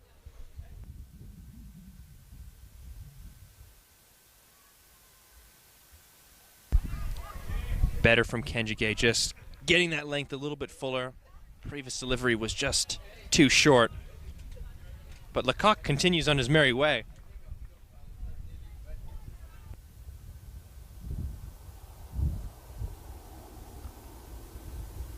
I think it's one element of the game where Namibia really did well. I mean, their fielding was impeccable. Be it their catching or their ground fielding, they saved a lot of runs in the field.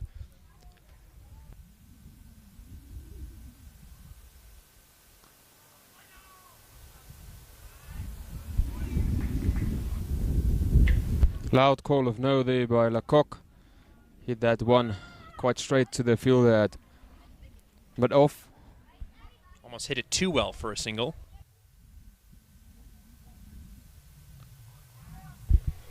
Again, this is much better bowling from Kenjige, making the batsman play, but not over pitching or dropping short. I think it's very important for the spinners not to drop it short, because it allows the batsman more time to see what the ball is doing. Again, like even that, probably a fraction short from Kenjige, but luckily for him, he picks out Stephen Taylor. And a good comeback. Again, a boundary off the first delivery, but then 5 dots to follow.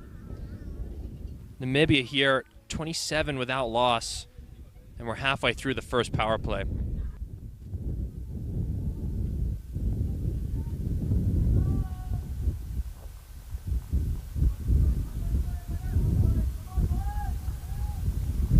Yeah, what a beautiful day it is in the capital of Namibia. Clouds starting to build up, but if you are local, if you are here, please make your way down to the ground. We can see quite a lot of spectators already here. Come and have a refreshment, enjoy the sun, enjoy the cricket. Netravolker, that one, again, just plugging away. I must say, it's a very festive atmosphere here. It's quite a nice place to be. Not the biggest of grounds, but a very nice way to spend your afternoon. Absolutely, we see some kids right next to us playing their own cricket game. just enjoying the day out in the sun. Future cricket, Namibian cricketers. Absolutely. It's great to have young people involved in the game. Netravolker. Ooh. Looks to drive, but doesn't quite get all of it, does Lawrence.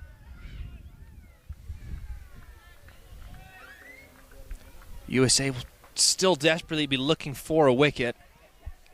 They've done okay after the first 2 overs, only conceding 1 boundary after what must be said was a pretty poor start by their seam bowlers. Netravolker will just look to keep plugging away at that probing line and length outside the off stump. Like they've still kept Aaron Jones in at first slip, and I think that's important. You still need to look to try and be a bit aggressive when defending a low total.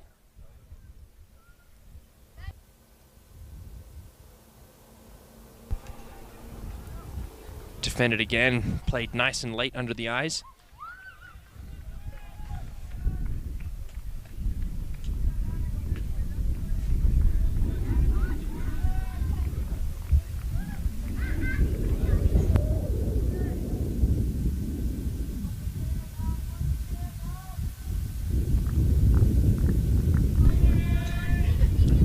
Be interesting to see what Namibia will do here, if they will counter punch or just wait for the occasional bad delivery.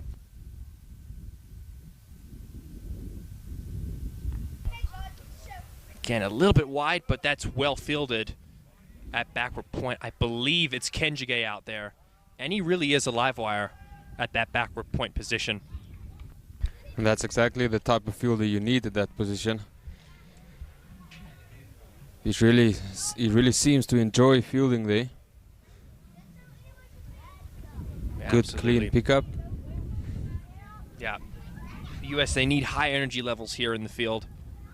Don't want to be conceding any easy runs. You have to be saving as much as you possibly can. Netravolker now. Ooh, and the outside edge is drawn. It's only going to be a single because of that third man. I believe it's Nizar Patel down there. He does the fielding. That's a bit encouraging for Netravolker, drawing the edge. But in the end, nicely played by Lawrence as well. Nice soft hands, making sure the ball goes down. We saw some of the balls flying in the first innings past the slips. Yeah, a very good adjustment. Recognized that he wasn't quite there and then just opened the face slightly and softened those hands.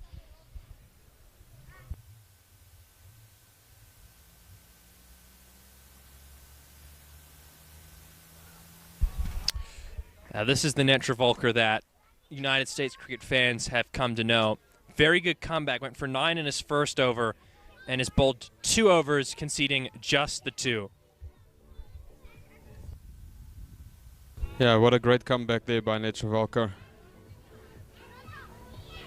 Very good to see that he's finding his rhythm, he's finding his line and length, and he's not giving away any free runs for the Richelieu Eagles. He's making it difficult for them to score, and it's all about building pressure. It's quite a comfortable required run rate that they need to bat at, but just trying to restrict them, making sure that that run rate creeps up, and maybe just try and get that pressure back onto the Richelieu Eagles. Yeah, again, decent length there from Kenjige, and nicely punched down the ground. Absolutely. USA just trying to build up dot balls here. Don't allow the Namibian batters to rotate strike too easily. They can create a lot of pressure through dot balls, then they could potentially prize out a wicket.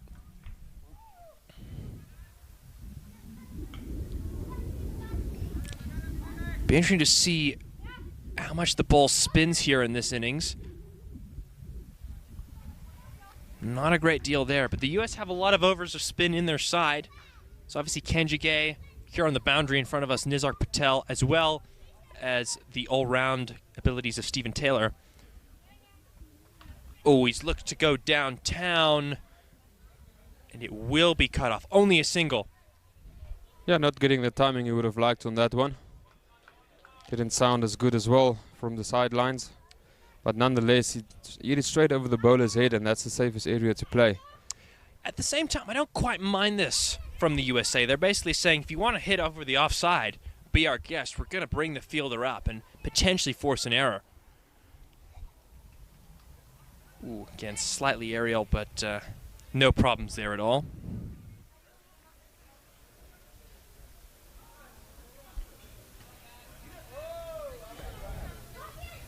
Kenjige getting into his work nicely here. Just a tad straight. Allows a single to be taken. I think although USA are trying to put the pressure back onto the Richelieu Eagles, the Namibian side, Jige using the crease, they're going nice and wide, trying to use the angles, and we spoke about it earlier where the Richelieu Eagles have used the angles quite well. Yeah, 100%. I really do like him coming from a bit wider on the crease. Just got to be careful that he doesn't go too straight. Again, not costing him too much in this instance, but you don't want to be giving out easy runs. So it looks like Ian Holland is going to be coming back into the attack.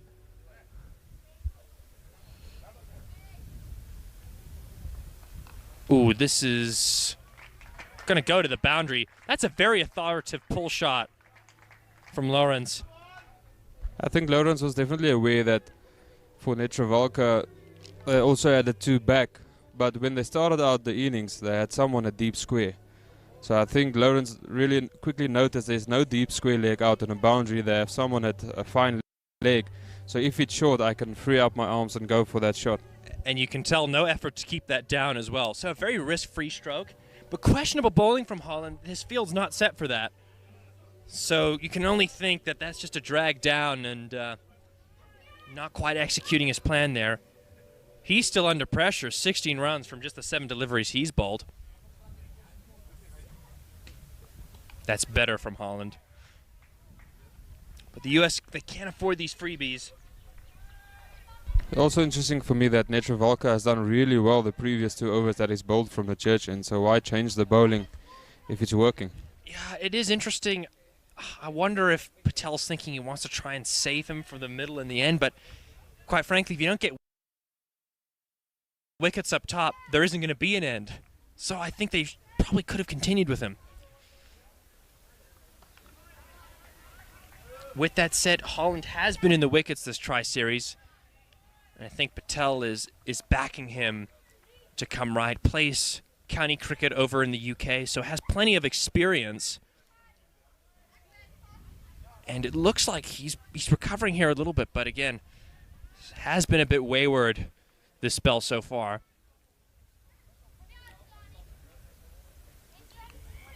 Ooh, a little bit of a shimmy down the wicket there from Lawrence. Don't mind that at all. Trying to upset the length of Ian Holland. No slip in place, so they can also run down that one to third man for easy single. And that's one thing I've been always saying is strike rotation is very important, especially after you hit a boundary. You don't want to eat up a lot of dots. If you hit a boundary, just make sure you rotate the strike. Again, defending solidly. You're absolutely right. I think particularly for those smaller totals, what you want to do is look to rotate strike as best as you can. This is not a minefield pitch, but it's not the easiest one to bat on. So as far as Namibia are concerned, taking the singles off the good balls, and there will be enough bad balls to hit away to the boundary for 4.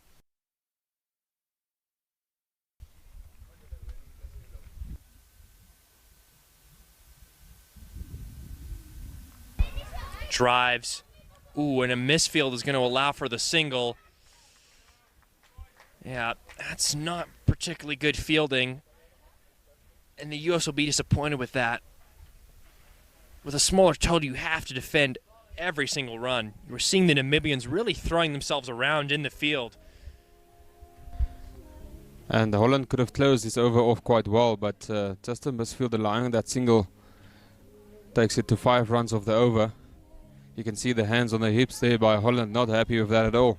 Yeah, it's just soft, isn't it? Because if that was only 4, you know, that's matching the run rate. It's not a terrible over from an American perspective, but it just allows Lecoq to get back on strike as well. Or Lawrence, beg your pardon. Kenjige. Yeah, this is good line and length from Kenjige. Got a bit of momentum, I think, from his batting cameo. Putting it into his bowling.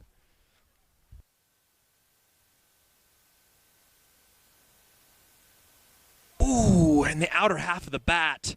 Can see there, Kenjige. There's an opportunity here. Let's look. Just straightening a little bit. Looking to play that through mid-wicket and gets the outside edge. Good follow-up delivery as well. What I'm enjoying about Kenjige is that he's giving the ball some air. He's, like you mentioned earlier, he's asking the batsman, okay, here's the ball, try and hit me. Let's see what happens. And I really like that, the way he's bowling. There's one that's a little bit quicker, but the previous 3 deliveries, he gave the ball some air, allowed the ball to get to grip and turn as well. It is. It's a gutsy play from him, because if it doesn't come off and then maybe get a couple of quick boundaries, it doesn't look very good on him. But I think it's a really good opportunity for him to get a wicket by doing that.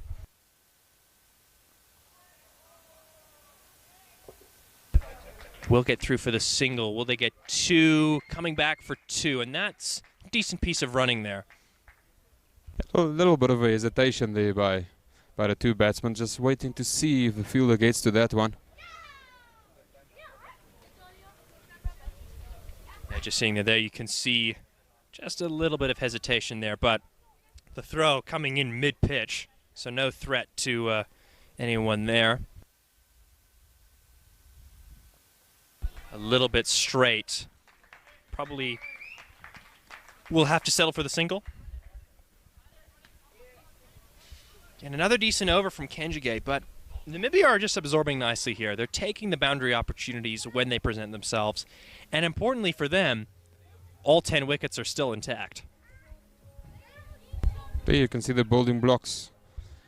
2 big overs there in the start for the Namibian side, but USA kept them quite quietly after that. But yeah, I mean, at this stage, Willow Eagles already picked up a wicket from USA. And I think that, as you mentioned, that's the important part for the USA side, picking up wickets. Holland. Again, that's a good length from him. Absolutely. I mean, as you saw there on the Manhattan graph, not only had they lost 1 by now, but they lost 2 quick wickets shortly after this phase. And again, the US, they really do need to look for these wickets up front. Namibia already on 39, and they can't afford this opening partnership to continue for too long, because then all it does is give the middle order a foundation to come in and play their shots.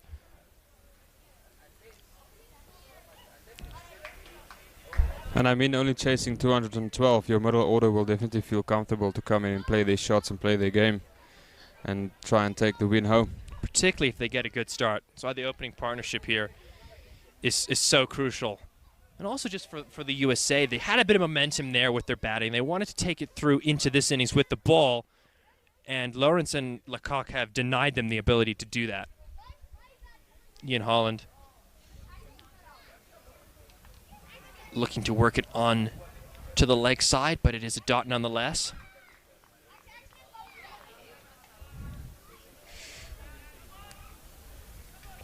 Good start to the over 3 dot balls. Problem is, the USA, they've been able to bowl a few good deliveries, but every once in a while that boundary opportunity is presenting itself, which is just releasing all the pressure. It's key for them that they do not bowl those gift deliveries.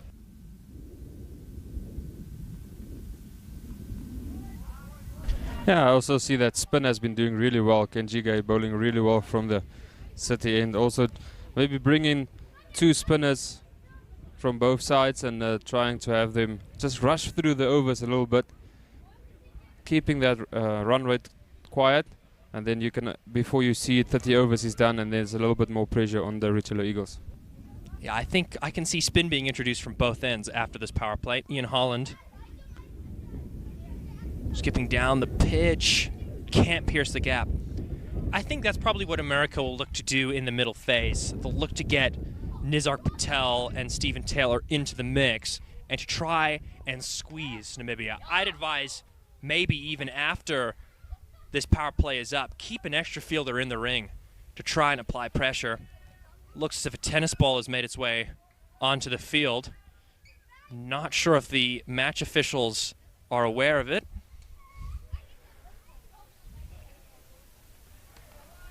Solidly played once again. Brilliant over by Holland, closing up the power play with her maiden over. Yeah, first maiden of the innings, I believe.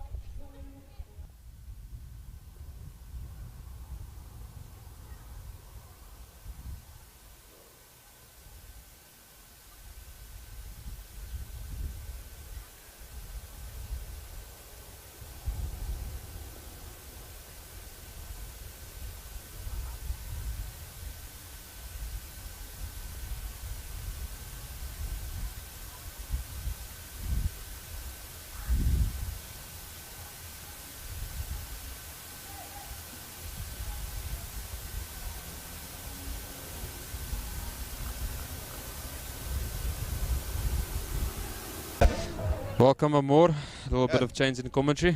Thank you so much. Good start by the Richelieu Eagles here. And as you can see the change in bowling. Justip Singh coming in now. He bowled quite well yesterday against Papua New Guinea.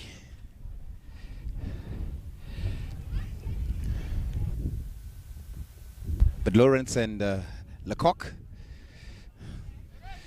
doing quite well for the Richelieu Eagles.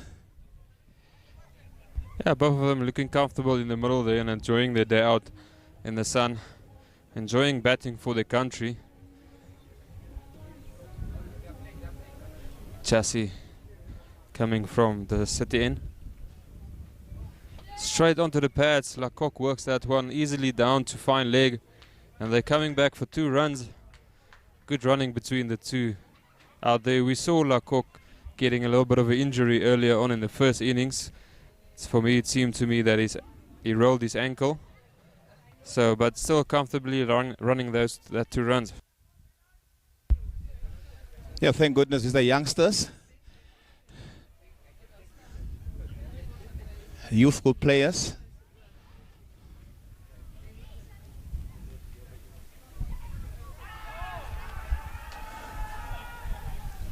And it's actually excellent to see that the Namibian coach is really giving a lot of youngsters a chance in this team. Because these guys can play for the next 10 years if they want to. If they're fit enough to play. Good shout there.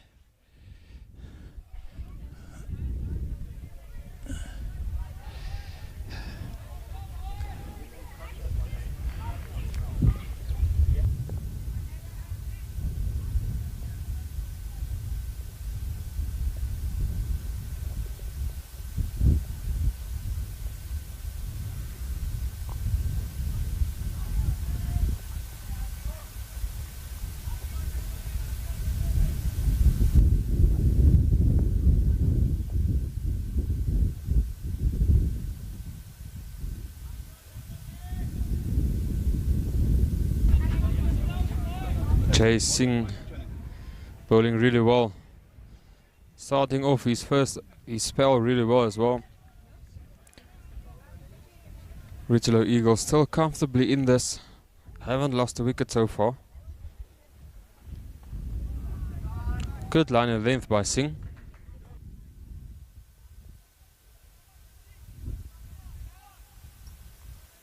It's very important for Singh to keep his discipline here.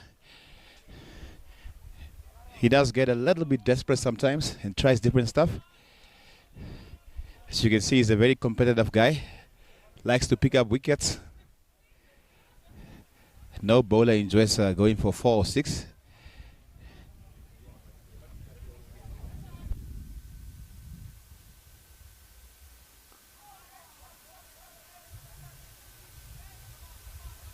Lecoq just managing this well, getting nicely behind the delivery. The last game of the Castle Light Tri-Series between USA, PNG and Namibia. And it's the first game that Namibia doesn't lose a wicket in the first power play. So it's a good start for them.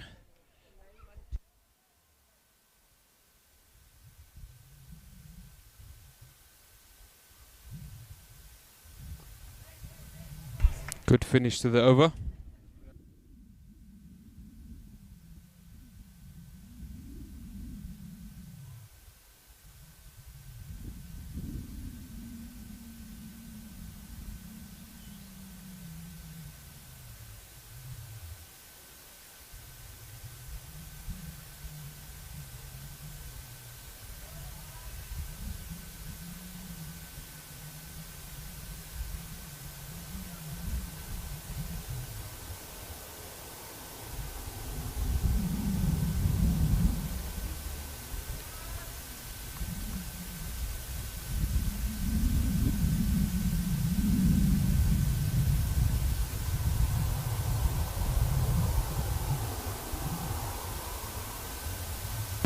Richelieu Eagles 41 for no loss after 11 overs.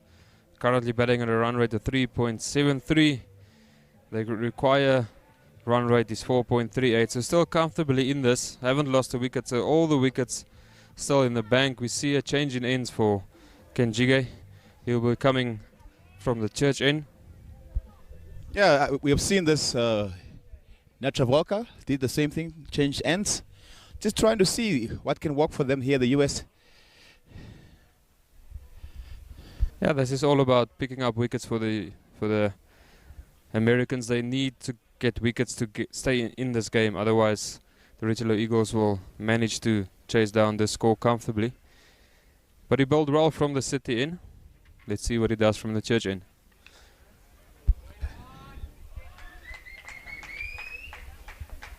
Luan Lawrence picking up 2 runs there. Down the ground by Lawrence, just not getting the timing that he would have liked on this occasion. Just managed to chip it into that vacant area between mid-on and deep mid-wicket. Good use of his feet there.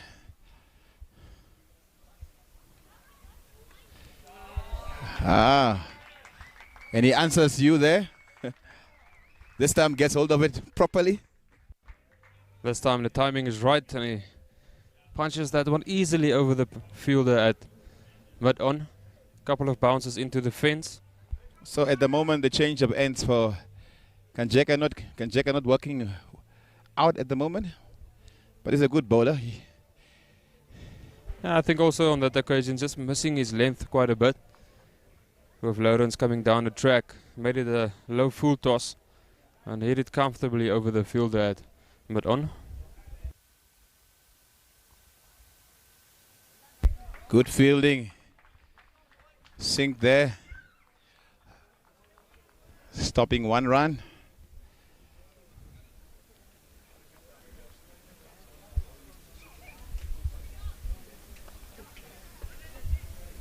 Short and played well by Lawrence. Used the feet quite well, played it on the ground. Made sure he hit it in front of the fielder at backward point Taylor. Luckily for them, they have a fielder out on the boundary in Patel.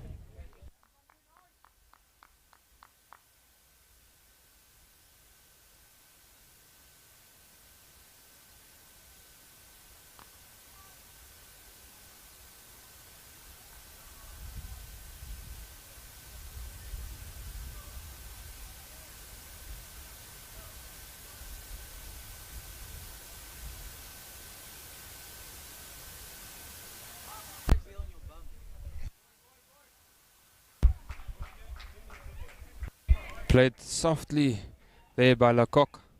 Good soft hand, just managed that one just behind Stephen Taylor at backward point. Good over in the end by the Richelieu Eagles. Yeah, the frustration for the USA here is just not much happening. Not too many chances. You know, if you create something, it at least gives you that hope. But at the moment, not much happening, and Lawrence and Lecoq having it just too easy. Rotating strike well, picking up a boundary here and there. And that's exactly what the Richelieu Eagles would have been looking for in this second innings, just to get a good partnership off the start. Partnership currently on 49 after 12 overs by these two batters. 1 run away from a from a 50 partnership. Exactly what they would have wanted.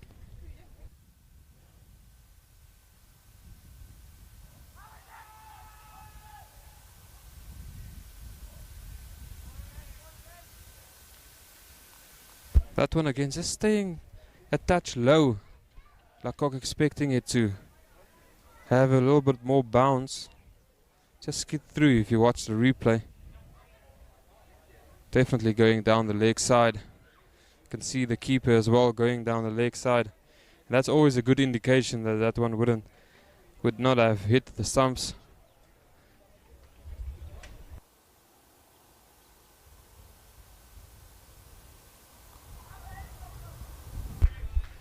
And I guess that's why a lot of the keepers are actually very good batters. They definitely do understand what the ball does. And also what the wicket does as well.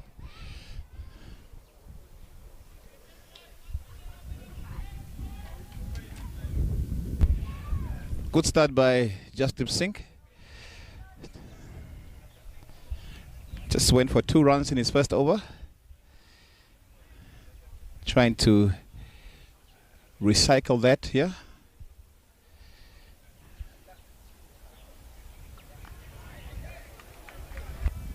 Good solid defensive shot there by Lawrence. These two has really given the Richelieu Eagles a good start. 50 runs of 12.3 overs. Can see some discussion there between the fielders and the bowler. Trying to get a plan just to pick up a wicket. And as mentioned throughout this first couple of overs, it's very important for the Americans to pick up wickets to stay in the game.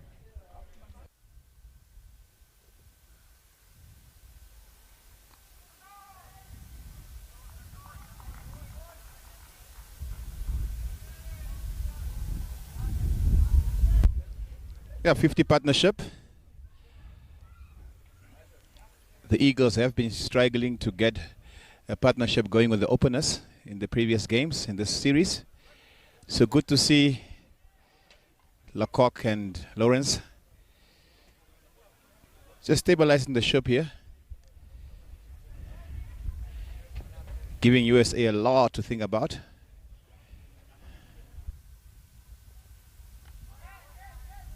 Excellent stuff. Excellent bowling. Just 1 run from this one so far.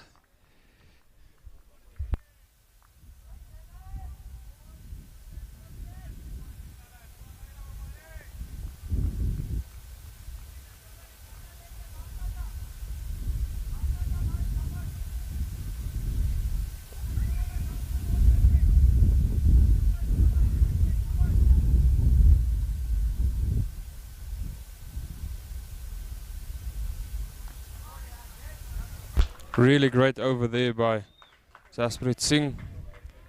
Only the 1 run of the over. But I still think that the Richelieu Eagles will still be comfortable, although they only get 1 run over or 2 runs over. They have the batsmen to come in towards the middle and pick up that required run rate, or the run rate they are batting at. Yeah, that's the thing, yeah. It's just wickets that's going to change this game.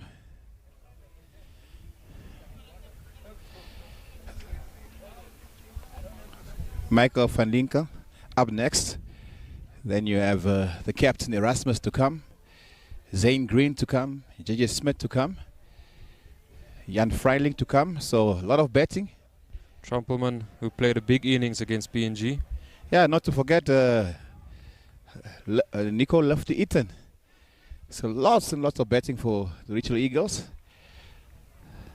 So the US needs to pick up a wicket or 2 here before the drinks break.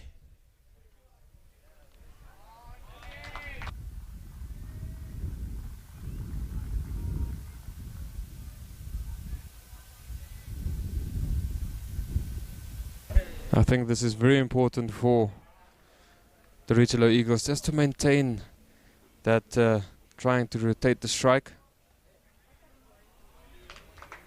Good shot there by Lawrence. Just playing that between the fielders at extra cover and backward point. They just need to make sure to rotate the strike as much as possible. Put the bad ball away.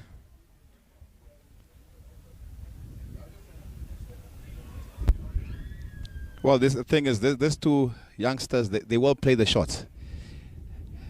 They're the kind of players who would rather get out than just be blocking everything. So they will play their shots, but they've got loads of time today. Kanjike looking for that wicket there. I think the spin has really been working well for the Americans. Also Jasprit Singh doing really well bowling from the city in. Only conceding the 3 run so far.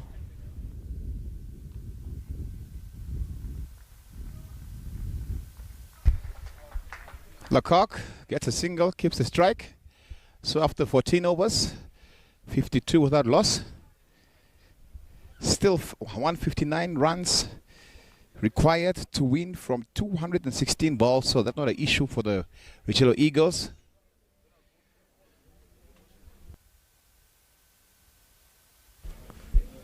Jai Singh to continue from... Yeah, there you can still see a lot of batting to come there. Benno Scholes, Jan Freilich, Erasmus, JJ Smith. So Lawrence 23 from 41 and Lecoq 30 from 43 balls.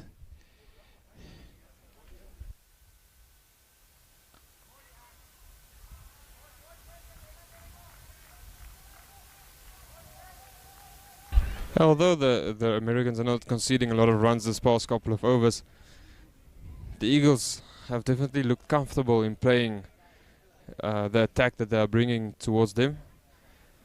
You can see that one as well. Lecoq getting nice and comfortable behind that one, blocking it out of the middle of the bat. I think they are just waiting for the right ball to start looking for the boundaries.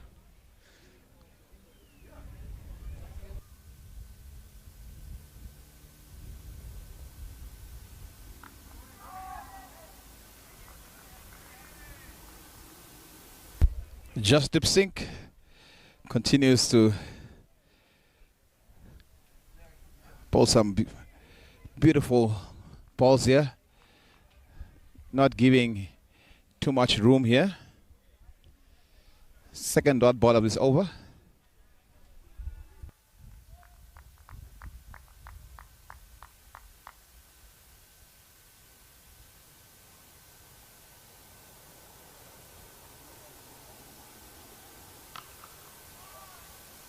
A little bit short, Divan Lecoq looking to punch that one with authority through the gaps there on the offside between mid-off and extra cover, but just not getting the timing he would have liked. In the end, played it straight to the man at mid-off. Holland doing the fielding there. Good start to the over, 3 dot balls. Singh will definitely be looking to finish off this over well.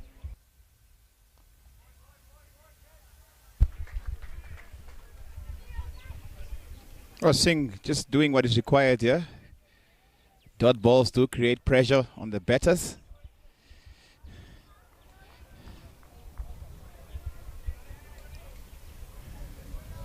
Very important to see how Lecoq responds to this dot balls. Of course, he doesn't have to do anything really at the moment.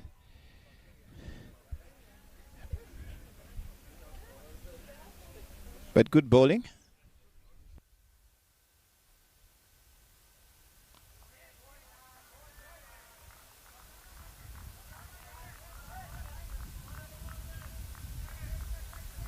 And again, you see that Jasdeep Singh just stopping, looking at the batter.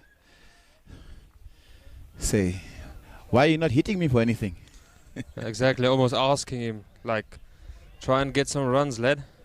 Is this it? But Lecoq keeping it calm there.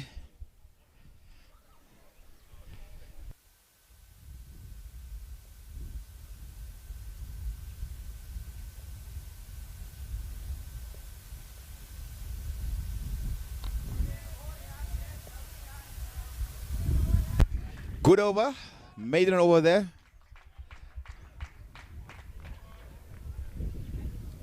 But as you can see, the Richelieu Eagles bench, they are applauding Lecoq.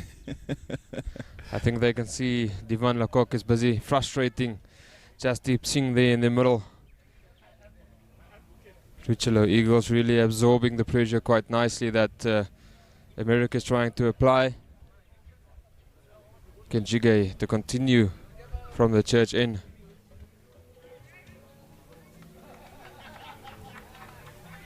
Castle Light Tri-Series. Last game of this one.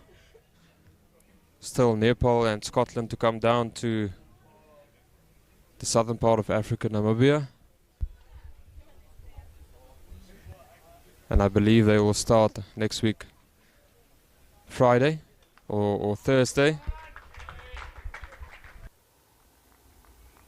Really good shot there by Lawrence, punching that one down the ground.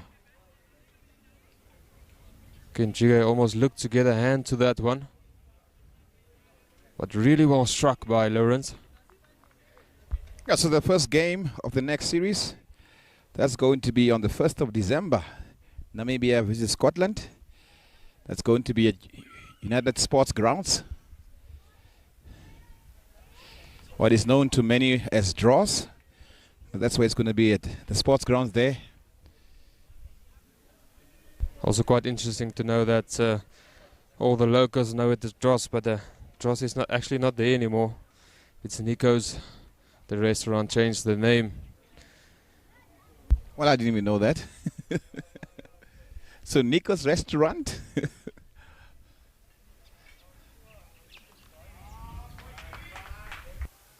But I still think if you talk about Dross, everybody will know where it is. All the locals.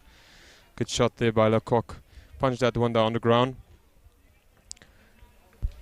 Kenjige has looked like the most likely one to pick up a wicket, even though he went for a few runs. Another quick single there. Interesting to see is that they don't have a big total to defend, but they still have all four fielders out.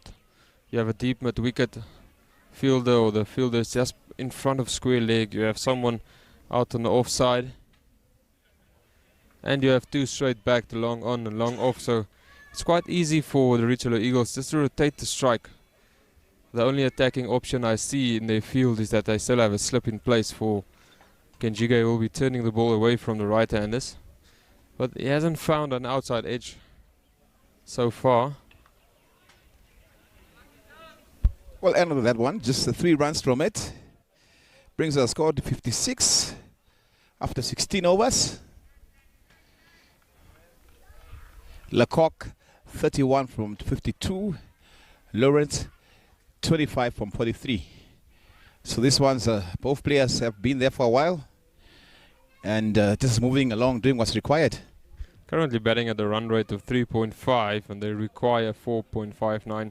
And I think that's exactly what the Americans will be looking to do, is just to try and build that required run rate, get it to that 6 runs to the over. Just creates that little bit of more pressure on the Richelieu Eagles. But yet again, 1 or 2 loose deliveries and the Richelieu Eagles are back on top of it.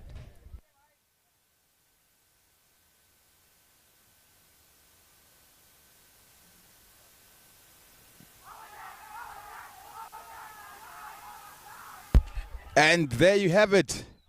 Lecoq has to go. Oh, it's Lawrence. The umpire gives that one out. Let's have a look there.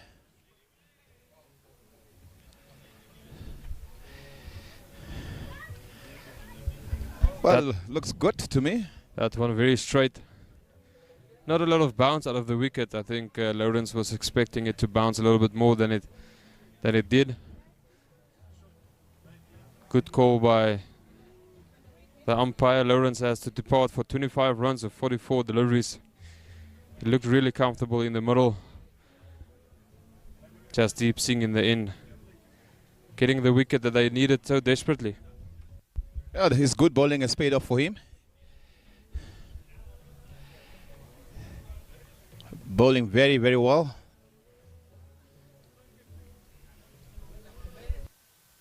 So at the moment, Jasdeep Singh having the last laugh.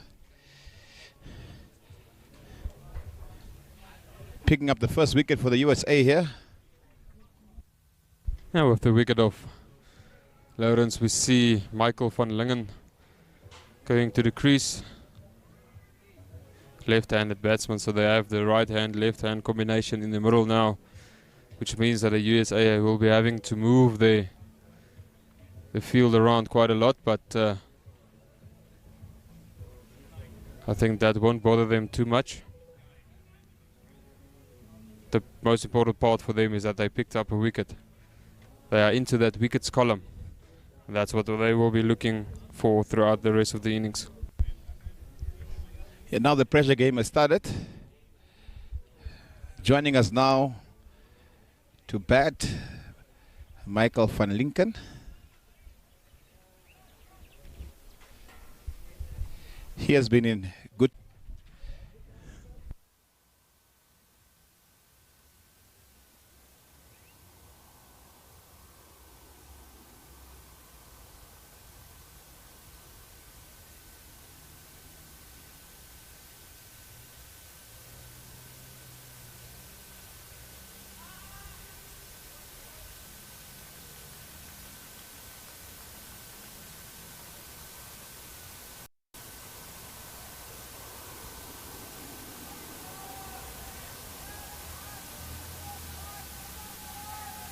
Good leave in the end there by van Lingen.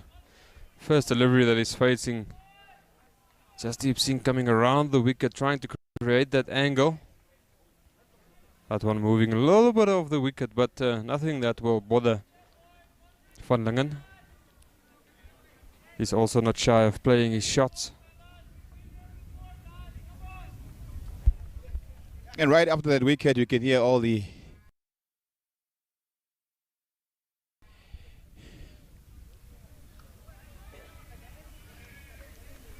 the US fielders busy.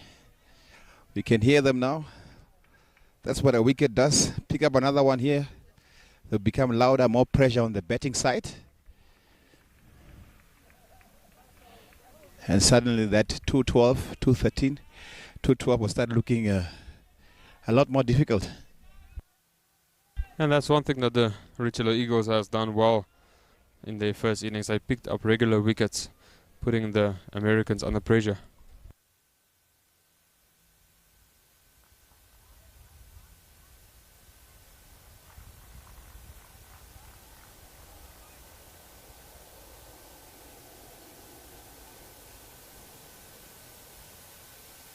Good shot there by van Lingen, punching that one down the ground, making G Singh work to get to that one. And that's exactly what van Lingen will have to do throughout the innings. Just rotate the strike, make sure you get your singles and your twos.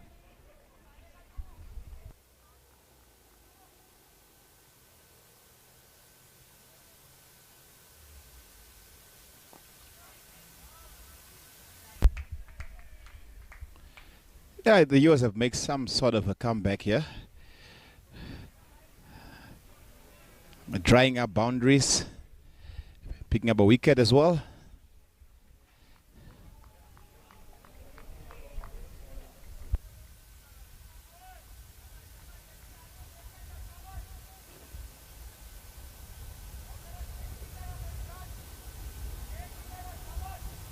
As you can see, another good over. Jasdeep Singh, just one run.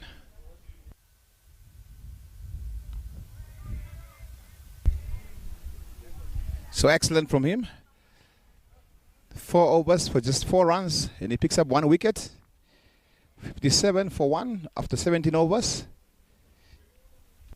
Yeah, really good economy there by Jasdeep Singh.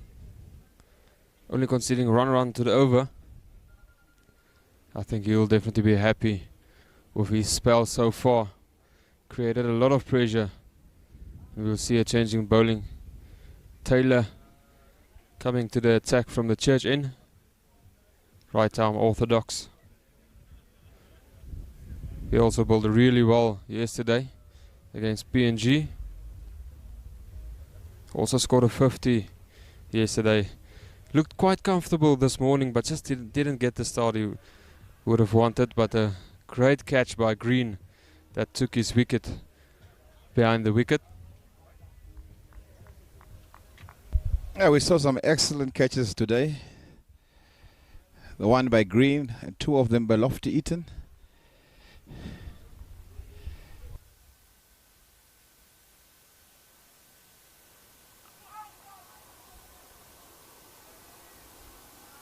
Good start by Stephen Taylor.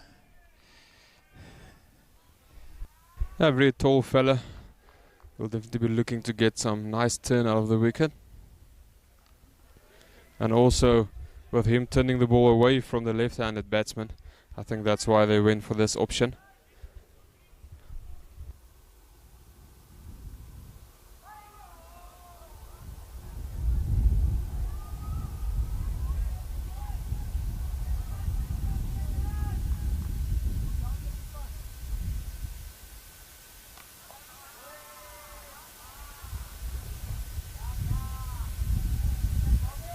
So up to 3 dot balls. Single there.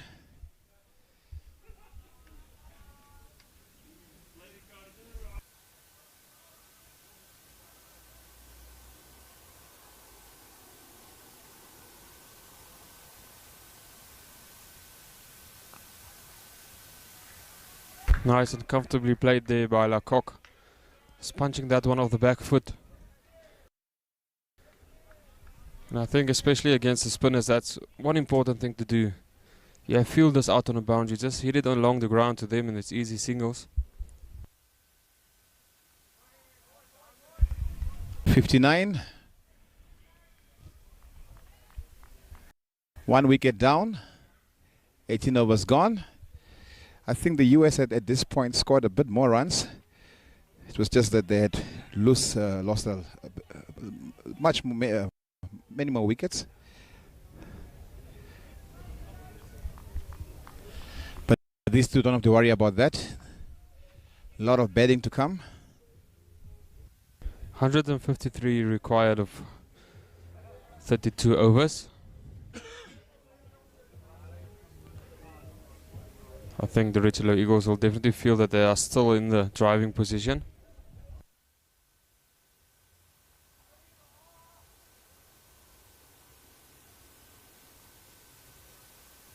Lacock picks up a single there, gets off strike.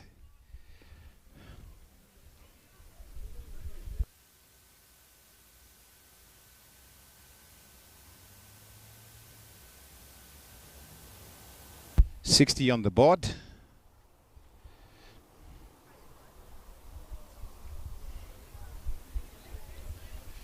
But what a series we've had here.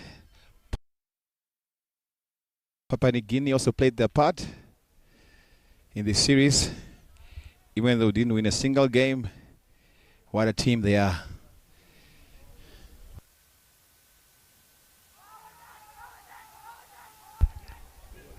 Big shout there.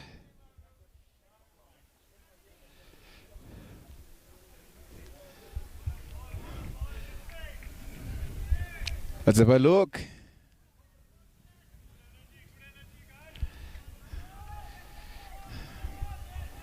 Good call, I would say, by the umpire. I could definitely see a little bit of gap between bat and ball. Not sure what they've heard out there, but they definitely heard something. Big appeal by Jasdeep Singh.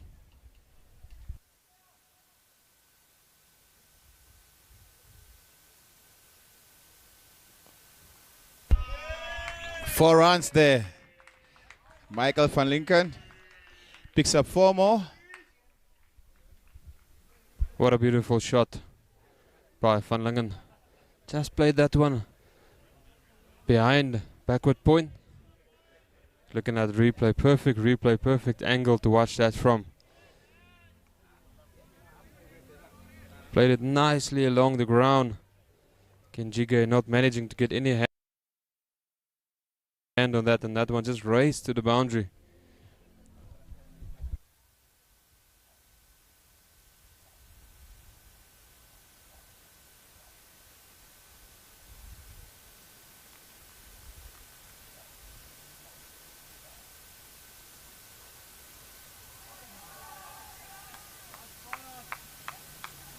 Yeah, there you have it.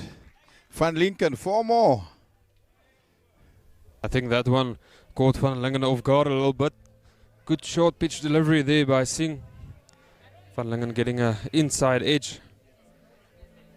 Luckily for him, it went nice and straight behind the keeper. Also got some nice air onto that one. Landed safely and raced away to the boundary.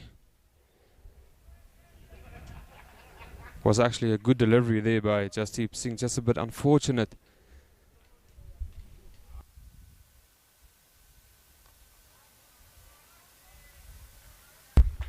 He has bowled quite well. I just sometimes think he's being a little bit too hard on himself when it doesn't go his way. But he bowls very well. Just the nature of a competitive sportsman.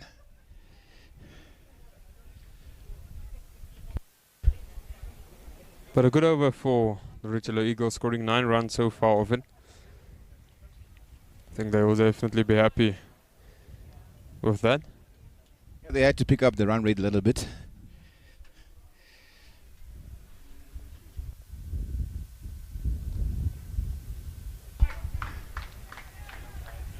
And finishes well there. 10 runs from it. Brings the score to 69 for the loss of 1 wicket after 19 overs. And that's going to be drinks break. Stick around. See you in a while. Yeah, I think we're also just going to get some refreshments, and then we'll see you after the drinks break.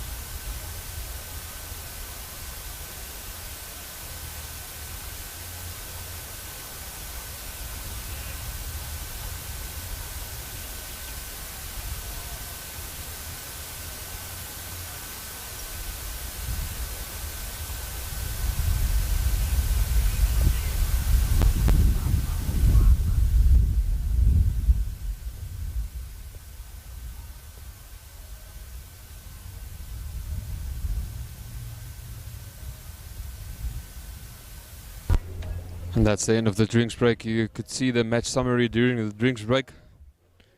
Quite a well poised game so far.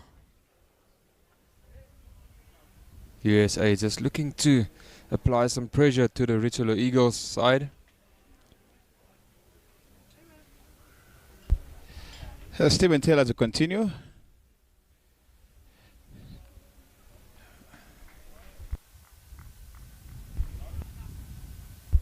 Just taking it easy. Michael van Linken picking up a single there. Lecoq on strike now.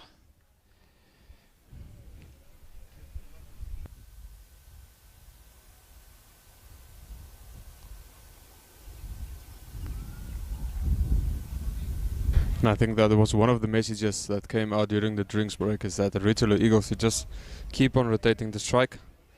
They're looking comfortable, and we know they are able to put the bad ball away. So just keep on rotating that strike. And that's exactly what they've been doing now. It's just hitting the sweeper fielders and the two fielders straight out on the boundary. I forced the bowler to do something different.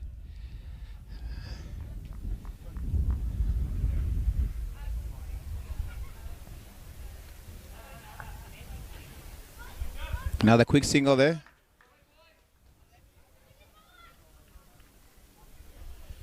If this continues, it's also going to frustrate the bowling side.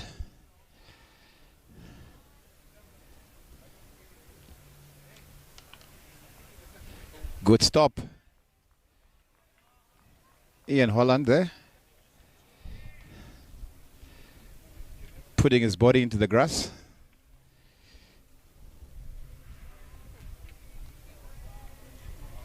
Good finish by Steven Taylor, just 4 runs from it. And that's exactly what the Richelieu Eagles actually need, is that 4 runs to the over. But nonetheless a good over there by Taylor. Not giving away any boundaries and any extras. 73 for the loss of 1 after 20 overs.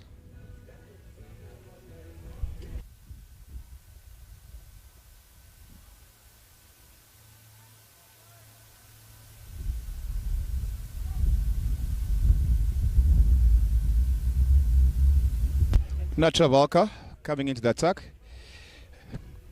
So the USA bringing back their strike bowler. Travalka, what a series he has had here. And overall he has done well in the ICC Men's World Cup League 2.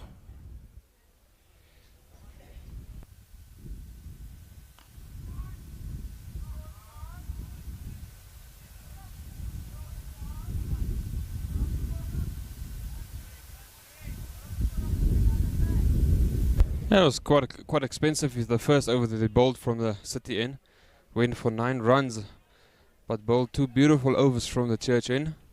Now back into the attack from the City Inn. Just looking to dry up that runs and also pick up a wicket or 2 for his side.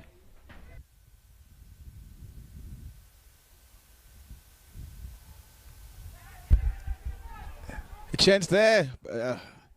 Lands in no man's land. Divan looking to play that one onto the onside, but just getting a thick outside edge, and it goes straight up in the air. I think the fielder at third man just misjudged that one a little bit.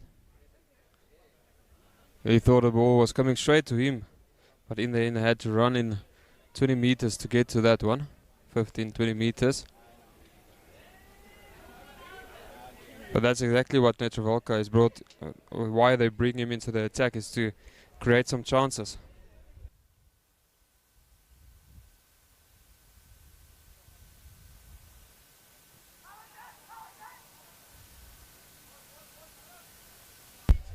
And chances he's creating. Travalka.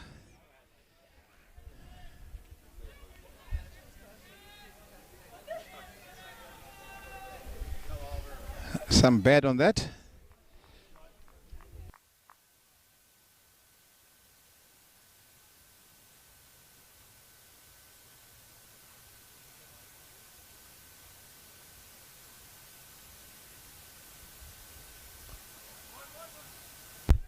Good running.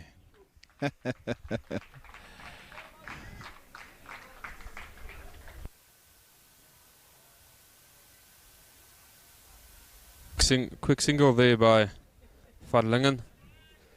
taking on the fielder at mid-off. Kayanan Singh just not picking that one up as cleanly as he would have liked. But I think he definitely fancy himself to try and get a run out for his side. Oh, well played there by Lecoq.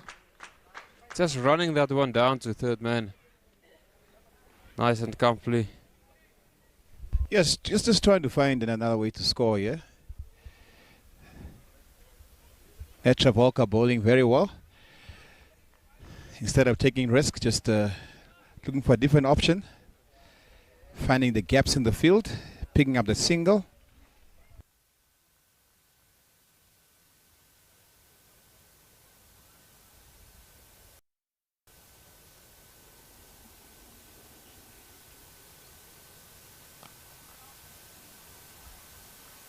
Beautiful shot there by Van Lingen. Playing that one off the pads. Good strike.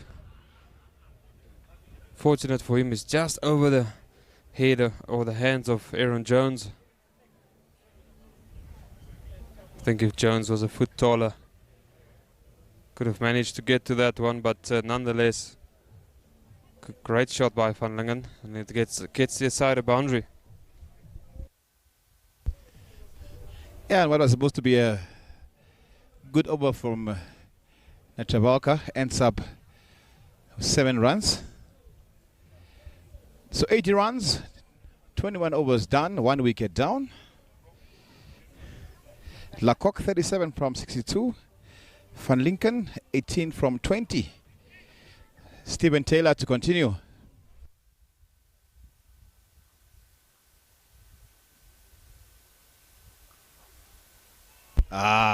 Ian Holland, great save there.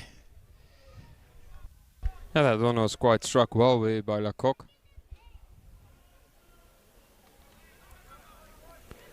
Lecoq just looking to work that one into the leg side, but the previous one is struck nicely. But great work by Ian Holland there at mid-wicket.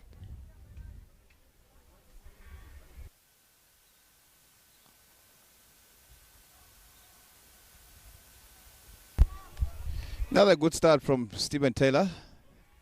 Once again, 3 dot balls. Player hurt there. Well struck there by Lecoq, and that one hitting Gayanan Singh on the knee, just on top of the knee. And I think that's definitely a big blow. It's never nice to see a player get hurt. We saw in the first innings as well, Lecoq rolling his ankle. This occasion, looking at that replay, struck nicely by Lecoq. Oh, just hitting him just on top of the knee.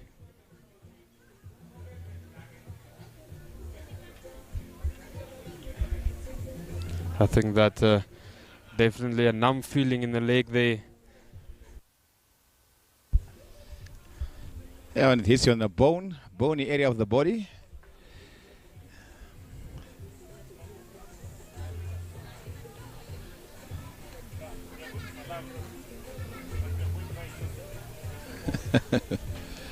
Very painful, you can clearly see that there.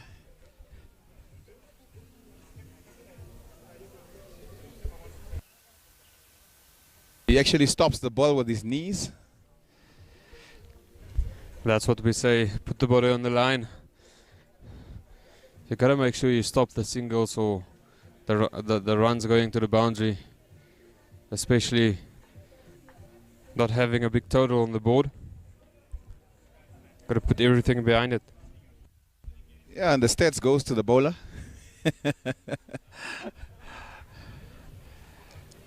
The fielder just a few bruises. The bowler gets a dot.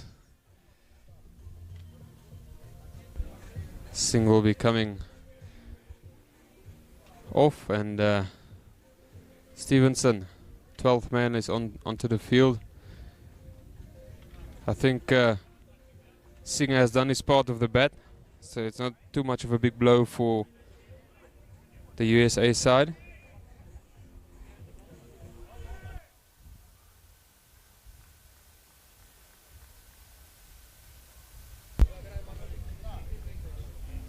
Well, great over from Stephen Taylor so far.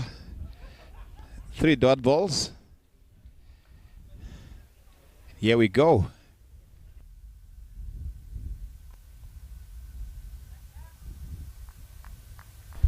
Stevenson replacing Singh straight into the action there. Lecoq looking to play that one just past him on his left hand. Lecoq going down the wicket. Manages to get some bat onto that one. It goes into the leg side. Easy single. First one of the over so far. Van Langen back onto the strike.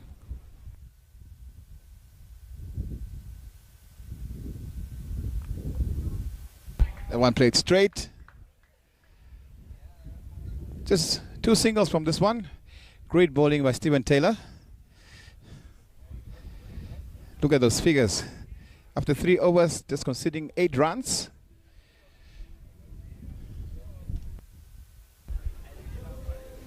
Required run rate going up to 4.64. Not a lot of change that we've seen so far in that required run rate. Willow Eagles currently batting at 3.73 in this Castle Light Try series. Last game of this one.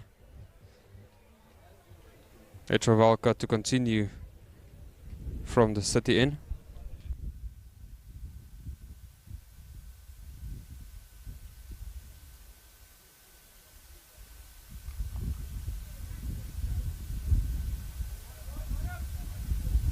Also interesting to see that they brought in Etravalka into the attack, because Jasdeep Singh has been doing really well from the city end. He picked up a wicket for his side. But we know Etravalka is their strike bowler, and that's probably the biggest reason why they brought him into the attack, to look to pick up another wicket for their side. But I think Jasdeep Singh has done really well from that end.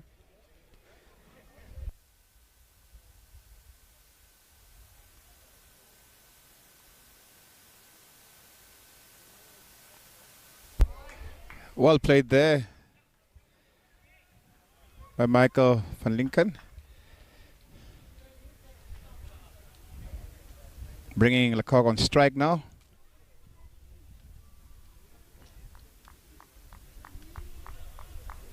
Very important that they got a single early in that over. As Etravalka gets his rhythm going. Very difficult to get him away.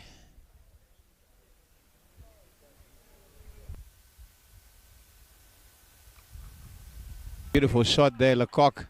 At least 2 runs here. And that's 4 runs.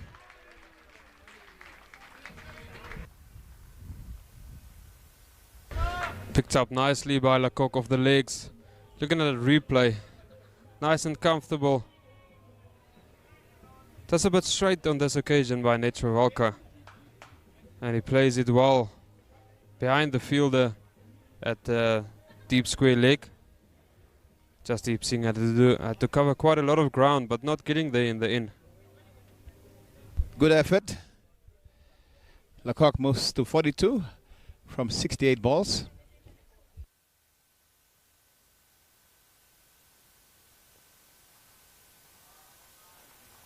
And that's what I like to call beautiful cricket. After you just hit a boundary, you just rotate the strike, just running it down to third man is Lecoq. What also makes it very good cricket is that, you know, when the bowler is hit for a boundary, he's got this anger to pick up a wicket. So now the next ball you get off strike, then he has no one to fight. But all around good cricket here. USA needs to pick up that second wicket. Put pressure on the Eagles. Another big shout there. That looked pretty close to me. Great bowling by Etravalka.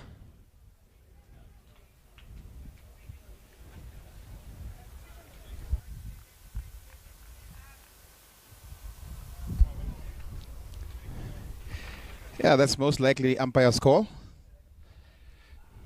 Maybe just clipping.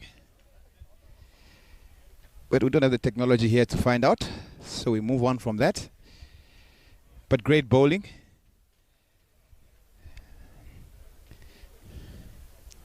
He is the man.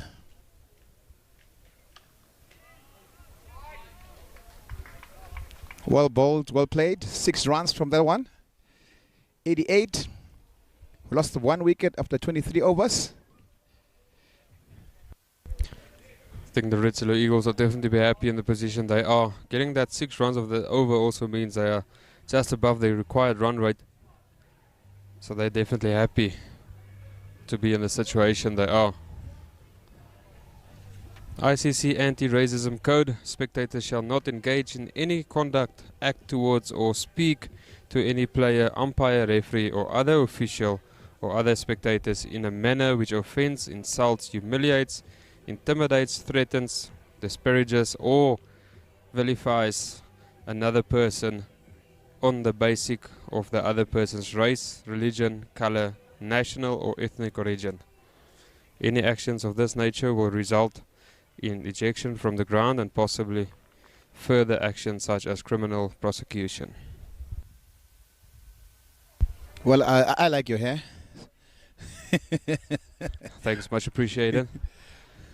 Been working on it for, Let's start with peace. almost 10 years now.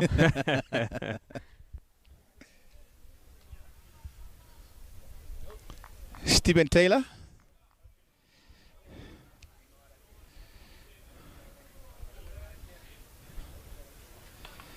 Ah, that's a chance. 1 bounce 4. Patel not judging that one very well. Just 2 steps backwards. Could have been in his hands. Yeah, But Lecoq. He'd flattened hard by Lecoq, but I think Patel was looking to catch that one comfortably, and in the end, like you said, a couple of steps backwards, he would have caught that one.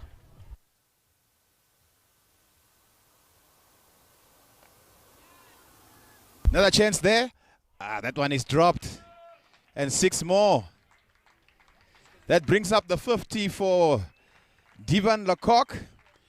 53 from 72 balls. And well played. It's the first time in this series that one of the openers gets a 50. Yeah, really well batted. Kept his composure through the middle part of his innings till this far. Just a couple of meters off the boundary are the USA fielders, and Divan just managing to clear them. Yeah, that could have been 2 wickets, but now it's 2 boundaries. And that what bounces. Hits Lecoq on the helmet or the chest area there. Yeah, he's showing his chest. Stephen Taylor getting some bounce there. Ah, good play, quick single.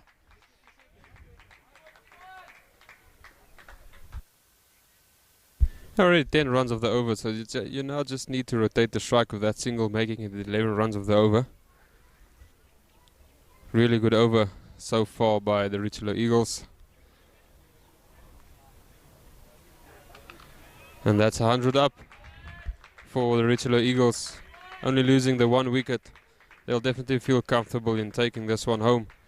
Another 112 required of 26 overs. So they'll definitely feel comfortable with taking this one. The US needs to pick up wickets here. Just put the pressure back on the Eagles. That over had 2 chances to pick up a wicket, but that ended up in 2 boundaries. You can see the crowd has come in here at the Wanderers, enjoying the cricket. You can see the US flag also flying high here.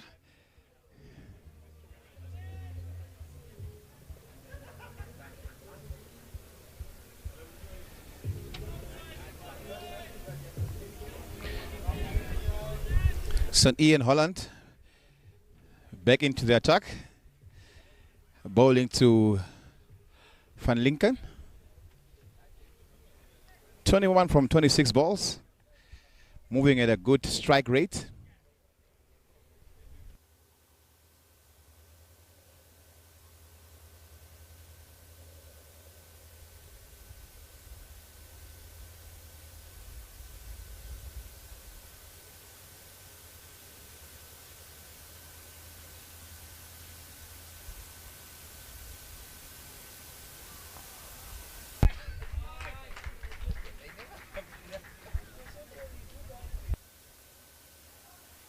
And again,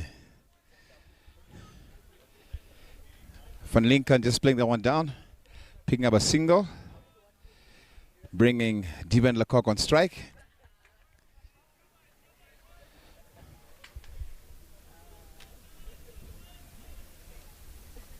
It's all about the ICC Men's Cricket World Cup League 2, powered by Dream 11. USA playing their last game today in the league. So they're definitely looking for that win, for that extra points on the board. Richelieu Eagles have quite a lot of games left, so they will also feel comfortable.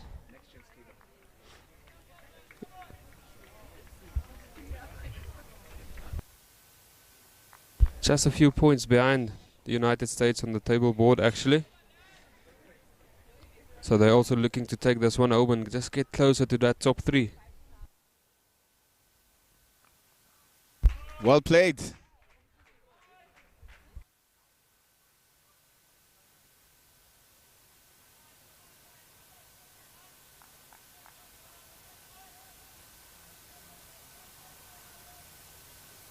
Richelieu Eagles rotating the strike quite well. 3 singles so far of the first 3 deliveries. Yeah, and very worrisome for USA. So far in this over, Ian Holland not creating any pressure at all. They need wickets. Again.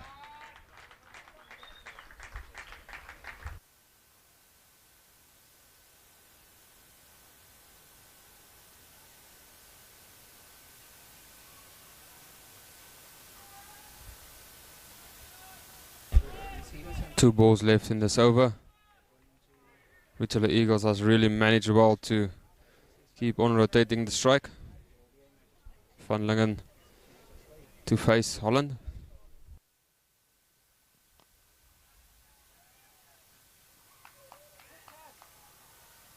I think that's just poor from the Americans. Straightforward catch.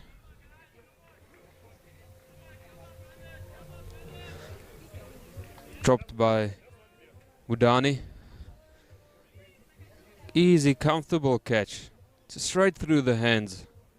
Goes to the boundary for 4 runs. Definitely not what Mudani expected. Yeah, the second ball is dropping in 2 overs. So 2 wickets. The Eagles could have been 3 down now. Actually, the third one, we saw 2 being dropped the previous over. The field is just not being on the boundary, making it quite difficult for them to take the catches there.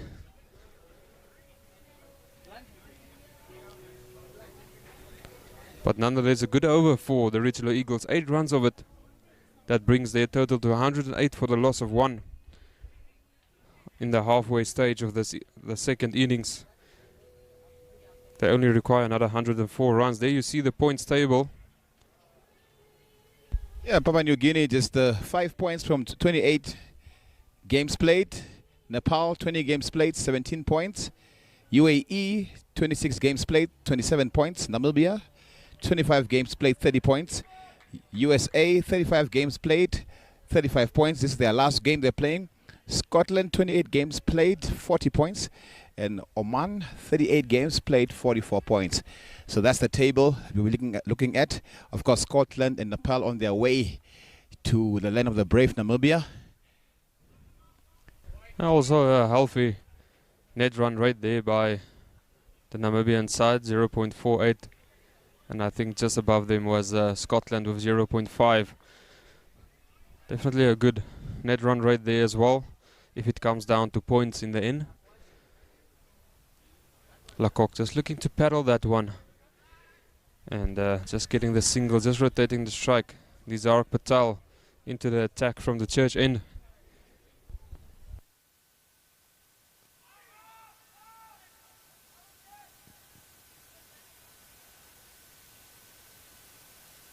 Definitely think that the keeper thought there was pad involved first.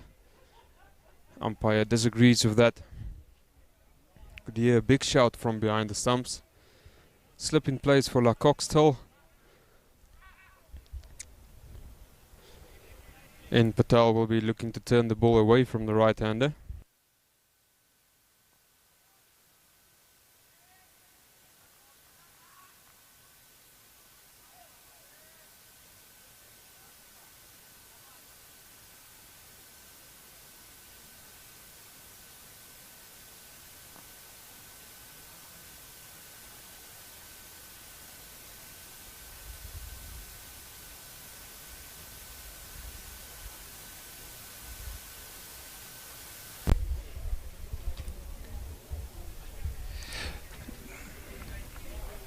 Could just see the change in the run rate there for the Ritual Eagles, up to 4.32. Just 2 big overs making that change. Required drop down to 4.15. Van Lingen playing that one comfortably down to the field deep cover area.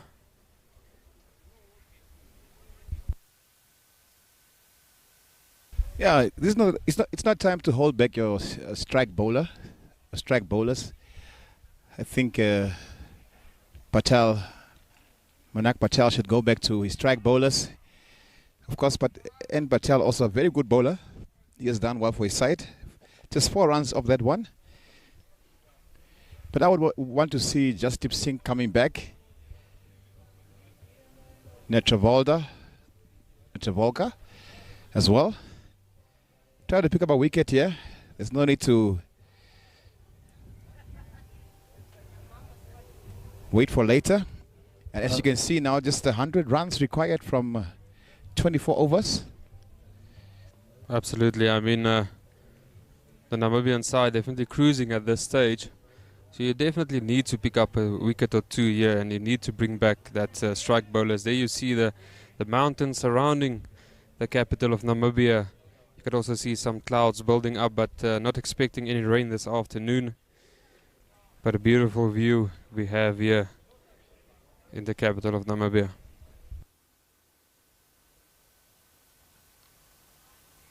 Ian Holland. Michael van Lingen just picking up a single there. 30 now from 33 balls.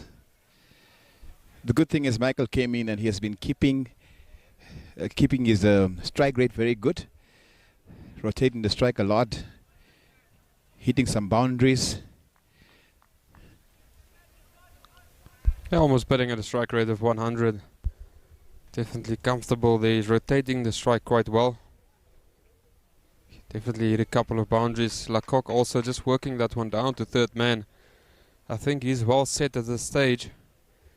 And he'll definitely look to continue and score a big total here today for his side. And what a way to finish off the series if you can score some runs. Definitely. Also with the next series starting next week. Good momentum for him to get into the series against Scotland and Nepal with this good form.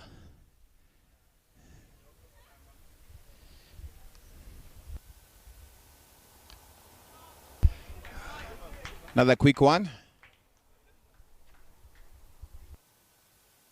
I think that's one thing that Van Lingen has done well since he came in. He's been rotating the strike quite well, supporting Lecoq there in the middle, and they've been really batting well so far.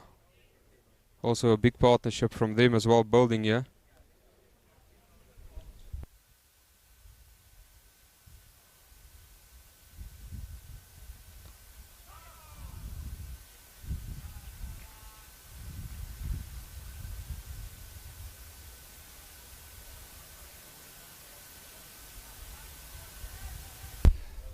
A lot of discussions between the players trying to find a way to break this partnership.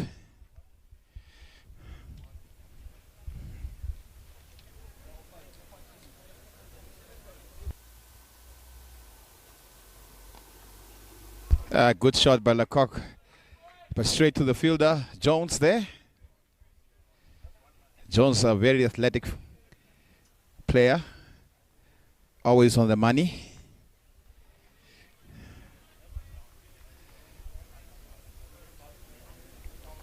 And there you can see the partnership building between these two. 59 runs of just 64 deliveries. Really good partnership. And that one is given. So USA just picking up their second wicket now. Lecoq has to go. Let's have a look once again. Ah, that one looks out. That is out. He's got to go. But you can also see that one just stayed low. Lecoq expecting yet again the bounce, and we've seen it throughout this game today that there is some balls that just keeps low, and that one catching Lecoq off guard. Yeah, but nonetheless, a great innings by Lecoq. Yeah, very good innings. 59 runs. And I was saying earlier that Ian Holland, the captain, should bring in Netravolka or just Deep Sink, and Holland shows me that I'm the guy. I'm the guy to pick up the wickets here. There you see Lecoq's stats, 59 runs of just 84 deliveries. He's really batted well. He's really set the foundation well for the rest of the batting lineup to come. Yeah, that brings in Gerard Erasmus, the captain of the Richelieu Eagles.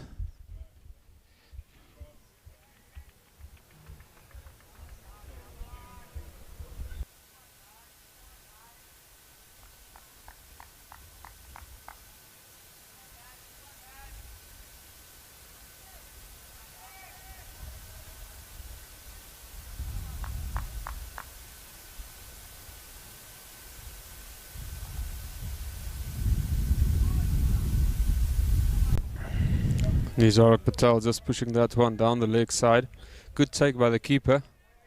Never easy taking one down the leg side.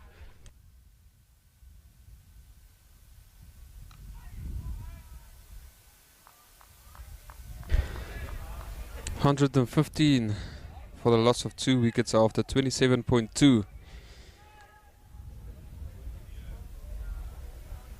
I still think that the Richelieu Eagles will feel that they are comfortably in this one. The Americans definitely have to pick up 2 or 3 more wickets before they will start troubling the batting lineup of the Richelieu Eagles. But we saw the other day against PNG how deep they actually bat, and that they can really bat until number 9.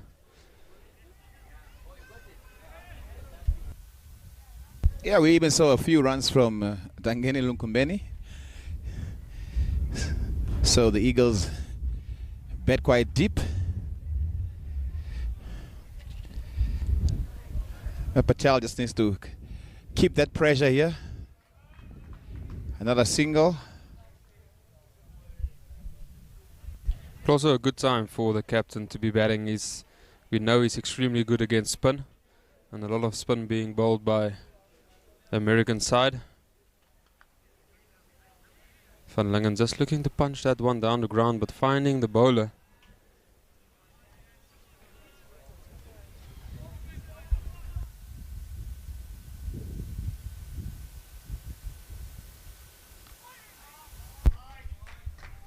Yeah, another single once again. A good strike rotation. 3 runs and a wide so far. 1 ball to go.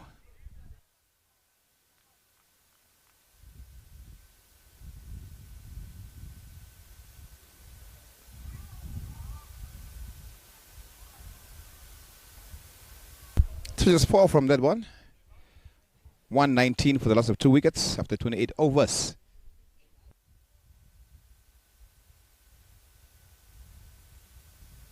Still another 22 to go. 93 required of 22 overs. Very comfortable for the Richelieu Eagles at this stage. Van Lingen also looking good, 33 runs of just 38 deliveries. Erasmus just joined him at the crease. But just as we spoke earlier about run partnerships so far. Oh, and Van Lingen gets bowled. Ian Holland picking up another one there. Van Lincoln has to go, 33 runs from 39 balls. Great bowling. Is the US going to make a comeback here? That one just going back in off the pitch. Good movement over the seam there by Holland. Great delivery. And I feel that Van Lingen will definitely feel that he missed out on a good score. He looked really comfortable in the middle. Top of middle. Always a good delivery to bowl. Van Lingen 33 runs of 39 deliveries. Striking at 84.62. And with the wicket of Van Lingen brings to the crease Nicole Lofty-Eaton. Very exciting batsman. Always innovative. It would be interesting to see how he approaches this game. Lofty-Eaton always trying to do something a bit different. The crowd just enjoying this game. Enjoying the day out, and the locals enjoying watching local cricketers playing, international cricket being played at home. Enjoying some Casa Light as well. We will stick to our water and soft drinks.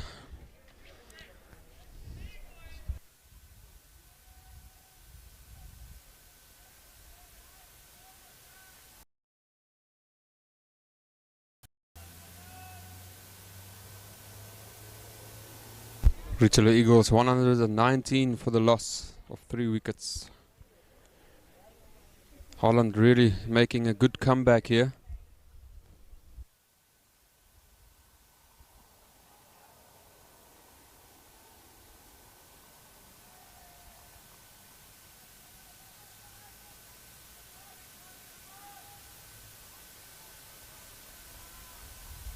We saw in yesterday's game how Papua New Guinea kept on coming back and coming back at the US.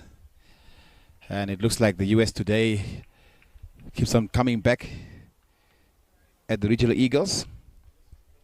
Just one more wicket and might create some good shot there by Nicole Lofty-Eaton. At least 2 runs, opens his account.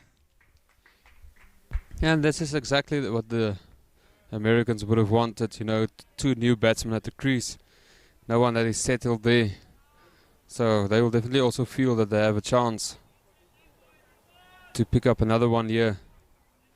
Great shot there by Lofty-Eaton, just in front of the fielder at mid-wicket.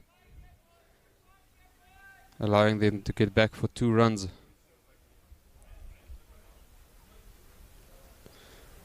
Well, that's one thing that the Richelieu Eagles just need to do, is just keep on rotating that strike.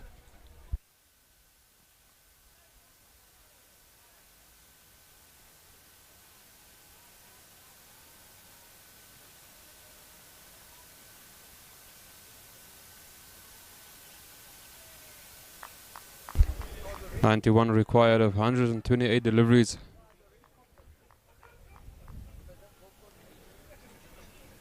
Holland to finish off his over, 2 deliveries left.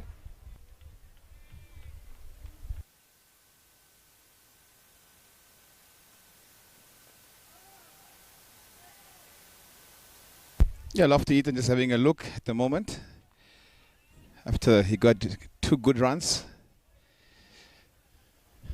Great bowling by Ian Holland.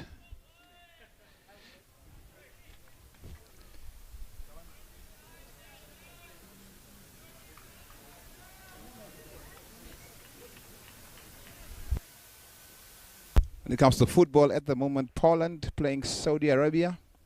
Poland won, Saudi Arabia not.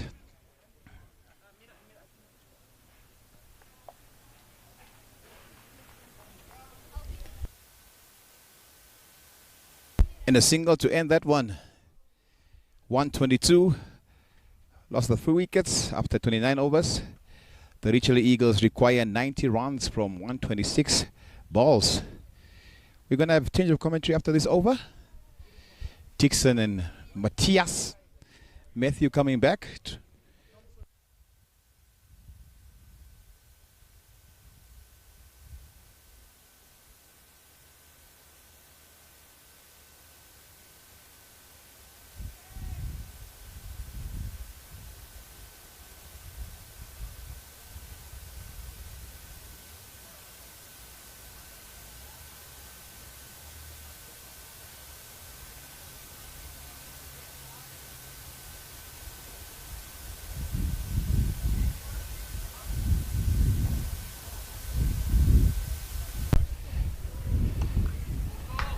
Patel.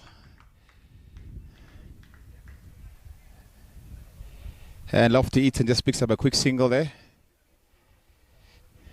Yeah, to field the straight out on the boundary, so just easy pickings for them. Anything straight, they can just punch back past the bowler. And Erasmus now on strike.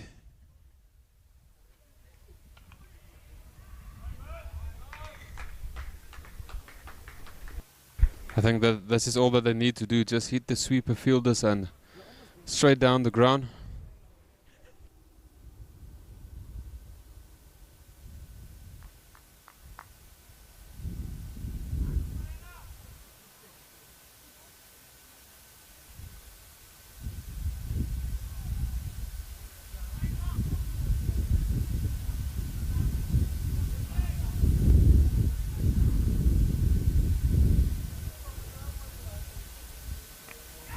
A little bit aerial, doesn't carry. I think Lofty Eaton will be happy that it didn't carry all the way. Yeah, Lofty Eaton needs some time in the middle.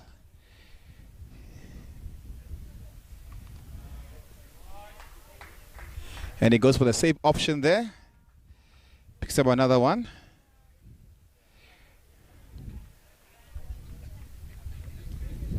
I saw Matthew earlier there on his knees praying for some wickets, and his God answered him. Another one there. That's the beauty of sport. One moment you're smiling, next moment you are mad, next moment you're excited. So many emotions in one game.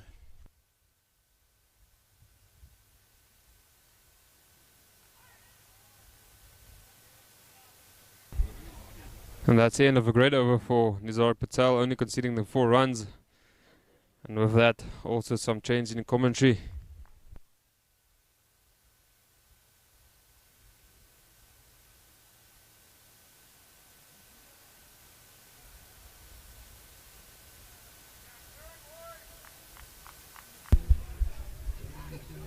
Well, Namibia going along nicely here. Matthew, meet again under totally different circumstances than when we left. Absolutely. The United States have picked up a couple of wickets recently, but they certainly haven't helped themselves. A couple of really, really poor drop chances. Sitters, you'd argue, by international standards. And not only did the catches go down, but they went for boundaries as well. So the U.S. not helping themselves, really. The captain out in the middle, Erasmus.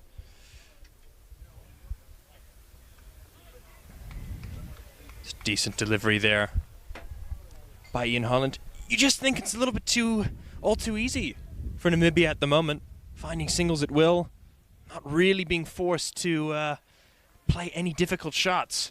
I think from the looks of it, the United States is in a difficult position unless they pick up 2 to 3 quick wickets. Yeah, solid again there for the captain. Yeah, and you can just tell the energy levels are a little bit low from the American players.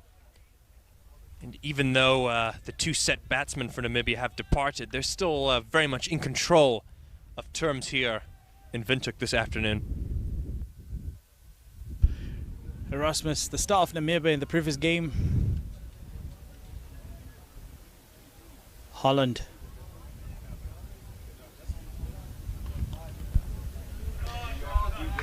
Oh, good pick up there by, looks like it's Kenjige. Yeah.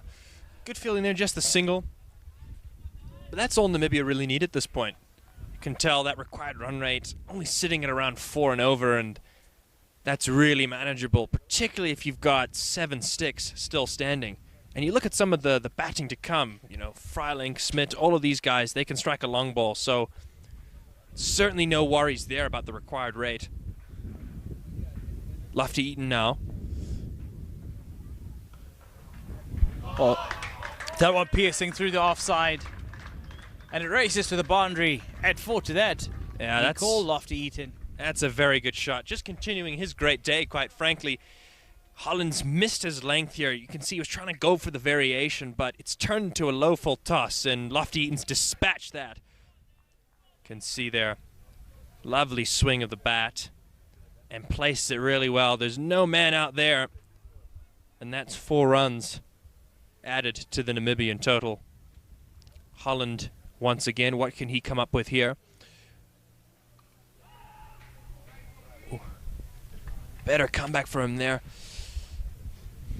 But as I was saying, it just looks a little bit all too easy for Namibia at the moment. Do you think that maybe the U.S. should try and maybe bring more fielders up and just try and say, hey, come and hit us for the boundary? Because I just feel like they need to do something different here. Well, if they have to do that, they have to do that now, because if Lofty Eaton and Erasmus settle, Erasmus' ability to hit over the top, as we've seen in the previous matches, and Lofty Eaton very good with the switch hit and the reverse sweep.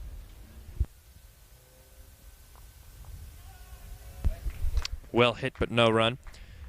Absolutely. I think at this point it's worth a try. Maybe bringing some fielders in, trying to be a bit more aggressive, because if they don't pick up more wickets here, this game is going to be over pretty soon. With that said, it's still a very pleasurable afternoon here in the capital city of Namibia. Very nice atmosphere. A few fans coming in.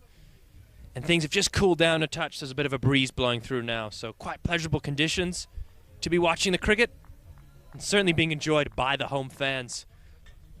Almost as if they're righting the wrong. 1.5 American fans around the field. I think there's more American flags on this field than there is fans. But I'm sure there's a whole lot watching from back home and from all over the world. Probably not really where you wanted the ball to go, but still manages to scratch for a single. Yeah, and that's all they really care about at this point in Namibia. It doesn't have to be pretty. All they're looking to do is just rotate strike, and that's what they've actually done. Quite nicely here, this pair. And I think America's just missed a trick here, because these are 2 relatively new batters to the crease. Yes, very experienced, but you just feel that they want to try something different. And that's why I like the field position there of Aaron Jones. That's... yeah, you can see their disappointment on the face of Kenjige. Didn't want to let them scamper through there for a single. But I like this, getting Aaron Jones up close and personal there. As I said, they definitely need to try something new. Nizar Patel, can he get one to rip back? Oh, Erasmus launches that one. That's big. And he hits it handsomely. At 6 to that. Yeah, high and handsome from the Namibian captain. 139 for 3. Erasmus. Take a look at that replay. Just a shimmy down. Meets it on the full. And that's a very good connection from the Namibian captain. Dispatches it with ease. Comes down again, but no run this time. Kenjige just doing it much better this time. I was a little bit disappointed there earlier on in the over.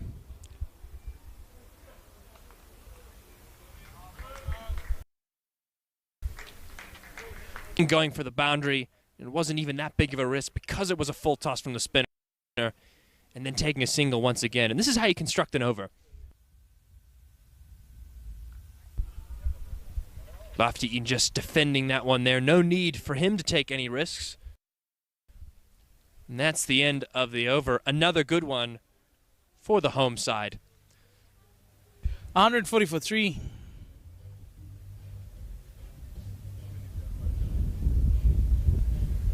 Looks like Singh is going to be coming back into the attack. Probably been the pick of the U.S. bowlers in the last couple of games. Singh has managed to come in pretty much all phases of the game and pick up some wickets. In the U.S., they really need a spark here. Even if they go on to lose this game, they want to at least be competitive and test Namibia, make them work hard for these 70-odd runs. Moves there from Stephen Taylor. Yeah, he is enjoying his time there. Probably wasn't enjoying those drop catches, though.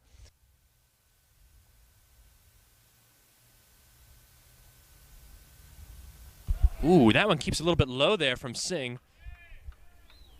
Haven't seen the pitch misbehave too much. Thought it would maybe break apart a little bit there, but hasn't quite. This one, though, does appear to have kept a little bit low. Just see here, Singh angling it in, and yeah, kind of halfway up the stumps there. Well, Erasmus did well to put his bat nice and straight in front of him. Yeah, absolutely. He managed to drop his hands quite nicely. Playing it with a straight bat as well. That's what you want to do when there's variable bounce.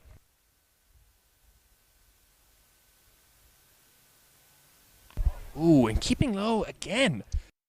Well, just consistently hitting that spot, and Erasmus slightly jumping around a little bit. Yeah, let's look here on the replay.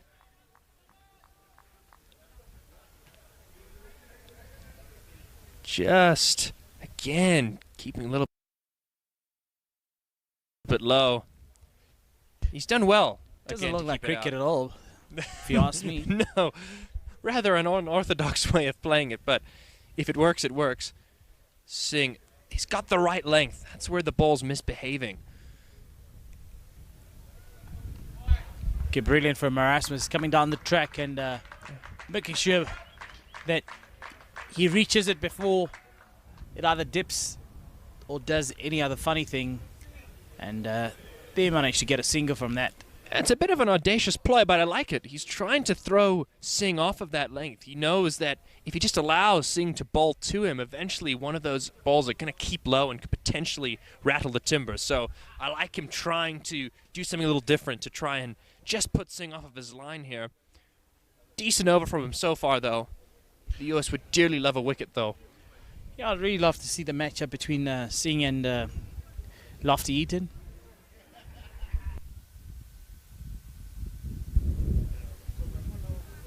Oh, squaring him up. Squaring him up. That one just maintaining the bounce, being true. And Lofty Eaton was probably hoping for a lowy, but that one just bounces nicely through and carries to the wicketkeeper. Yeah, this is a good delivery here, passing the outside edge. Don't think it's moved or anything. It's just he hasn't quite covered the line here. Some oohs and ahs from the bowler and the keeper. The first line and the ball maintaining. Yeah, perhaps didn't angle in as much as Lofty Eaton was expecting.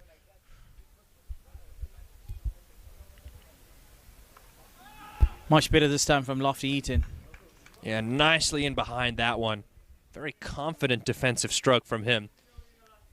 And why wouldn't he be confident? He's had a fantastic day out on the park here. 2 screamers and a more regulation catch for him. And you can argue that's probably been one of the big differences between the sides, is the way in which they fielded. Namibia were really on the ball. They backed up their bowling, good ground fielding, and took some incredible catches. By contrast, the USA not nearly as heightened in the field. Oh, he's happy to do that. 71 runs required from 102 balls. Comfortable position for Namibia here. Oh, absolutely. I mean, with 7 wickets still left standing, they probably could afford to take risks if they wanted to. But that's the thing. These 2 batters, they can dictate the pace of the game at the moment. If they want to take risks and they lose a wicket, that's not a big problem.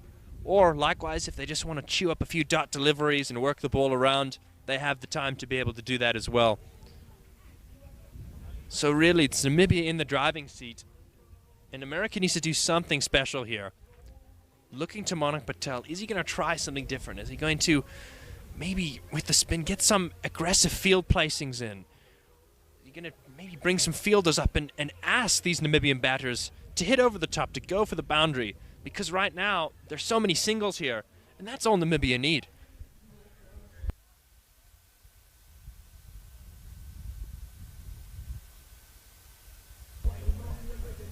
Taylor back into the attack.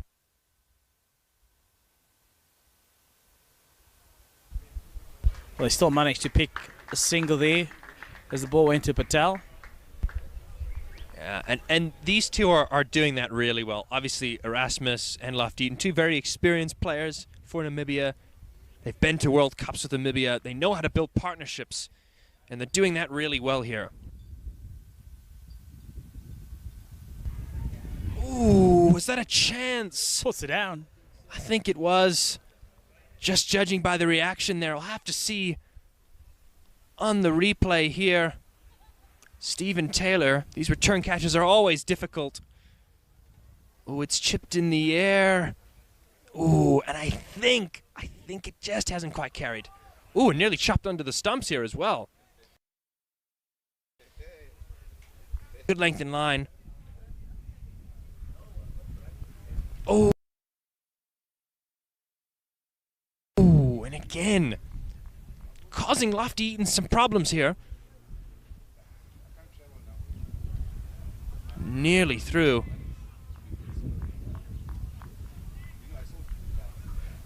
Yeah. Not quite sure if that's carried. Ooh. Aggressive throw back to the wicketkeeper. It's good to see Stephen Taylor giving it his all, though. This is what America need. They need a spark. They need some energy.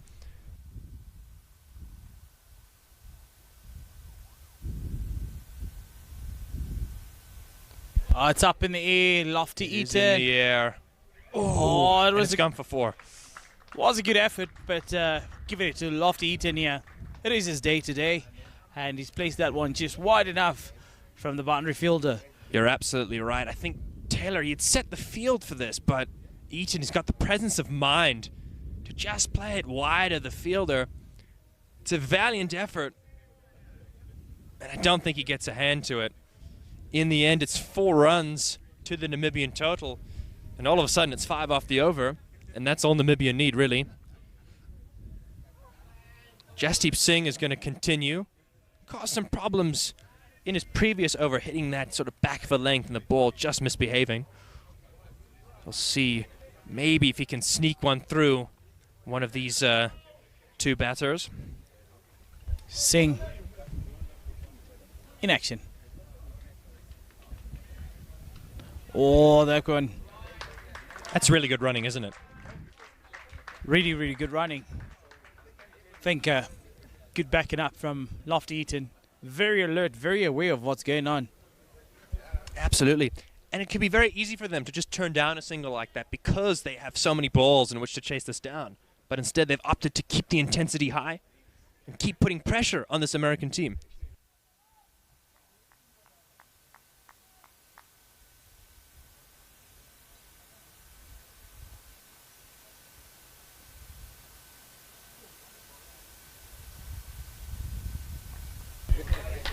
Outer half of the bat will run away to third man for a single.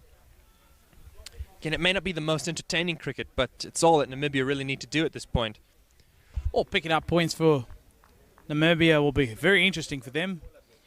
And with Scotland on the shores of Namibia and Nepal on their way, Namibia, all they'll need is another 5 points if they bag this one. Absolutely, and what's good for Namibia is that they have more games in hand, so they can afford to lose a couple.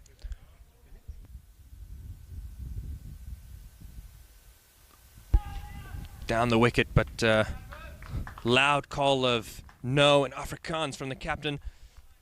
But yes, absolutely, they're not very far behind the US, who are actually in 3rd position right now on the log. And Namibia have the luxury of more games in hand, and home games as well. Now, obviously, the Scottish outfit, they're a pretty good side. We've seen them qualify for 50 over World Cups before. We've seen them upset some of the biggest teams in 50 over cricket. So they'll definitely be a challenge for Namibia. I think Namibia still has that bit of home advantage and as well as momentum. Oof. That was actually well bowled. Yeah, it's a nice change-up. Really well bowled. Saw Erasmus coming down and just batting his back and putting in a little extra effort. Just obscene. Still is as exciting as he is in the beginning of the overs. Yeah, this is a nice change-up here for Singh. As I said, America just need to do something a little bit different here. Nice from Singh, just as you said. Erasmus coming down maybe a fraction too early, and Singh says, no, I'm not going to let you run down to me. Does he go full here? Oh, no, they take a single in front of Taylor. I think you can argue that they've stolen a single there. If you're going to be pretty critical, I don't think there should have been a run there. But Erasmus, because he'd come down the wicket, thought that he could scamper through, and he did at the end. If Taylor picked this up cleanly, Lofty Eaton, I think, could have been in a bit of trouble here. But if you can see the first couple of frames, you can see that Lofty Eaton had already made quite a bit of ground. And that just put a whole lot of pressure on Taylor, who fumbled that one and Absolutely. made it easy pickings. Well, that's the thing. As soon as you have intent like that, you're always going to be putting pressure on the field, making them make mistakes that they probably shouldn't be making. Taylor's going to continue again, but that attacking fielder has come out. See, I don't particularly like this from the United States. You've got a lot of boundary riders here, not that many close-in fielders. I don't really see how Taylor is planning to pick up a wicket here, unless if they just hit it to one of these boundary riders, which the Namibian batsmen don't really need to do. They don't need to take on the ball in the air. Well, looks like there was still one more delivery left. Oh, absolutely. Yeah. Seems like... Jastep will continue. Hey, well, Taylor probably bowl the next over anyway, so I guess the same still applies. But yes, definitely was a ball still to go. Maybe the umpires just missed that one.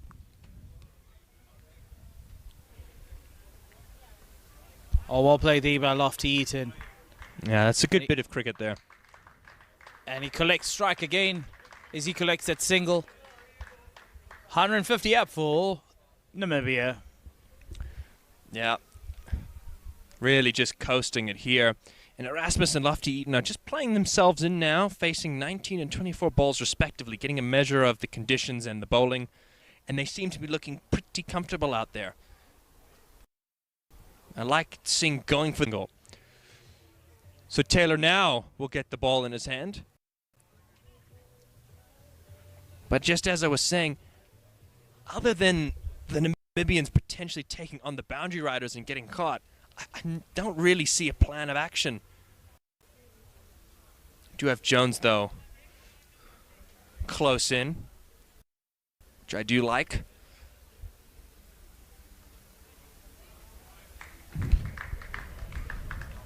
Oh, Lofty Eaton was looking at the potential of putting more pressure and hopping, coming over for a second, but he just continues sliding off and he falls. An unfortunate slip there. I just want you to pay attention and take a look at Taylor's approach to the crease. Something looks to me a bit off. Looks like he has an extra take a jump look here. Yeah, a little bit. Oh, but this has gone downtown. It's going to go for half a dozen. An authoritative strike from Namibia here. And Lofty Eaton, this is a very good stroke. The Americans needing extra help with an extra fielder there, the security guy. Yeah, down the wicket and over the top, straight back. Not the highest, but certainly a lot of power and enough distance on it. Very effective. I think playing with a lot of freedom from now on, Erasmus and Lofty Eaton. What's Taylor going to do? Is over starting off with a 6. Might be noting one of the big ones here. Probably Erasmus nominating that they will go after Taylor from now on. Well, they've got the resources to do so. Goes again. It's going to be 4 again. This is brilliant attacking cricket here from the Namibian captain. Taylor looks a bit puzzled there. Oh, I think nothing to be puzzled about. Just got 10 runs in the first 2 balls. Yeah, he's under extreme pressure here at the moment. See who gets the last laugh. I think a few insects bothering Gerrit.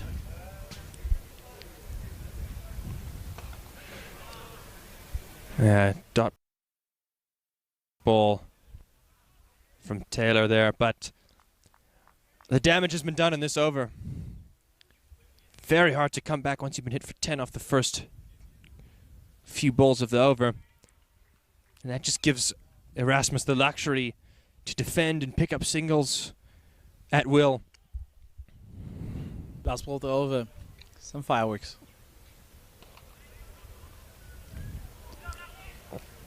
Bit of a fumble, but dot ball nonetheless. Interesting position for Namibia. 51 from 84 balls. 161 for 3. And we take a little bit of a break. It is the drinks break. Erasmus 26 from 24. Taking a look at your summary here, the United States posted what must be said is a below par 211 for 7. Just couldn't really get any continuity into their batting. Holland top scoring with 40, and then useful cameos from the likes of Kenjige and Singh, Bernard Skoltz and Smith picking 3 wickets apiece. In response, Namibia got off to a rollicking start. Credit to a 50 from Lecoq with good support from Van Lunging. And now Erasmus and Lofty Eaton really bossing proceedings here. Ian Holland has picked up a couple of sticks for this American side along with Singh. But drop catches and some suspect fielding and probably some indifferent plans have not helped Namibia, or sorry, not helped the United States rather, and have really helped Namibia to take control of this game.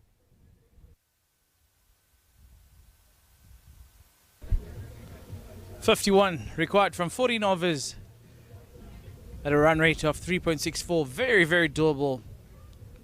Comfortable position for Namibia, and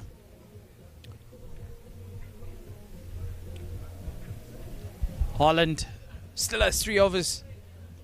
Justip Singh also 3 overs, and but Nisak Patel still has a long way to go. And the 2 wicket takers still have a bit of potential, and the previous over of Stephen Taylor, him getting taken apart by Gerrit Erasmus. Absolutely. It just looks like the Americans don't really have an answer to what Namibia are doing here. They're taking singles at will, and they're also able to pick up the boundaries at regular intervals, which is making it very, very difficult for the United States to find any sort of rhythm in their bowling. Wickets is the only thing that can save them now, and admittedly, that's probably not even going to be enough.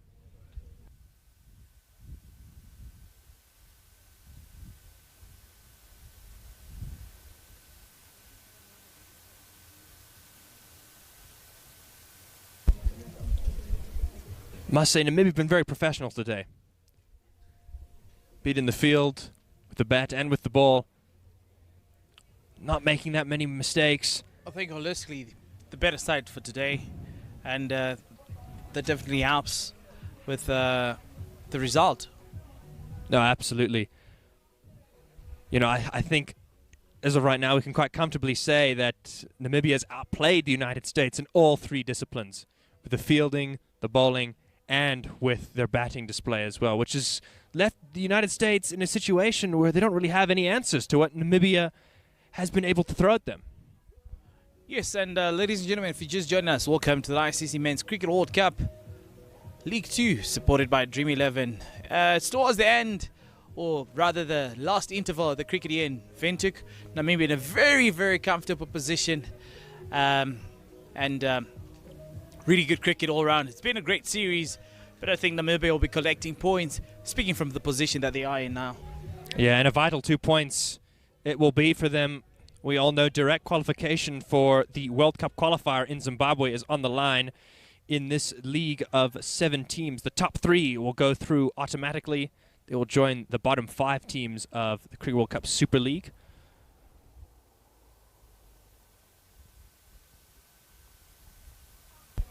Gets bat on it and screams to the boundary. And that's going to go for 4. It looked a little streaky, but let's see if the batter actually controlled this one here.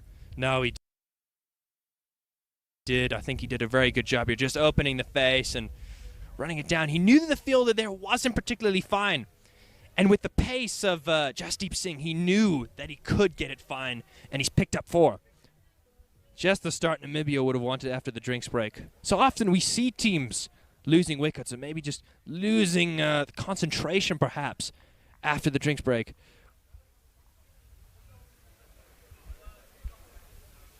Singh.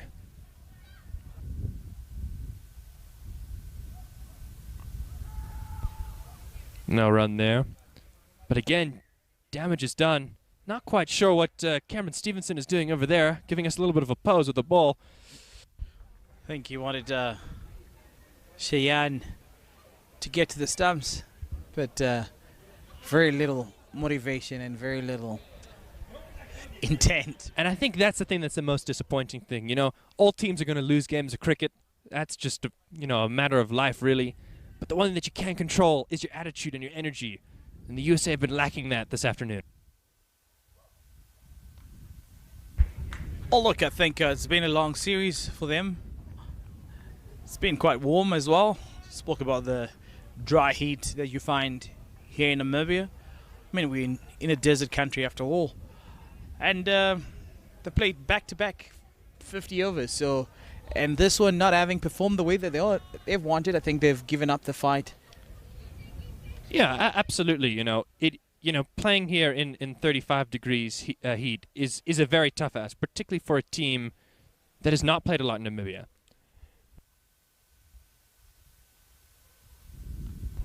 But it's disappointing because even if it is tough, you don't want the guys to sort of drop the shoulders and drop their heads. You got to remember that you're representing your country after all. It's a huge privilege to be playing international cricket. So few people in the world get the opportunity to do that. So even if it's not going your way, you've got to do your best to try and stay upbeat. Easier said than done. I completely understand. They've been here in Namibia for a while.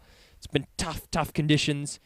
Maybe they feel like they've got the job done already, winning 3 of their 4 matches.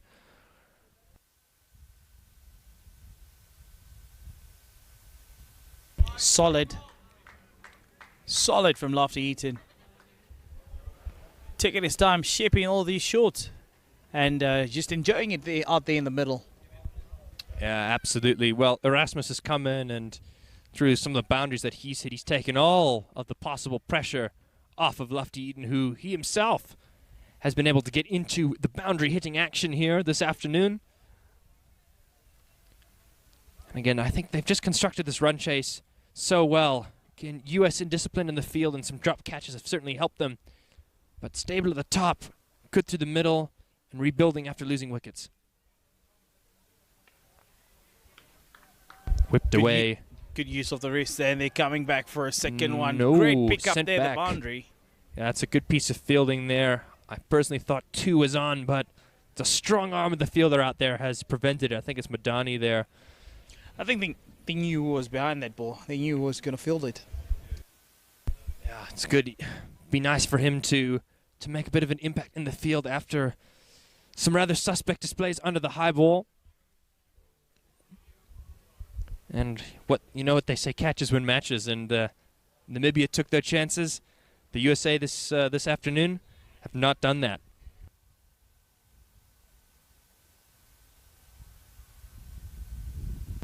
Looks like Kenjige is going to come back into the attack. Started off really well for the United States in the power play, turning the ball away from the right-handers. Getting a bit of turn as well. See if he can get into the action and dislodge one of these 2. No slip in place this time.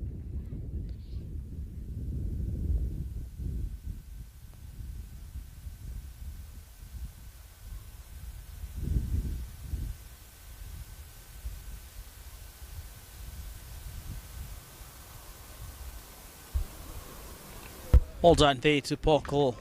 Will they come? Will they put? Nah, really not need. Really. I must say, this could be an opportunity for the likes of Lofty Eaton to go downtown because he's going to have the ball spinning into him, so it could be in his arc. There is a bit of a breeze going across the ground, so there's always the risk there for him going out onto the leg side because of that breeze. But I think at this stage, and with his luck he's had today, he'll probably back himself to clear the ropes. Look, what I can tell you is Lofty Eaton is not going to be hanging around for any longer without giving the home fans a bit of a show. Can always put my money on a switch hit before these innings end. Anyway, it's the right-hander on now. Slip and play. Ooh, it's a sweep shot. And it's going to race away to the boundary for 4. That is a lovely little sweep shot from Erasmus. Didn't even look as if he hit it. Just swung around quite gracefully and almost tapped it for 4.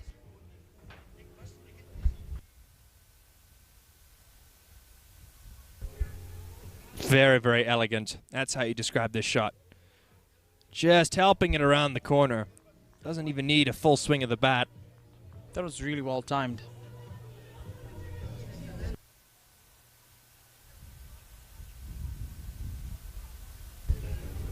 Okay.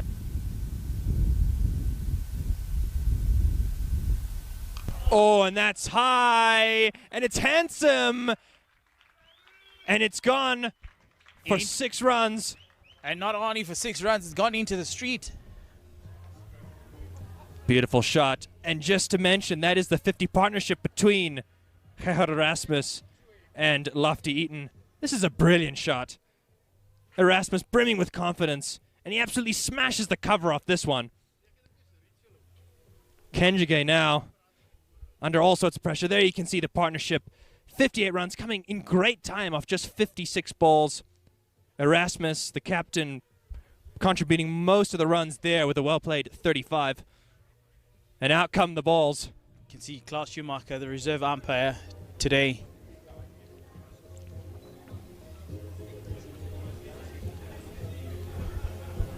Yeah, that ball's gone into the road, I think. And thus a replacement is needed. Must be somewhat satisfying for a batter when he sees that he's dispatched the ball out of the ground. Let's take a look at the shot again.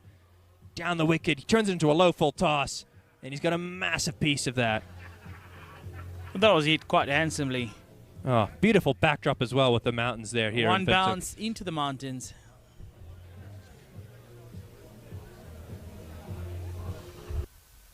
Well, new ball in play. Really, really exciting position for Namibia. Erasmus, 36-26. He's put his foot down on the gas and really is pushing. Kenjige under huge pressure here. Oh, big appeal. And not given. Take a look here on the replay to see how close that was. Was far down the wicket though, Erasmus. Shimmies down. Impact outside, you have to think. Stump, yeah. And also far down the wicket. Cut away, but no run this time. Fielded by Taylor. Yeah. Last ball, 11 runs so far. Kenjige.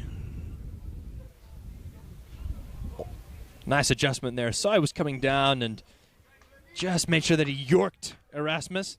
But a good over, nonetheless, for Namibia. Well, he's gotten enough runs.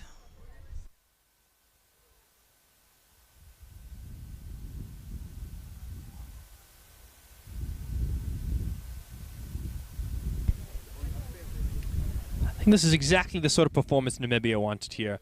They were beaten quite soundly by the United States in their first round. And then PNG did run them close the other day.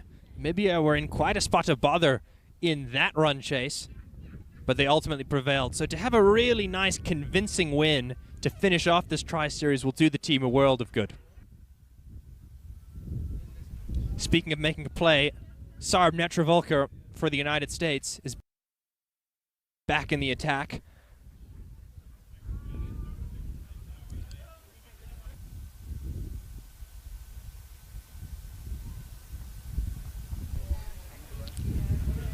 confident looking drive, but straight to the fielder there.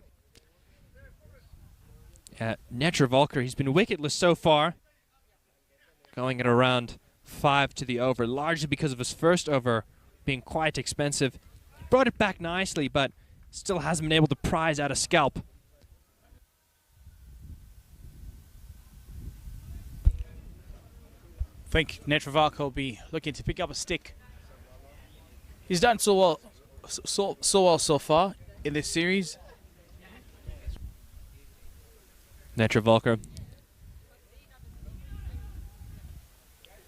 Nicely played, but again, that loud shout of Nia. No in Afrikaans.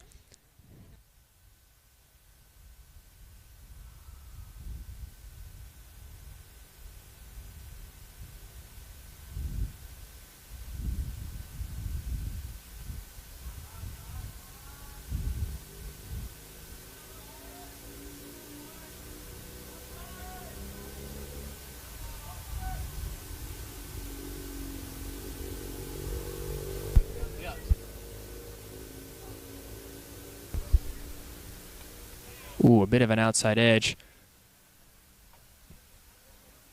But played with a relatively soft hand, so no risk there for Namibia.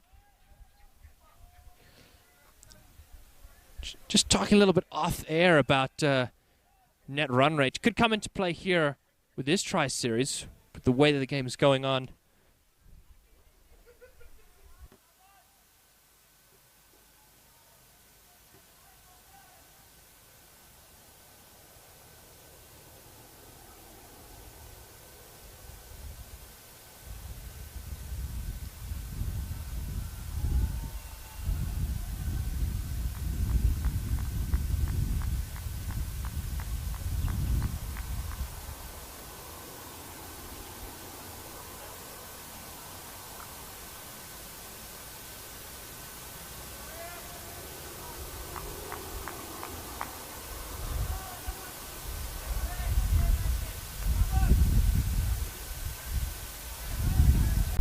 Anyway, Netra Volker, he's bowled 4 decent deliveries. Just the discussion about net run rate. It may come into play for Namibia, not only just in terms of winning this tri-series.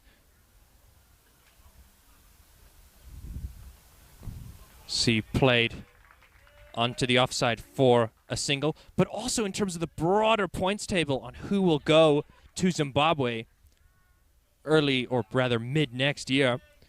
This could be an opportunity for them to really wrap it up quickly. Well, definitely. 34 from 67 balls. 2-3 big overs, and could be curtains closing. Yeah, absolutely. Do want to get a big win. Another question that poses on one's mind is, did the United States fail in the implementation of their strategy, or did they just run out of gas? I think I'm going to have to opt for the latter. They've certainly had plans that have come off here in Namibia in the 3 games thus far that they've won. Ooh, and that one not even carrying to the U.S. keeper. Yeah, I think you can just tell here, just judging by the way that they're in the field right now, they look a tired side. They're lacking that energy. They're lacking spark. And I think it comes down to, like you said quite correctly, kind of just running out of gas. Good crowd in here today. And the home fans, well, they've been blessed with a rather dominant performance. Namibia being on top for almost the entire game. 34 from 66.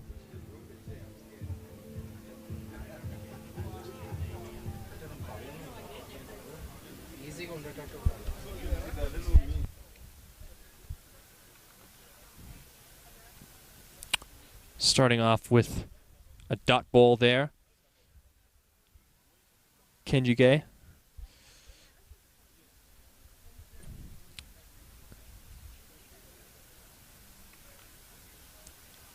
Decent fielding there prevents the single. So I think also in addition to running out of gas, I think the U.S. didn't quite do the basics well today. We're looking at the bowling, a couple of poor deliveries, too many drop catches. It's going to be punched down the ground for a single. And then in the batting, they just failed to build good partnerships together. Probably the only really threatening partnership was actually right at the end between Nizar Patel and Kenjige when they managed to get a few boundaries there at the back end. But by then it was just too late to get the United States up to a competitive total around the 230, 250 mark.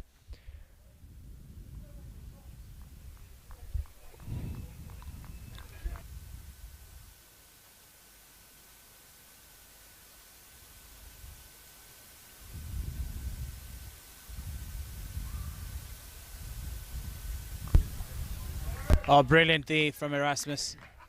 This is just good cricket.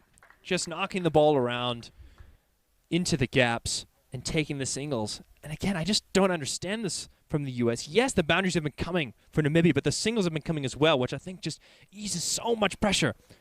So I'd rather have that they bring some of those fielders up and say, okay, you've been hitting some boundaries. Try and hit some more.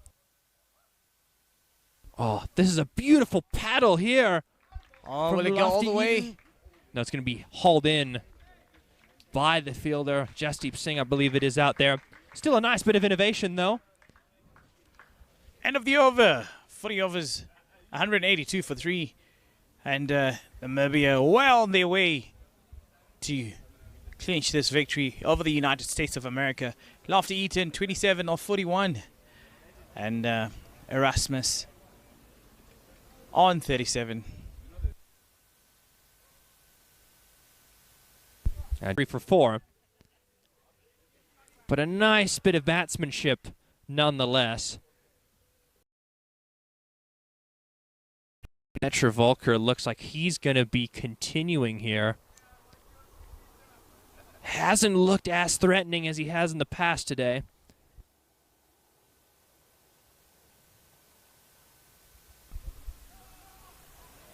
Just opening the face there, Erasmus, but unable to get it into the gap. You can see there's just a little bit of frustration in the U.S. outfit. Taylor there rubbing his knee. I hope he hasn't done himself an injury here. Quite an aggressive throw there from Cameron Stevenson.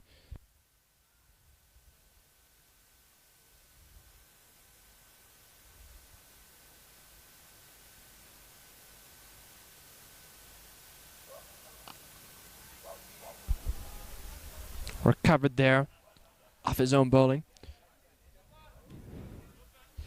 Well, for the United States, this is going to be their last match in this ICC Men's Cricket World Cup League 2 cycle. Namibia, they've obviously got another home tri-series up next, and I think they've also got one early next year as well. And it is a shame because the ICC has discontinued this structure, a structure that has been really fantastic for these associate nations to get some high-quality cricket under their belt.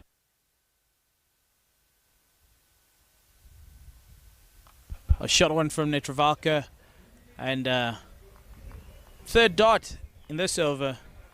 So what are the ICC's plans next in terms of this World League? I think it's a little bit unclear. All we know is that after one edition, both leagues, so both the Cricket World Cup Super League, which includes the top 13 ranked ODI sides, and this second tier is probably going to be scrapped. We're not quite sure what's going to replace it, but I think there's a desperate need for the ICC to continue a structure like this, even if it's not necessarily the most profitable thing for them, to ensure the growth of cricket around the world. Quick single, shot at the stumps, but in vain. This is really good work. Really good running from Lofty Eaton and Erasmus. Yeah, let's see. I think he probably would have been home. Yeah, past the stumps. So, wouldn't have mattered if it was a direct hit. And again, that's good running between this pair. Really nice level of intensity out there from the Namibians. And I think that's really what's setting them apart from America at this point in time.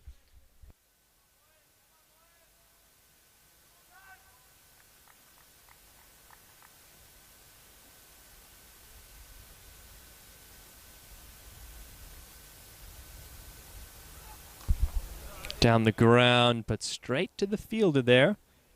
Jasdeep. Well, we see Gerard Erasmus trying to push so they can get his 12 runs shy of 50. All easy, just take whatever comes. Yeah, I think, they'll just keep doing what they've been doing now. Picking up the occasional boundary and rotating the strike. It's looked very good for them.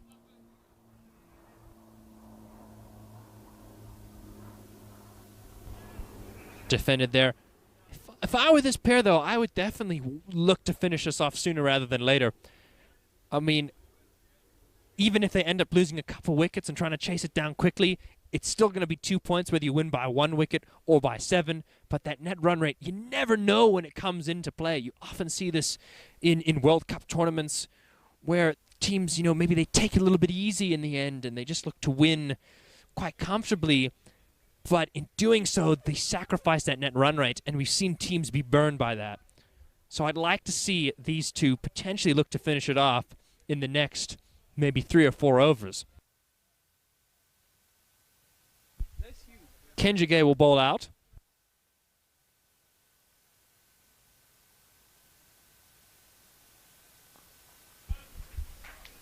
Great shot here from Erasmus, just going down on one knee and placing it, finding Ian Holland at super. Yeah, easy pickings for the captain. I have a good feeling in this over the matchup of Kenjige and Lofty Eaton. Yeah, the ball spinning into his arc. And you called it.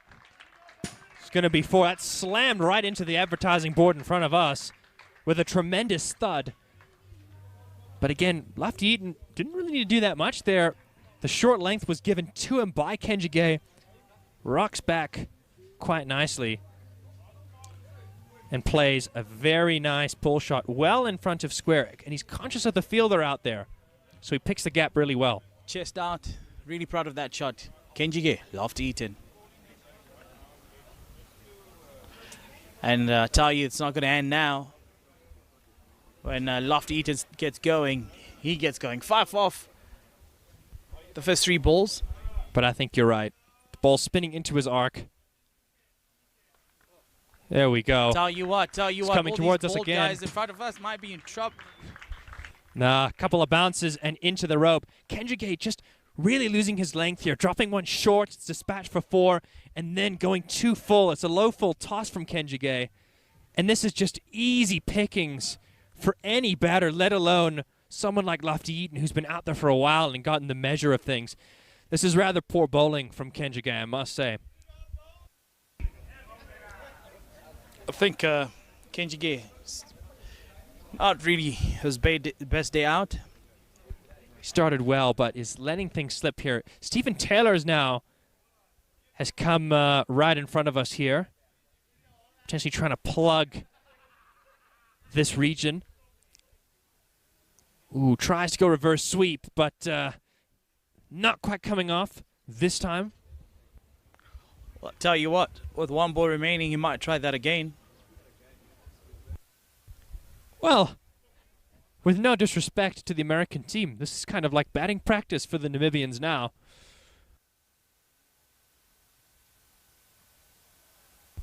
Inside half of the bat. Didn't get all of it, but gets a single nonetheless. Keeping that scoreboard ticking over, and Namibia hurtling towards this target of 212 in no time here.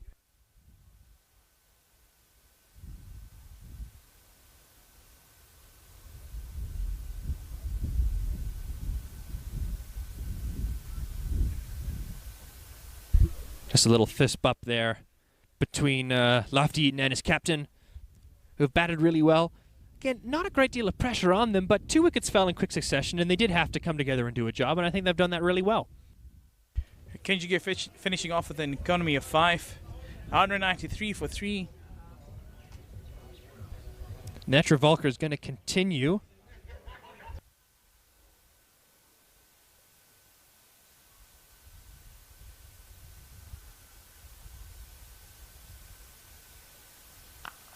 Oh, that's in the air, and it's going to be a couple of bounces and into the mid-wicket fence.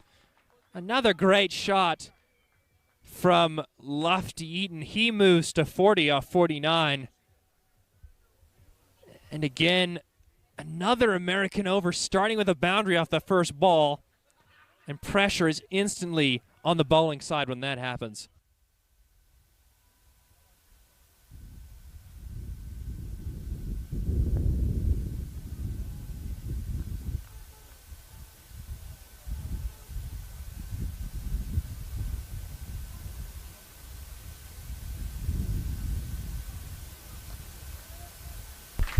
Well defended.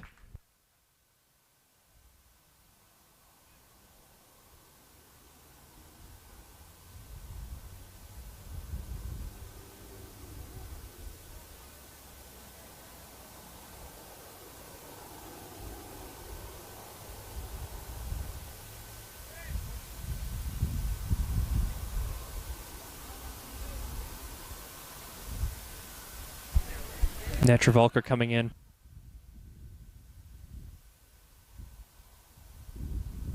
Oh, big swing from Lofty Eaton, throwing the kitchen sink at that one, looking to dispatch it over the cow corner fence, but no connection this time.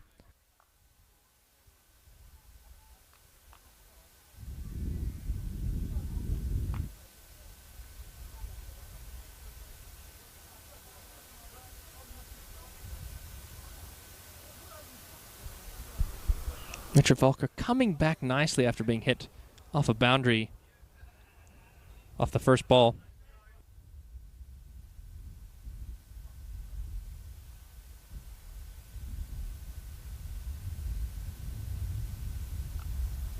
Stroked away for a single. 15.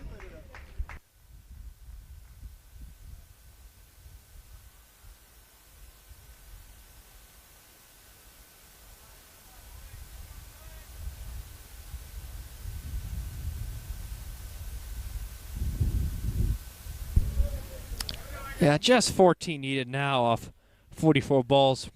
Probably one of the most comfortable equations you can get. 7 wickets in hand as well. Again, Namibia, you'd think, looking to finish us off probably in under a couple of overs. 14 from 44. That's a decent delivery, though, from Netravalkar. Just angling it back in to Erasmus. Honing in on the top of off stump. It's exactly where you want to be. Just haven't been there for long enough. Well, Netravalkar, a little gutted that he hasn't been able to pick up a stick. Yeah, not quite at his best today. I don't think he's bowled particularly badly, but I just haven't seen him get into that rhythm that he can get into.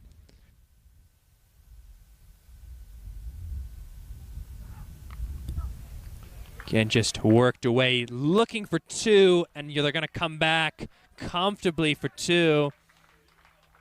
Again, it's just that intensity that we've been talking about between this pair. They understand their game.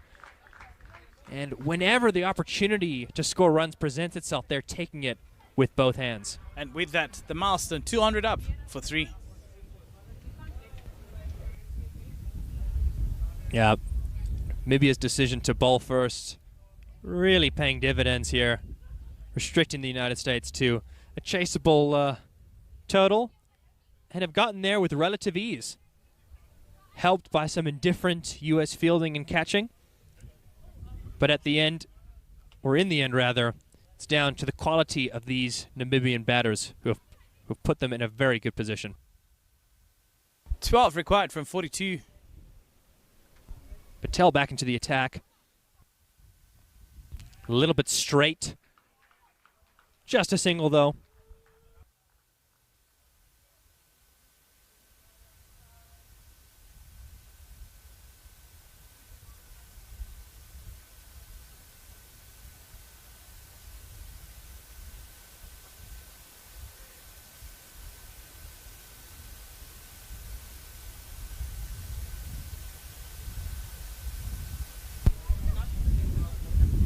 Nizar Patel looking to just make something happen for the U.S. in the dying stages of this game here.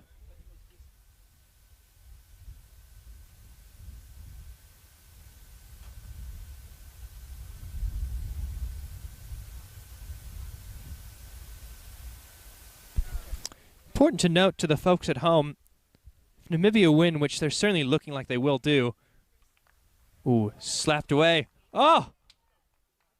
I think that's out. And it is too. That's a brilliant catch by Kenjige, I think it is. It's a complete drag down by Nizar Patel. This is a... Oh, wow, this is a very good low catch by the looks of things. Just diving away there to his right, and he dismisses the Namibian skipper for a well-made 40-odd.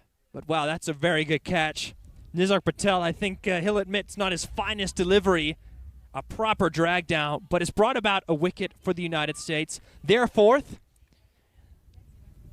and just brings a little bit of a smile to the USA fans, players, and coaching staff. Again, fantastic innings from the Namibian captain, Gerhard Erasmus. 41 of 39 deliveries, rotating the strike really, really well, and scoring boundaries at will. Well, Lofty Eaton, he's now going to be joined by Jan Freiling.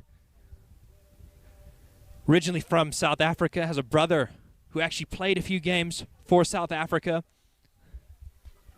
But he's left with a rather straightforward job. Just a couple of boundaries, and it will finish it off here for the home side.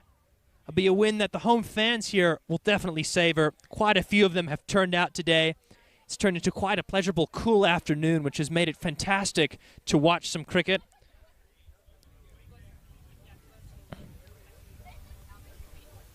Just, there's a sense of inevitability about this clash here now.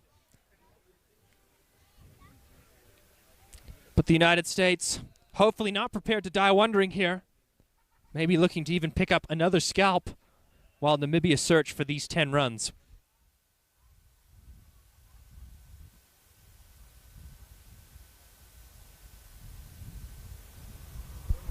Yeah, Patel. Bit of turn there. Probably just a fraction short. Very easy for Freiling to just knock that into the gap and get off the mark. Yeah, I think Freiling just here to help narrow down and close down the curtains on this series. Yes, and so just before that catch, explaining to the folks at home about net run rate. So Lofty Eaton hits that down the ground for one. Namibia and the United States will be tied on 3 wins apiece here in this tri-series, and it looks like it's going to come down to net run rate to determine who will actually be the overall victors here in Windhoek. Again, short from Patel. It's actually been short this entire over, really. I think everything hanging on by a thread, because if you remember Namibia's first match against Papua New Guinea, quite authoritative win. and especially this one as well, with a couple of overs to spare. And oh, it's going to be interesting to see. I mean, Namibia beaten soundly by America in the first round. Ooh, big swing there from Lofty Eaton. Both teams beat PNG convincingly as well.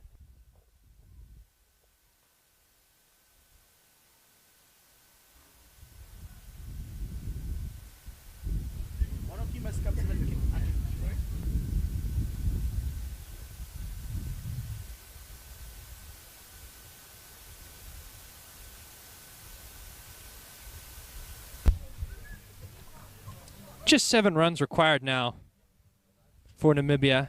As I said, would look to get them quite quickly because net run rate could come into determining who would actually win this tri-series. Both teams beating PNG convincingly in the first round. America beating Namibia convincingly in the first round. And then 2 closer games against PNG for both these teams. So it's going to be interesting to see once the net run rate calculations come in, who has actually come out on top here in Windhoek. Taylor will continue.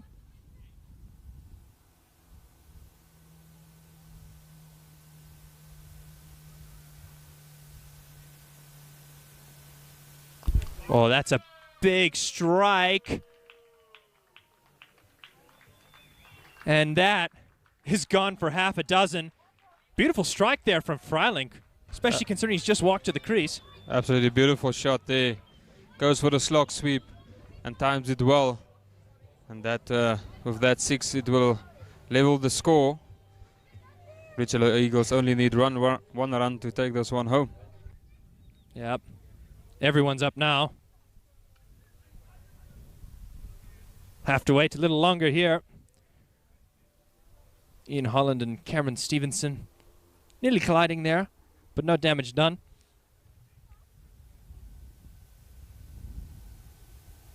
Ooh, nearly chopped under the stumps as well. A little bit of late drama here. I think Freiling wants to finish this off well. Oh, just a single will do. And there it is.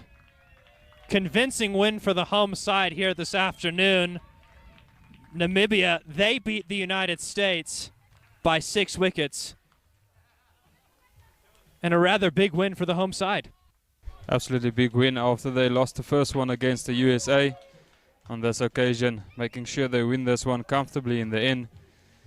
You see one of the children running onto the field. Grandpa walking behind her. Yeah, and as Cool and the Gang celebration reigns out here at the ground in Windhoek. Yeah, very important for Namibia. Obviously going down to the United States by 71 runs in the first game of this series. So I think they definitely wanted to make amends and prove to themselves and their fans that they are going to be very competitive here on home soil.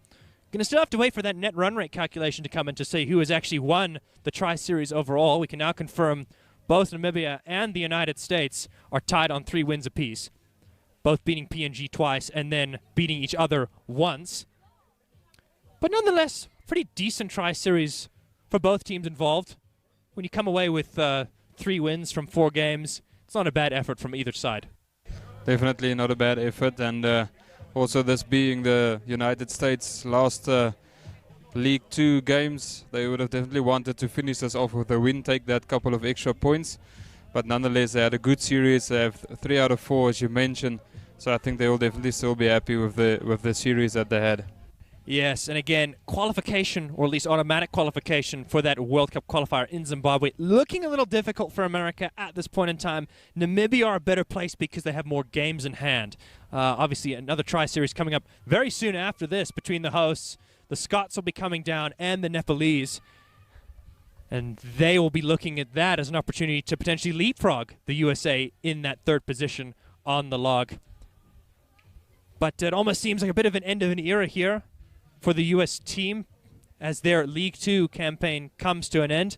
Unfortunately, the ICC won't be continuing this league structure, which has provided the United States with, well, all the teams involved with 36 ODI matches, which I think for the smaller associate nations has been a real blessing. Definitely been a real blessing, and I think for any associate country being able to play that amount of games in one league over the course of 2 years, it's just absolutely phenomenal, and it's good for the associate cricket just to get more international games in and also test each other against the rest of the associate teams. Absolutely. And I mean, credit to all the boards, players, and the ICC for continuing this despite the COVID disruptions, which really wreaked havoc on this series. And they've managed to really make up all the games. I think the United States have actually played 16 one-day internationals this year, which is quite a crazy amount. Some full members don't even play that much. But yeah, absolutely, it's a fantastic setup from the ICC. Pity that we won't be seeing it, at least in this form, going forward. But again, convincing win for Namibia really buoys their hopes for direct qualification to that qualifier in Zimbabwe. May get the opportunity to play against some strong teams. Potentially South Africa, Sri Lanka, even the West Indies could find themselves in that qualifier. And judging by the recent performances of the likes of Sri Lanka, West Indies, and South Africa, you could potentially upset them. It will definitely be interesting to see the likes of the locals that we just saw playing here in Namibia, playing against those countries. And, you know, it's just amazing to see how the associates move up the ladder to play bigger teams. And we saw the upset as well in the T20 World Cup, where Namibia won Sri Lanka on their first game in the qualifications. So definitely a lot of cricket left, and a lot of cricket to be played, and exciting cricket to watch.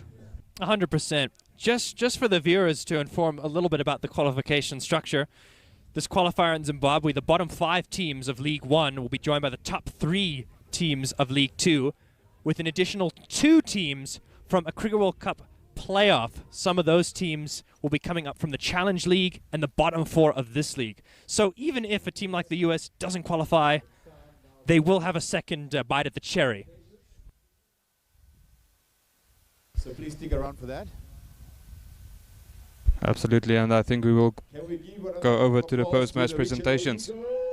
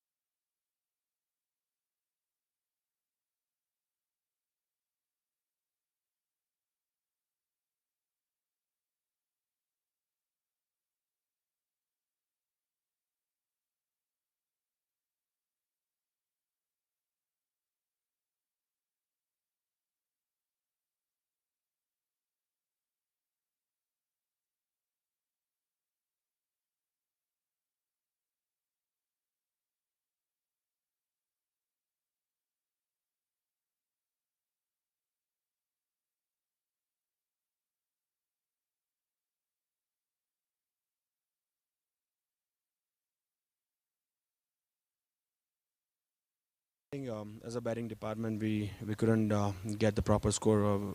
We tried really hard the first 15 overs, but we couldn't get a proper partnership. And I thought on this wicket, 250 or 260 would be a good score.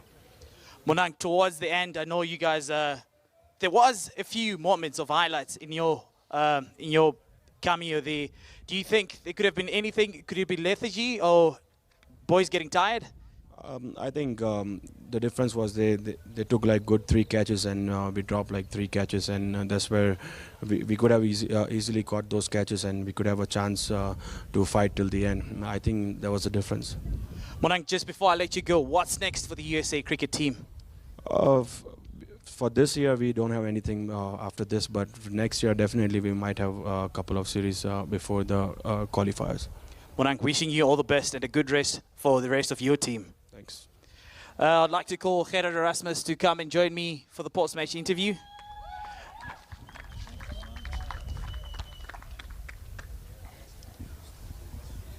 Gerard, first of all, congratulations to you and your team. Thank you very much. Gerard, what went well today? I think, I think after winning the toss, we really needed to nail it to the ball, and I think much improved performance from the other day in that first hour, really putting pressure on the opposition. And obviously, as Monang alluded to earlier, I think we pulled it out in the field. It was some of our better moments in I think this ODI league that we showcased there in the field. So yeah, really chuffed with this win, and I think we slowly but surely climbing up that ladder. Gerard, do you have any message to all these youngsters and the home fans that have been here throughout the past week supporting you guys on home soil?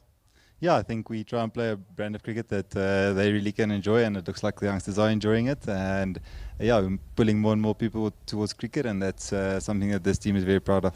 Congratulations, Gerard, and well done. Thank you. I'd like to call Emmanuel Dube to join me in front.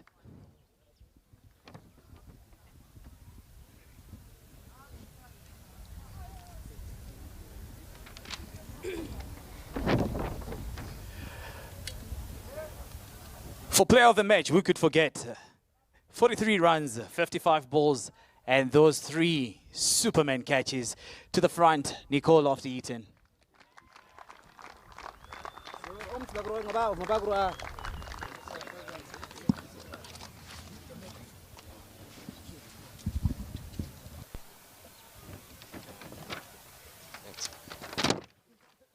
And with that, we complete the first part of this presentation to conclude the match that we just played today. And moving on to the other awards, Emmanuel, I really need you to come back again. Best bet of the tournament, Asadola Vala, 226 runs in this series with the highest of 94 runs. Can we call Asa Vala to the front?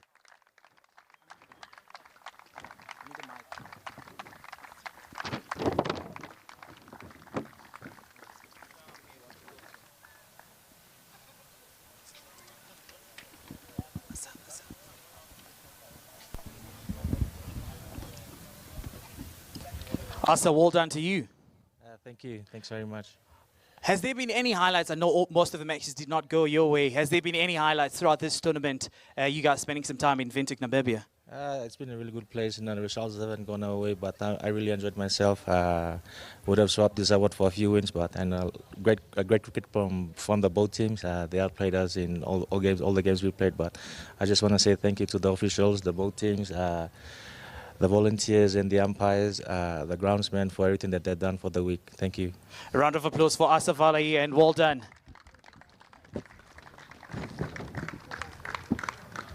With a total of 9 wickets, with 1 match taking 6 for 42, best bowler of the tournament, Tangeni Lungameni.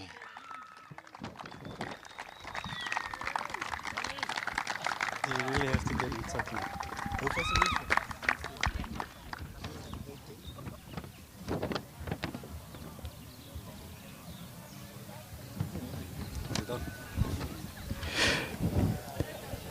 Tangeni, you've done well for yourself this tournament. How's been the preparation, and what do you think got you to bowl so well in this tournament? Sorry, the preparation was good. I felt that we stuck to the process, and then just trusting the process got me to where I am today. Well done. There's a lot of youngsters that have been watching and have been following you. Do you have any message for them? Well, it's a cliche. Work hard and you'll reap the rewards, I guess. Not a man of many words. Thank you so much, and well done, Tangeni Lungameni. Thank you.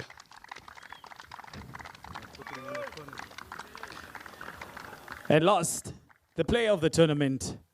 Can I call back to the front? Asavala.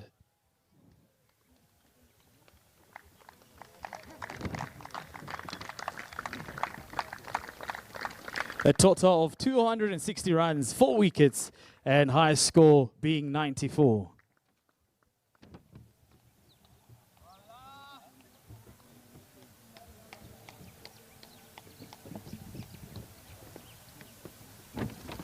And ladies and gentlemen, the moment we've been waiting for. The winning team on net run rate in this tournament with a net run rate of 1.154. The United States of America cricket team. Can I have you gentlemen to the front?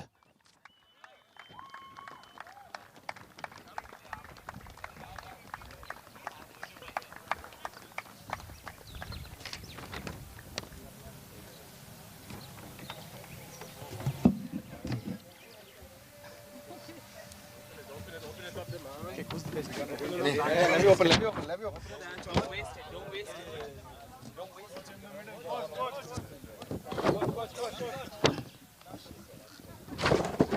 Everybody,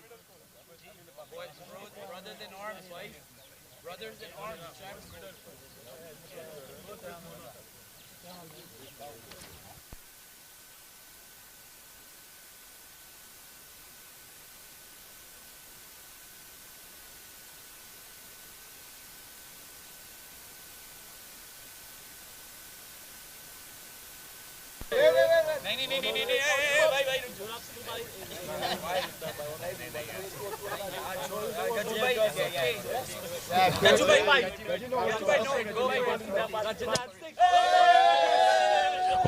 Well done to the United States of America. Big celebration. I'd like to call to the front the CEO of Cricket Namibia, Mr. Jan Muller, to hand over some match official awards.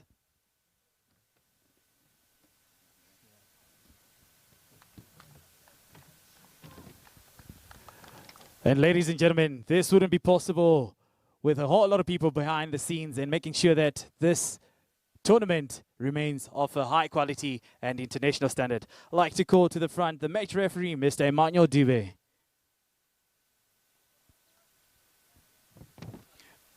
Round of applause for Mr. Emmanuel Dube.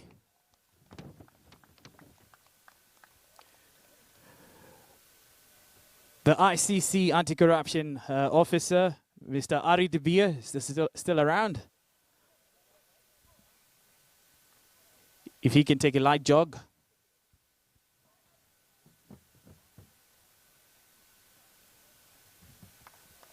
Oh, there he is. He's coming.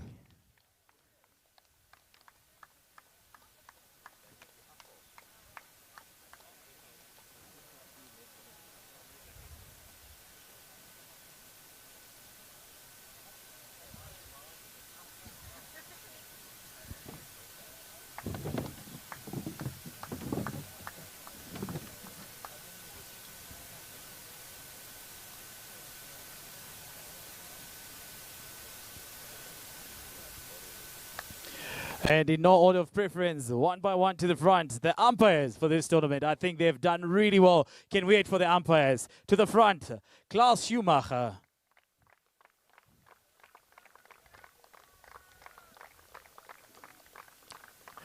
And making his way, Andrew Lowe.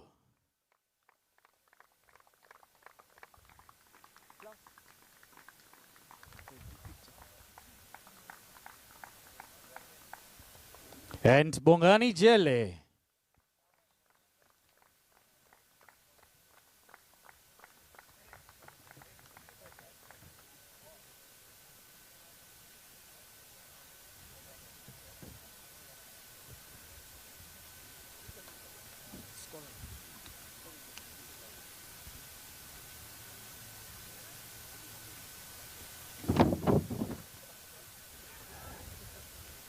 And last but not least, ball by ball and the use of technology, tracking each and everything that's happening on the field to the front. The scorers for this tournament, Nolene Winburn.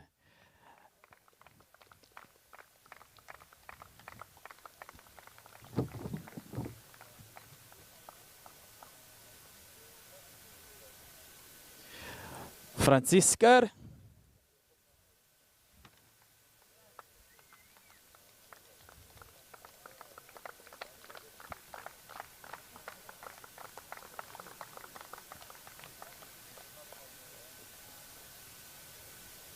Anina.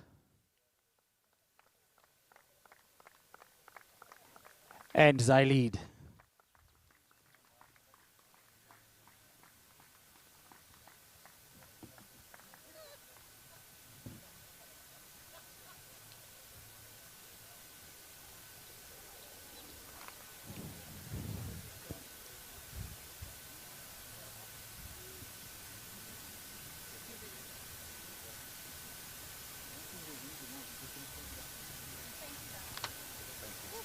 With that, ladies and gentlemen, we've come to the end of the ICC Cricket Men's World Cup, live from Windhoek, Namibia. Thank you so much.